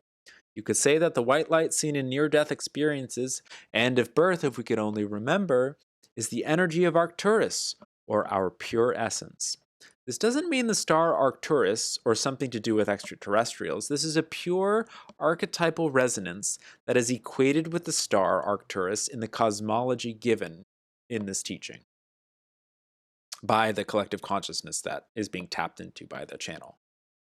This energy can be felt by focusing on the star Arcturus in meditation, but the consciousness is so much more expansive than simply a star. If this card comes up in your reading, it could point to many things, depending on your unique qualities and life lessons. It may mean that you have a gift to usher others through the birth or death experience. It could also mean that you are going through a metaphorical birth or death experience and could benefit by invoking the Arcturus consciousness to assist you. As you said, you are not afraid of death. Very cool. To explore and transmute the adventures. Let's flip that last card. Black League patterning. Interesting. The Orion past. That's the rebellion. The heroes in the shadows. You are not afraid. You are usually attracted to the dark. This makes a great deal of sense. If you just said that you are usually attracted to the dark, that's that Black League patterning. You are not afraid of death. You are willing to fight for what you believe in.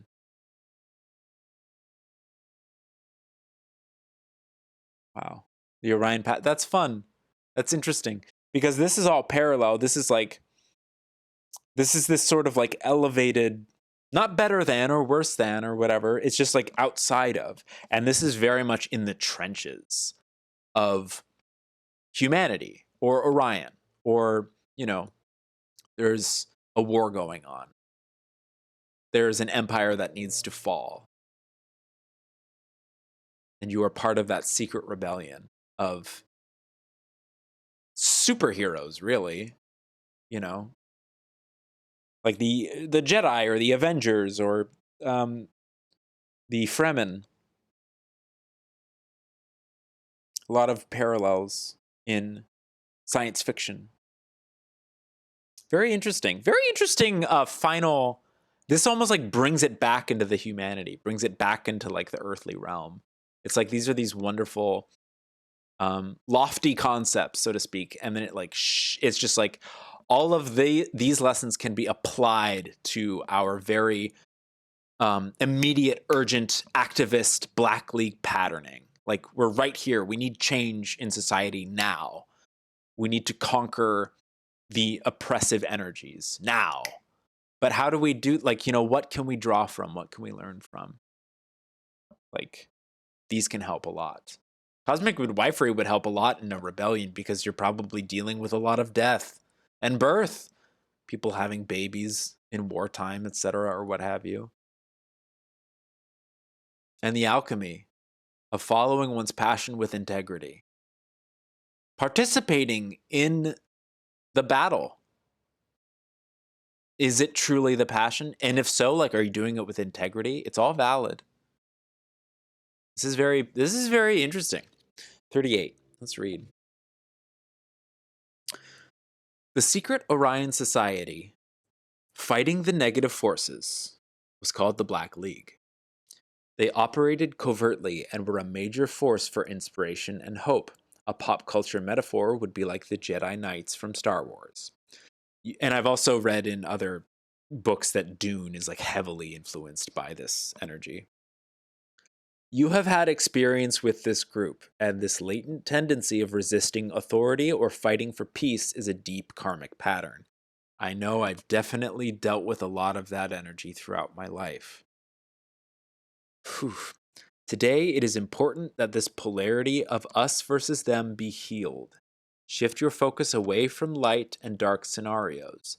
Begin to see reality in a unified way, with all manifestations being an equal and valuable part of creation itself.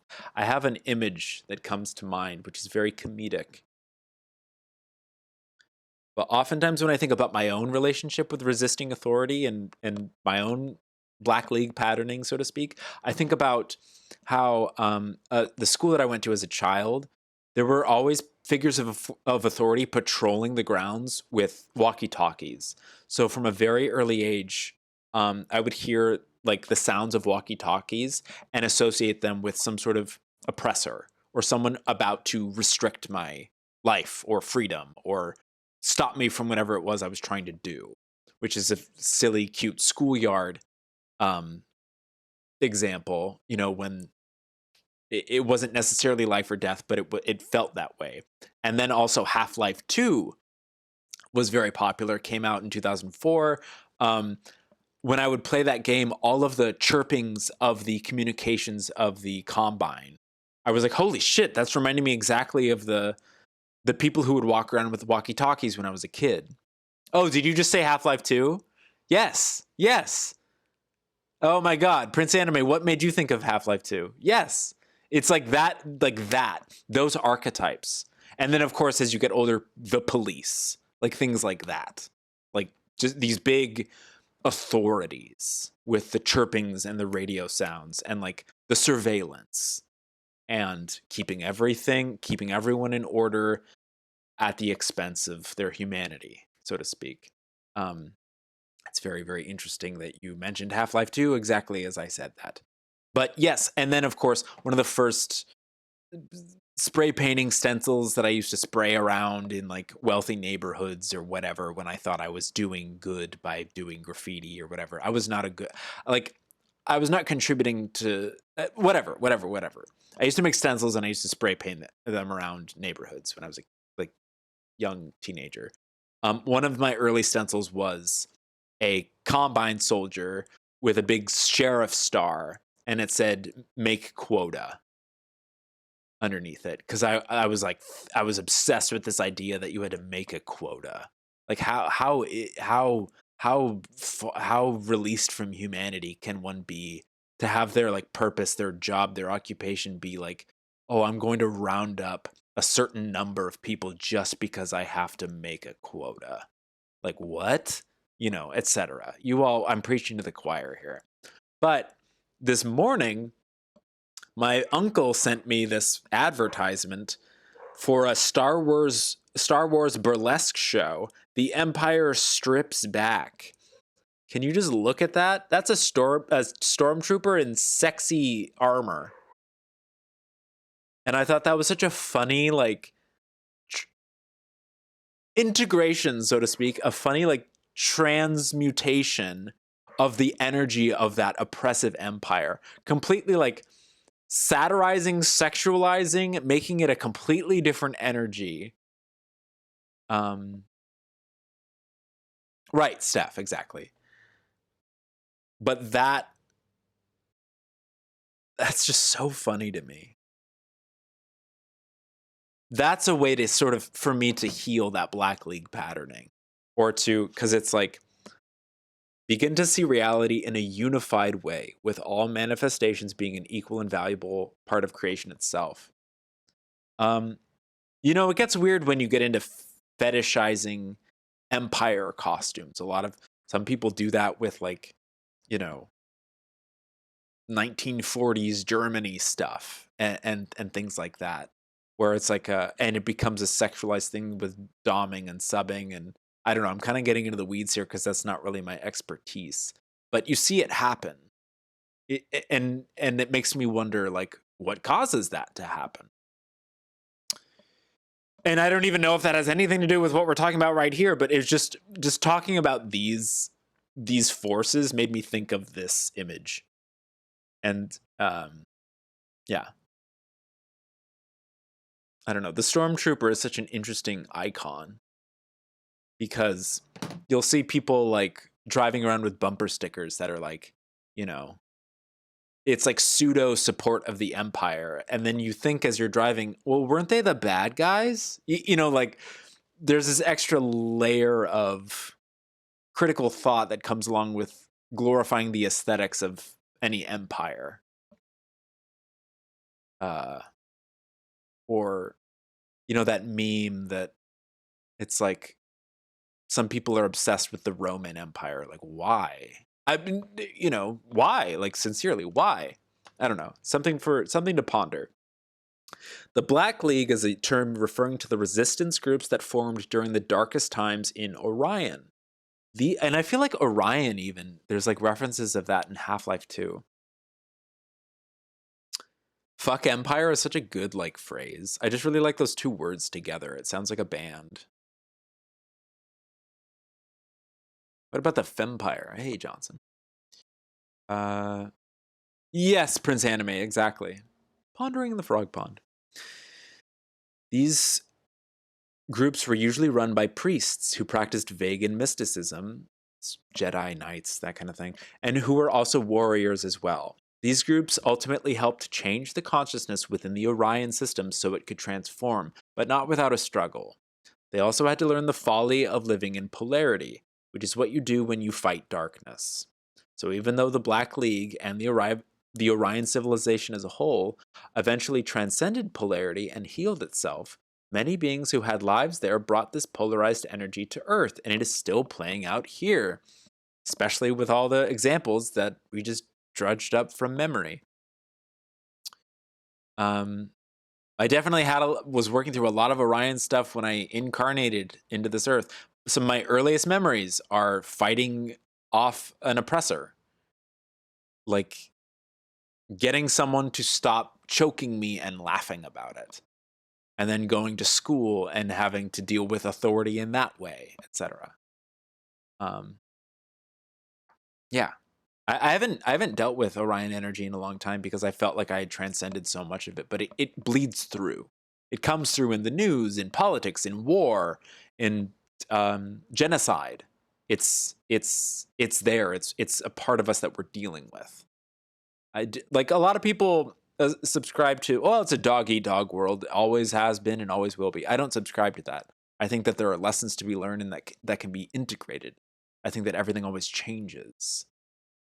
So why not the idea that there will always be this dog-eat-dog mentality? Have you ever heard someone who thought it was dog-eat-dog? I love that. Mintaka water planet, too much feminine energy, so it was taken over. You talked about that before. What is that from? What is that? Oh, you were the past life in Orion. Oh, okay. That's what you're talking about. Okay. Cool. Boy, I want to learn more about that. That's interesting. On Earth, we can see it playing out through secret societies who believe they fight for freedom from tyranny, religious extremist groups who believe they are liberating people, and any group or person who views reality in a polarized way and fights against the side that they label as negative. This only perpetuates polarity. If this card comes up in your reading, it usually comes up with other Orion cards. In this case, it didn't. It didn't at all.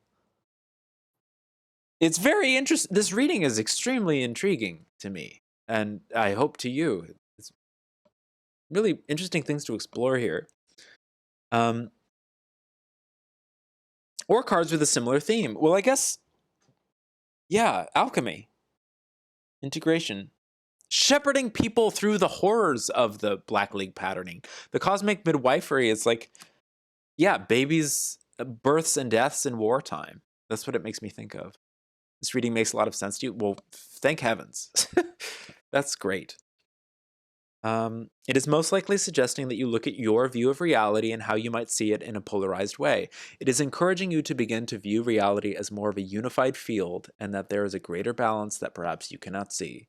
It is asking you to totally transform your life from one of polarity to one of unity. Very beautiful. Very cool. What a cool reading this is. Alchemy, cosmic midwifery, all being expressed through the Black League patterning. It's really something to ponder. It feels very relevant. It feels very like now. It feels very present, very urgent. And these are always there. The unconditional love of Arcturus and the wisdom of Essassani. It's always there. The alchemy, the pursuit of passion with integrity, acting upon one's passion with integrity. Unconditional love. There's so much going on here. It's very cool. You get attracted to the dark, but you bring light. Yeah, that sounds very relevant. Very relevant. Oh man, we went like 30 minutes over 5. Well, of course, each reading takes like so long. I really appreciate all of your patience. This was a lot of fun. I do have to stop though, because I don't want to get burnt out. This is really cool. I really appreciate everyone's open-mindedness, willingness to share. All of you are such wonderful, amazing, enlightened, expansive, gorgeous beings. And this is a treat for me to get to do this and interact with you guys in this like positive way. And we had some cool things happen over this 5.5 hours. We had some interesting conversations. Interesting things occurred here today.